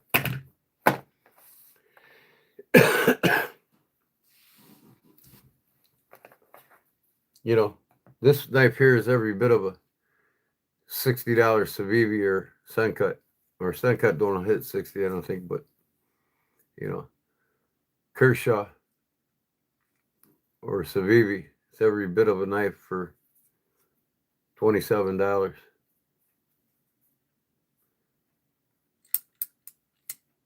You get the quality at a lesser price of a $60, $70 knife, which is in your range, 60 to 100. But then again, now that you know your budget, it depends on the steel you like. I mean, if you don't know much about the steels, just get something with, you know, 13 CM. I have a hard time with that. Or what's in here? You know, D2. Not this one, but the Swiss Tech. This one's got the 12C27. That's pretty good, low budget steel. It's a bang for the buck. The steel's not bad at all. And then 13C28N. Great steel, low budget knives.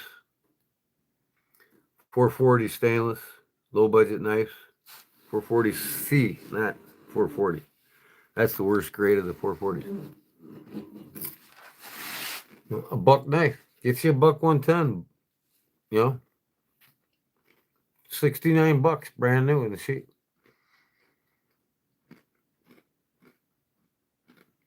I would say that would be your best all-around knife with the 428C. With the Boss heat treatment, you're not going to beat another knife with a high carbon steel in it than what Buck makes. And a lot of theirs, go on the Buck website, look at a lot of the Bucks, fixed blades, modern folders. A lot of them are in your price range, 60 to 120. You can get a Buck 119 Field Hunter, or whatever they call it. It's 97 bucks with the sheet, brand new. Hoss 10, 80, 15 late, yep, around 75. Exactly. That would be about what I'd probably recommend if you want a really great knife. Big Jim, he's a Kershawholic now. I gave away a lot of Kershaws, man. See him come, see him go. And I was gonna buy another link tonight, Jim, at Wall Market. I'm like, nah. It's either two knives or these three. And I chose these three.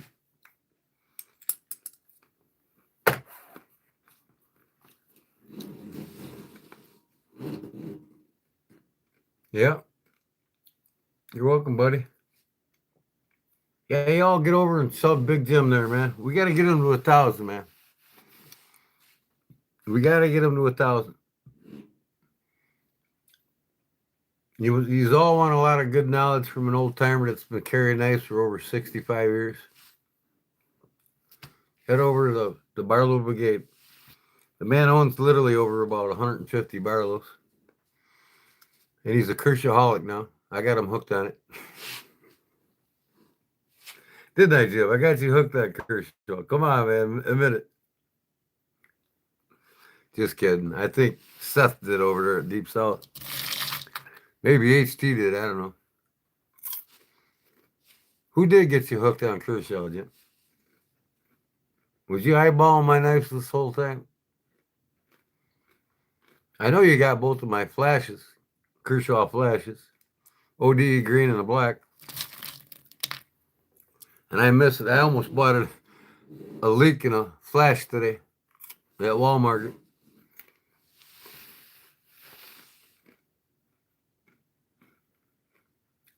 At least 3 a week, yep.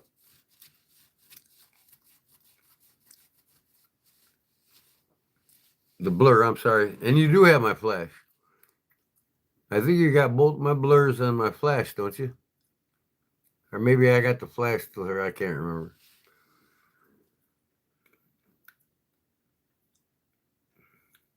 I'm trying not to move so the shitty screen right now on my computer. It's been bad for everybody tonight. It seems like every time there's clouds coming in and rain coming, it interferes with my service here. It's supposed to rain sometime today. I haven't had rain in a week, so it's nice to have a break from it. It's really nice to have a break from all that heat, man. Whew. We hit 115 heat index twice here. Average 110 for the month of July. Heat index, that's with the humidity. 100 degrees. Let's go. 961 subs. Let's go, people. I'm going to go to that one site.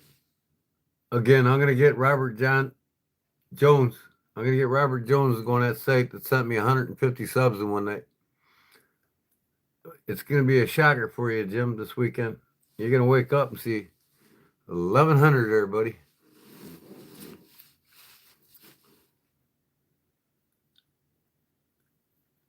I'm pretty sure you are, Mick. I'm just reminding newcomers, you know. See, we do that for everybody in the knife community. We take care of our own.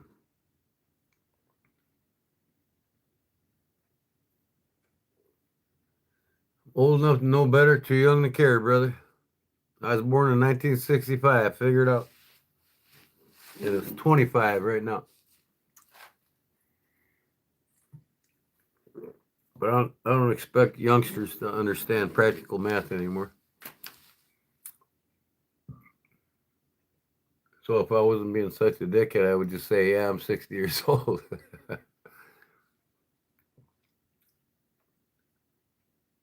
Can't do simple math. Can't handwrite either.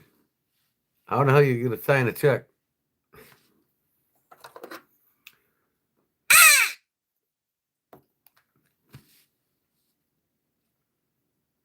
I'm going to wake my wife up. She'll be pissed. 3:16. 2 hours, 23 minutes, and 33 seconds.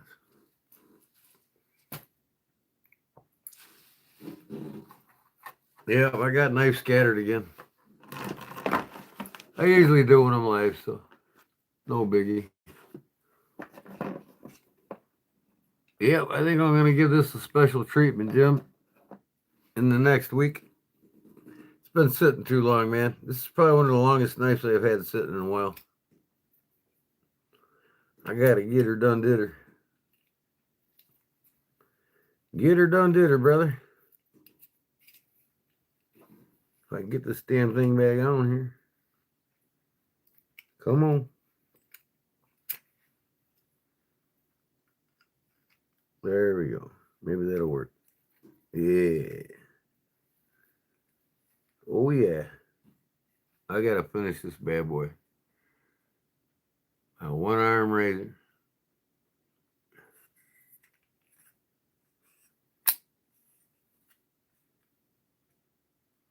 That's the half of the bolster right there. This is a jig, see? I'll take it off here. Show you if I can without losing everything.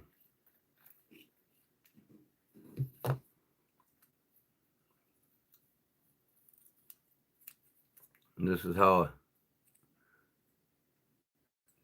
traditional knife works. But there's the bolster on the other side, see?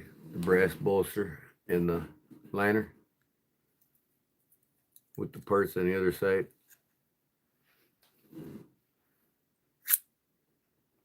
One arm razor.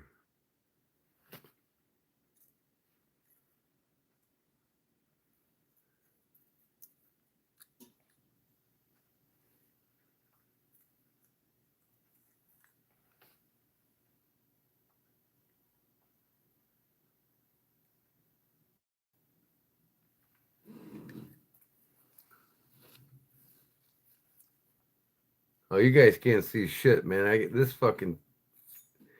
I think it's time for me to get off. This is driving me nuts. You can see my short video on this. My one arm razor. It's in there somewhere.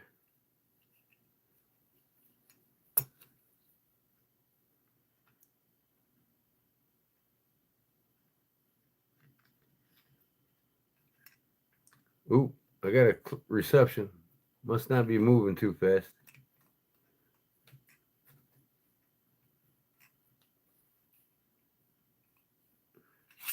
Gotta finish it before my blade starts rusting up.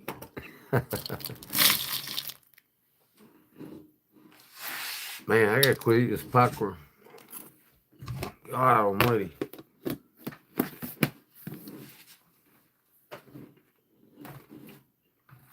There you go, y'all. This is my custom fixed blade trapper.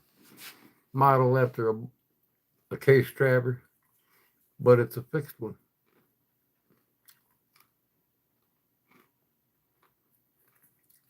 1084 high carbon steel. No, this is 1095. I'm sorry. Custom brass bolster with a pinched front end. Ironwood scales. The prettiest wood you can put on a knife. Beautiful, beautiful grain. Seeing it in person is loving it more. With a custom dragon scaled sheath I made for it, wasn't molded. Yep, I'm moving now. You can't see shit now. Man, you can see it all on my shorts.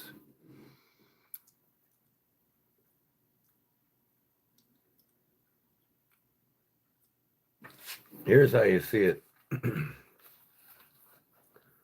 Put my camera down on it and don't move it.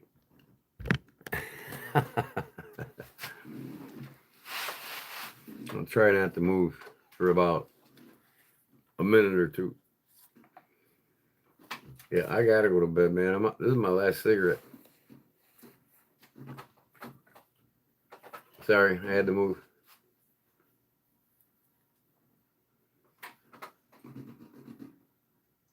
Yeah, it's just breaking up on me too much. Bad signals. Must be the storms or something. Is it going to be better, Mick, when I get the Cat 8 on it? Storms won't affect it, right?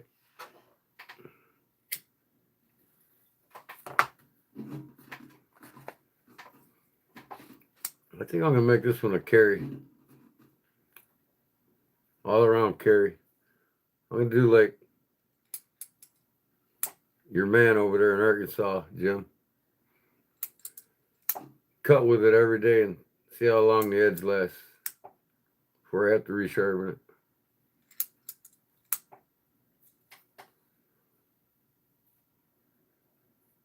JT or T.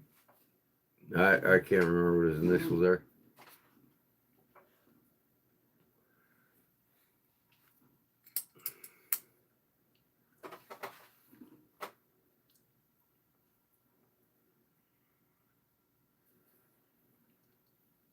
Yeah, I don't think there's anything wrong with the modem. I don't know, man. It seems like every time it gets cloudy out or it's gonna rain, it's I get this shit because I'm on the Wi-Fi signal right now.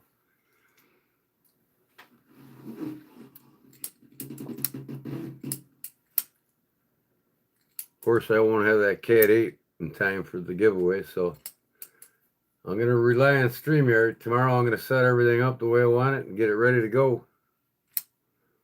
I'm gonna get the StreamYard giveaway tool set into one of the pages I bring up, so you all can see me put the hashtag name in. do the hashtag for name for every drawing. Random picker.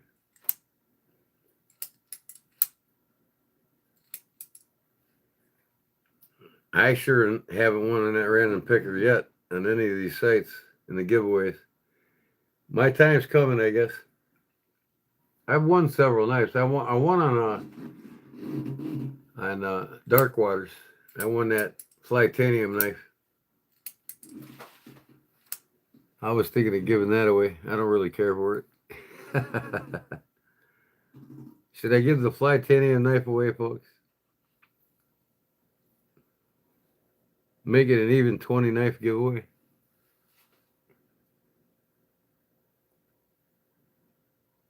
Yeah, I mean, I need to call AT&T about that. Make sure they didn't give me a used modem.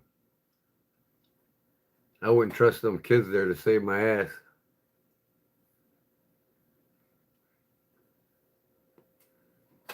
I'm sure there's a way to find out online. Put the model number in and everything else. Ask if you have all the up-to-date equipment as well, right? And if I don't, I'm going to tell them, hey, I'm coming in, you're going to give me up-to-date equipment. You give me used shit, I want the good shit. I might do that tomorrow. I got to get some leather for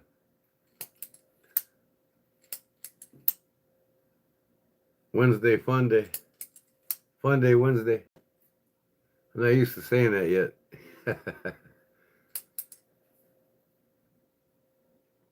Wednesday Fun Day, like Sunday Fun Day. Yeah, they should give me up-to-date equipment. But it looked new in the box, plastic on it and everything. But you know what? That doesn't matter. The factory can put new plastic on anything and ship it out, right?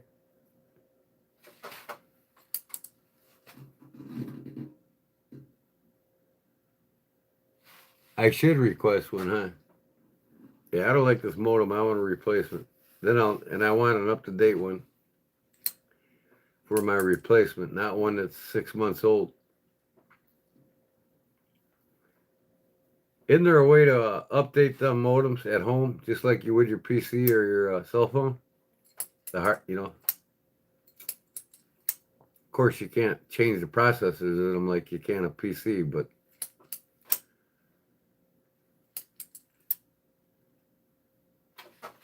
just talk and little slick with the kid.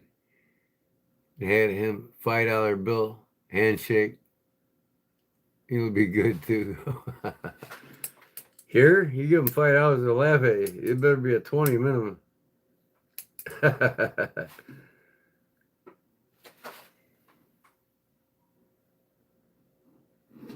From their end, that's what I thought, yeah.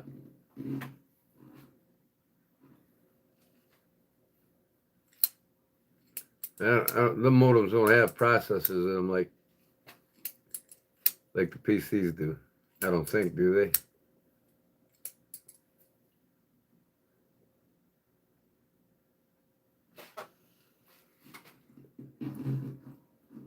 Harold Terry, that's it. HT from Arkansas, Big Jim. Yep. He had a video today, and I started watching it, and I got caught up doing something, didn't even finish it. I got to go see yours too, so I'll probably, I wake up, I'll catch up on the last couple of videos. I do go into them and like them,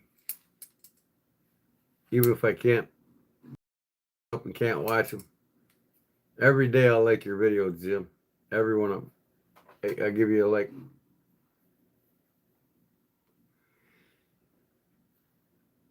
So y'all like my new short for these three here?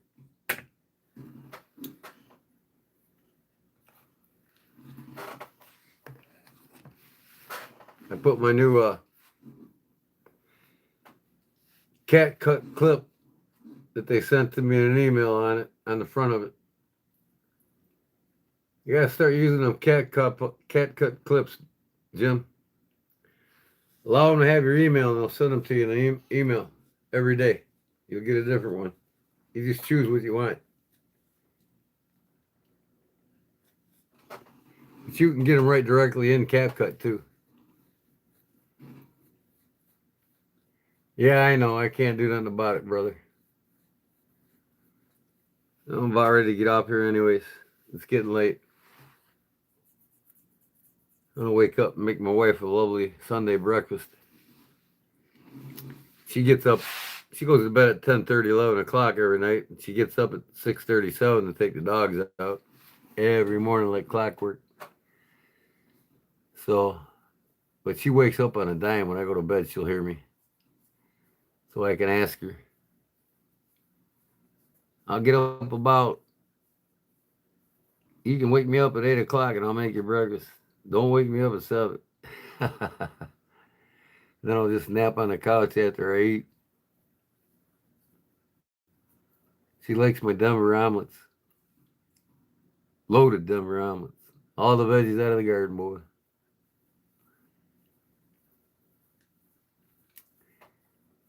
They're more like a skillet, though. I make them omelet shaped, but the whole 12-inch cast iron pot omelet. And we just cut it in half and split it. Well, 2/3 me and 1/3 her. She got a small stomach. And man, I put the bacon and the pepperonis and all the good stuff. You know what I mean? Mushrooms, onions, garlic, you name it. Tomatoes or maters. Fresh cilantro out of my herb garden. Then I put I put the Mexican Cholula hot sauce on it. I love that shit. I eat the shit out of that stuff. Frittata. Cool. What is frittata? I can't remember.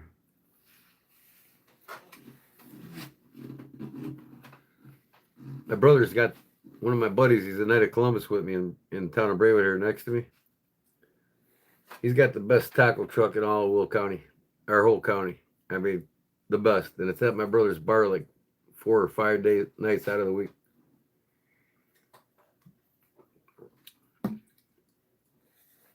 I had birria tacos tonight without the consomme. I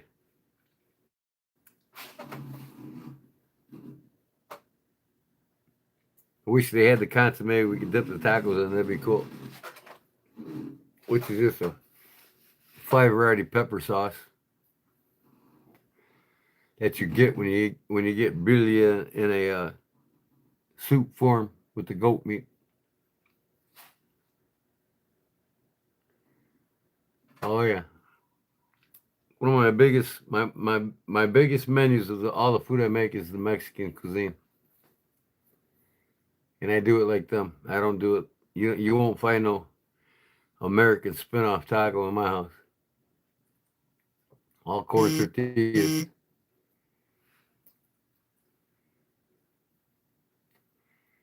Nope, don't want a Glock either.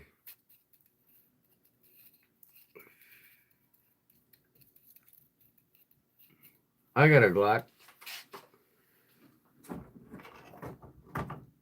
Right here. And I'm not going to show it to you. Oh, wait, I am going to show it to you, but it's plastic. That's all. If they kick me off, it's time to get off anyway. That's a Gen 5. It's a mold for making gun sheaths or gun holsters.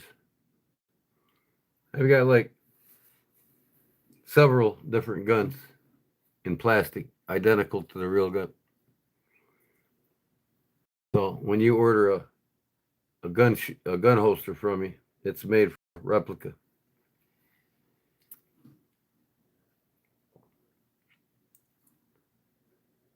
Nope, you're wrong. Oh, with the sheaths, the holsters, they're never here. I make them, they're gone. I made my holster, Western pistol holster for my Ruger single six with all the floral engravings on it. Right there, hanging on the wall. I hand carved that whole thing.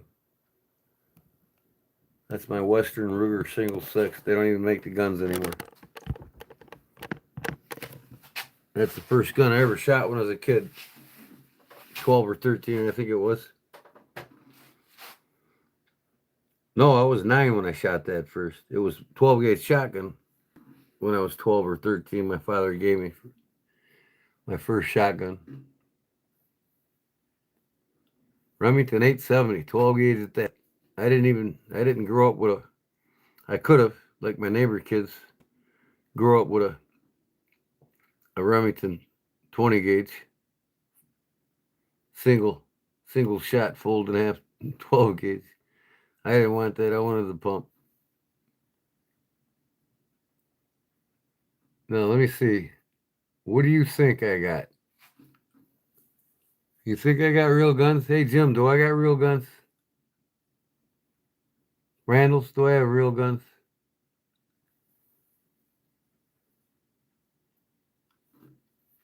Don't think about it, because you come around here, you'll end up DAD.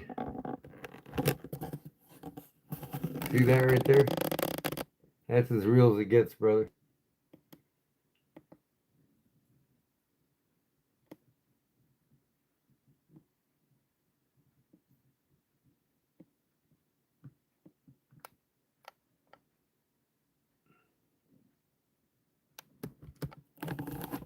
And I got just a few in that corner over there.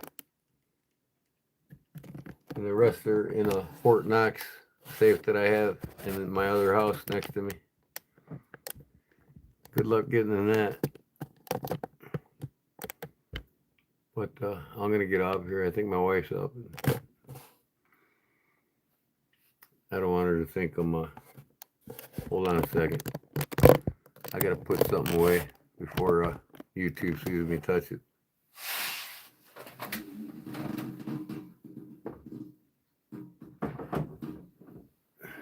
Don't want to take the chance.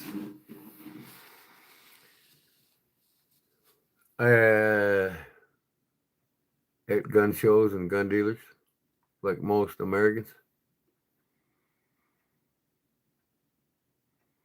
All right, Randall. Thanks for stopping in, brother. Big Jim, you lurking still?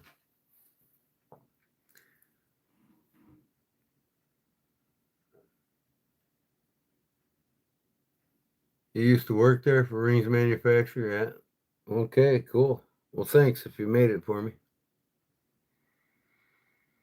Because it's probably 8 years old now. That's I wouldn't say that. Probably 5 years. Gen 5. What they on the Gen 8 now, ain't they?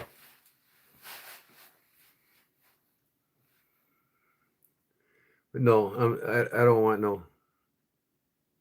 I have no desire to have a Glock. I'm not a binge buyer like most gun enthusiasts. I buy guns based on practicality and what I use it for, and my comfort level. The one I carry is an XDS Springfield 45 ACP. It's got a 3-inch barrel on it. It's one of the smallest compact 45 ACPs you can buy. And I've always, I don't need a double stack Glock with 16, 17 rounds in the chamber. Don't need it. All I need is 5 to 6 rounds and I'll put you down.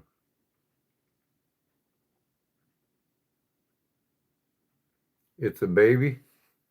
What? XDS ACP 45? Yeah, I guess the 45 ACP is a baby, right? If you really want me to, I'll get out the Smith & Wesson 500. You'll never get up again, I promise you. And some of you, if you shoot it, you'll never get up again.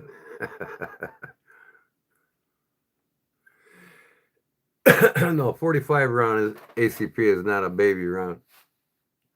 It's not the most preferred for grizzly country, but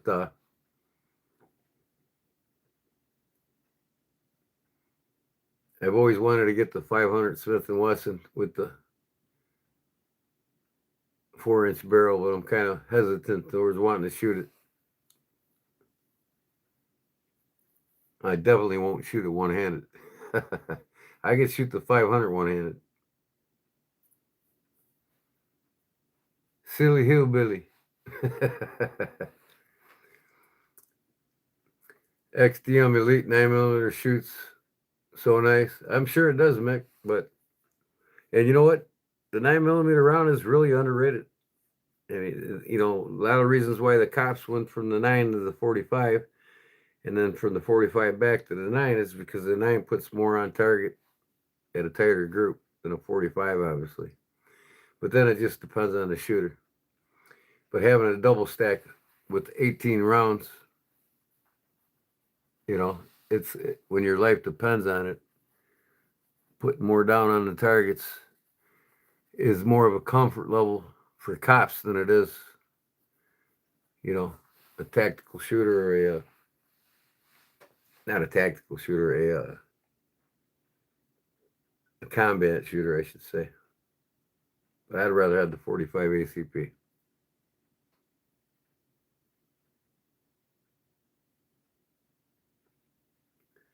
Me too, right here, Springfield, Illinois, brother. I drive past the Springfield Armory all the time.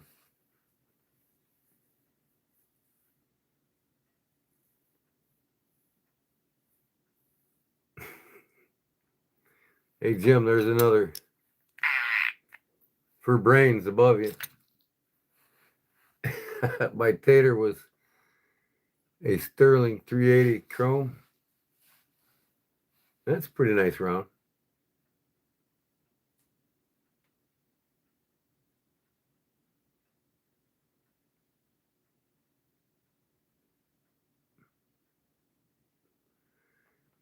I like Springfield Armory. Oh, yeah. I love it. I'm a Chicago man when it comes to knives, and I'm a Springfield man when it comes to guns. Even though I've had my share of Colts, and I do have a Army issue 45 Colt 45 Army issue, and I still have it's almost 20 years now I've had it with the iron sights. I have my Army issue Colt M16 with the iron sights, original.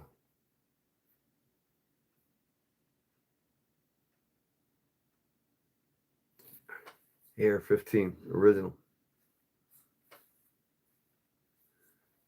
I think I used to own an M16. I don't know. I don't remember when I sold it or why I sold it. I think I was on drugs or something then. I didn't need a gun then anyway. That was when I got out of the military. That's PTSD really bad. I'm glad I did sell it.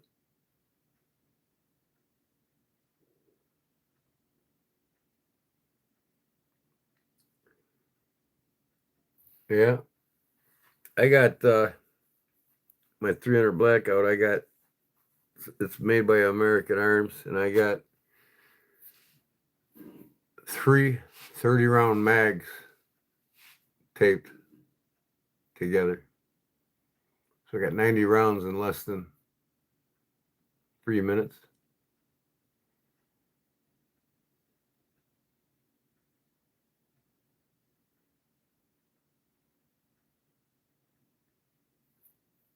With your XDM, that's cool.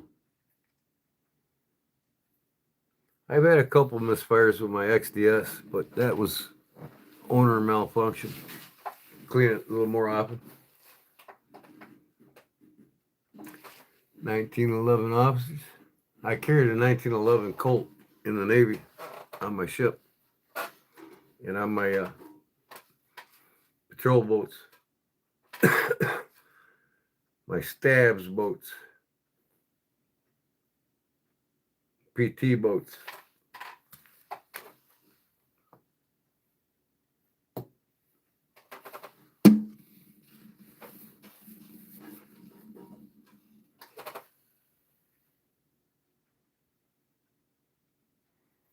I squib around in my 640 G43X last time I went to the range. Bring it over here. I'll show you my range. You'll love it. We can shoot the rifles at 300 yards in my yard.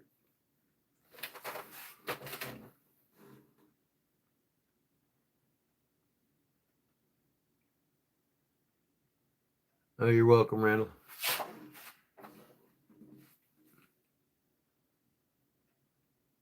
I'd do it again.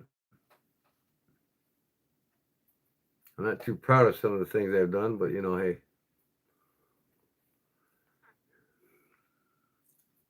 Be surprised what happens when your adrenaline glands kick in.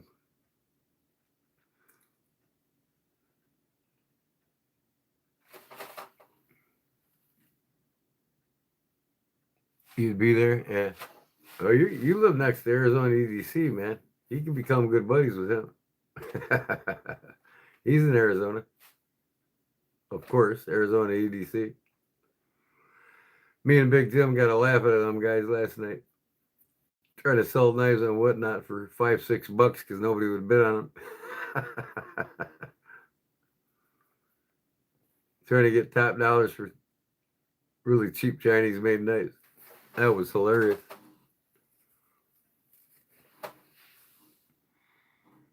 Jim, he couldn't sell but six spots in the 10-spot drawing or raffle or whatever it was. I ain't gonna sell the other 4. I'm gonna spin the wheel now. That was hilarious. You like to hang with the older crew? That's cool, man. Go there for breakfast in the morning with them and shoot the shit and learn all kinds of stuff. Oh yeah, and I wish, we all wished when we were younger we would have listened a lot more even. Now I like to meet the old timers at the McDonald's just to get coffee. I don't buy none of the food. But man, they got some stories. I'm gonna start doing podcasts so you all can listen to me on your way to work. I don't want to do I'll do some video podcasts, but they're gonna be like interviews with people that use knives for a living. So we get the perspective on what farmers use, what cops use, what ex-military enlistment and enlistment. I got some ties with some of the teams I was involved with. They'll do a podcast with me over the phone easily.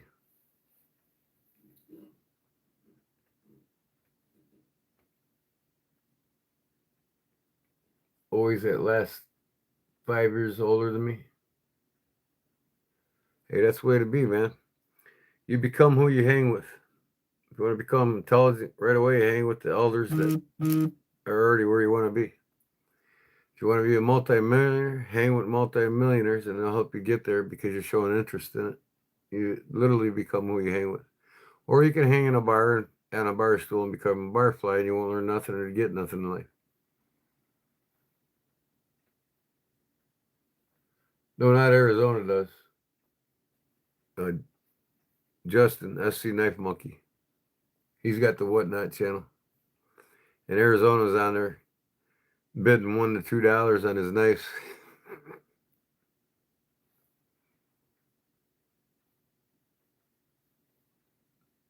And it don't make sense.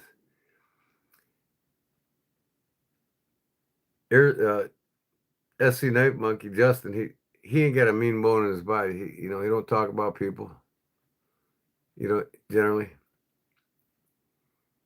And he's super nice. Him and Arizona are super nice to each other.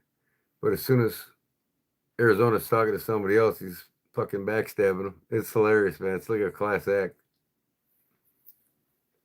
It's a matter of time. I bet SC's going to be on his own.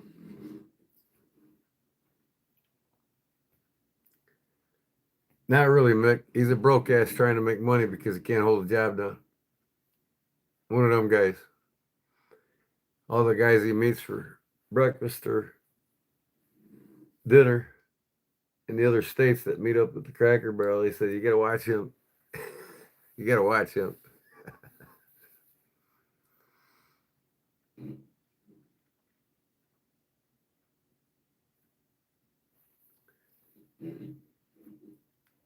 Yeah, he's got an inventory. It's called a two a 2 drawer Craftsman toolbox.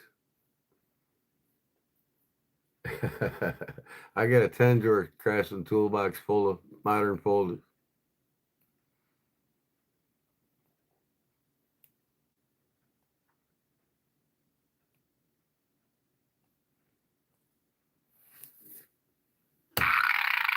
That's what I think.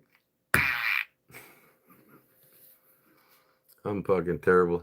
I'm telling you what. I need to go to church today. Hey, Big Jim.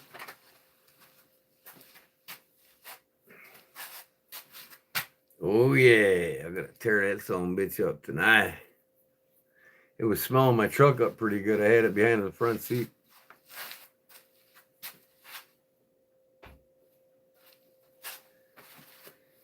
Right out of the garden. I got my watermelons finally starting to grow. Oh, yeah. Big old cantaloupe.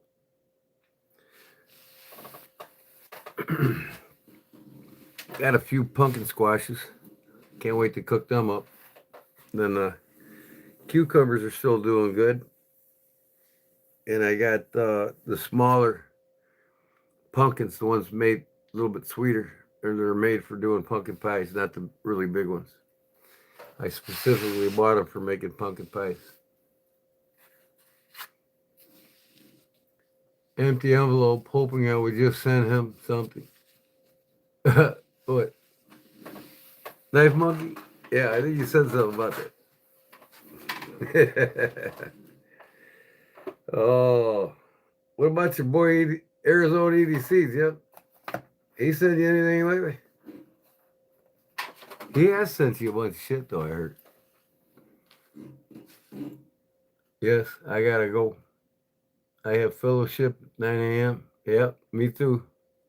Not fellowship, but mass for me. Yep, God bless you too, Mick. Thank you, brother. We'll see you then tomorrow night. 8:30. Be there, be square, brother.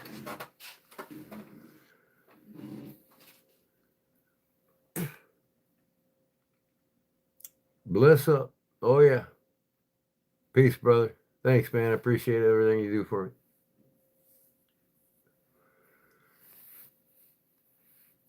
Same thing you did to you.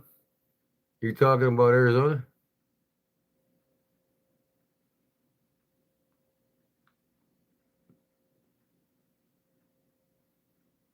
Oh, no, no. You're talking about Knife Monkey. He sent an empty envelope. He's supposed to send me $450 in knives for the exchange of what I gave him. So eventually he sent me all the knives back. At least he did that. I'll give him credit on that. Sleepless in Montana. Well, you need to get some more magnesium in your diet so you can sleep normal. Yeah, that's what I thought. Yeah, monkey. Sent you an empty envelope. Well, see, he didn't send me an empty envelope. My envelope got empty somewhere between the post office on the carrier's route to my mailbox because I talked to the postal master there at my carrier, and she said it was scanned full when it got to the post office. And then nobody took anything on my mailbox. So we had this. I'm not pointing names and I'm not being racial, but there was this. My regular mail carrier, she broke her foot. So they had this black lady from another carrier come to train this Mexican girl that was actually delivering the mail when she was out on her own. And it ended up in my mailbox with nobody showing up on my my surveillance camera because I got it pointed right on my mailbox. It had to have been her, the Mexican girl that was delivering my mail temporarily. All the shit was out of the envelope and it was folded in half and put in my mailbox. Now, what thief takes something out of your mailbox, takes the shit out of it, and puts it back in your mailbox? And I didn't catch anybody on my surveillance camera that wasn't a mail carrier going up to my mailbox. And I told this postal lady this, and I'm sure SC probably put $500, $600, probably even $1,000 insurance on it, and cashed in and didn't tell me about it because he was the one sending it to me, so I'm sure he put some kind of insurance on it. Let's go Bears! You know, I can't wait to beat up on the Green Bay Packers with that ex-Texas player, the washed-up one. You know, the big guy that has problems with his joints. That's terrible against the run block.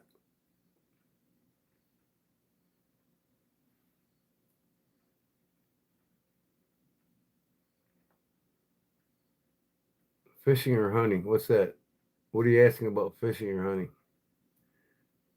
If you want to know what this page is about, just go read my what it says. Watch a couple of videos. Come back. Yep, Jim, I'm gonna hit it. We got the trolls swiping in again, and been a good night. Weekend, and I'm gonna get some rest before Monday night, 8:30 p.m. I might pop in again tonight. Who knows? Maybe, maybe not. I've been live last two nights in a row, so I can't make this a habit. You know what I mean?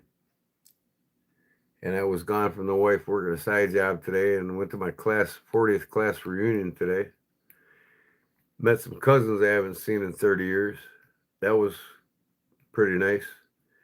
And my wife she wasn't mad. Enjoy yourself. But, you know, if I'm not with her 2 nights in a row, then, you know, so I'll probably be, I might go live in the morning on Monday just for a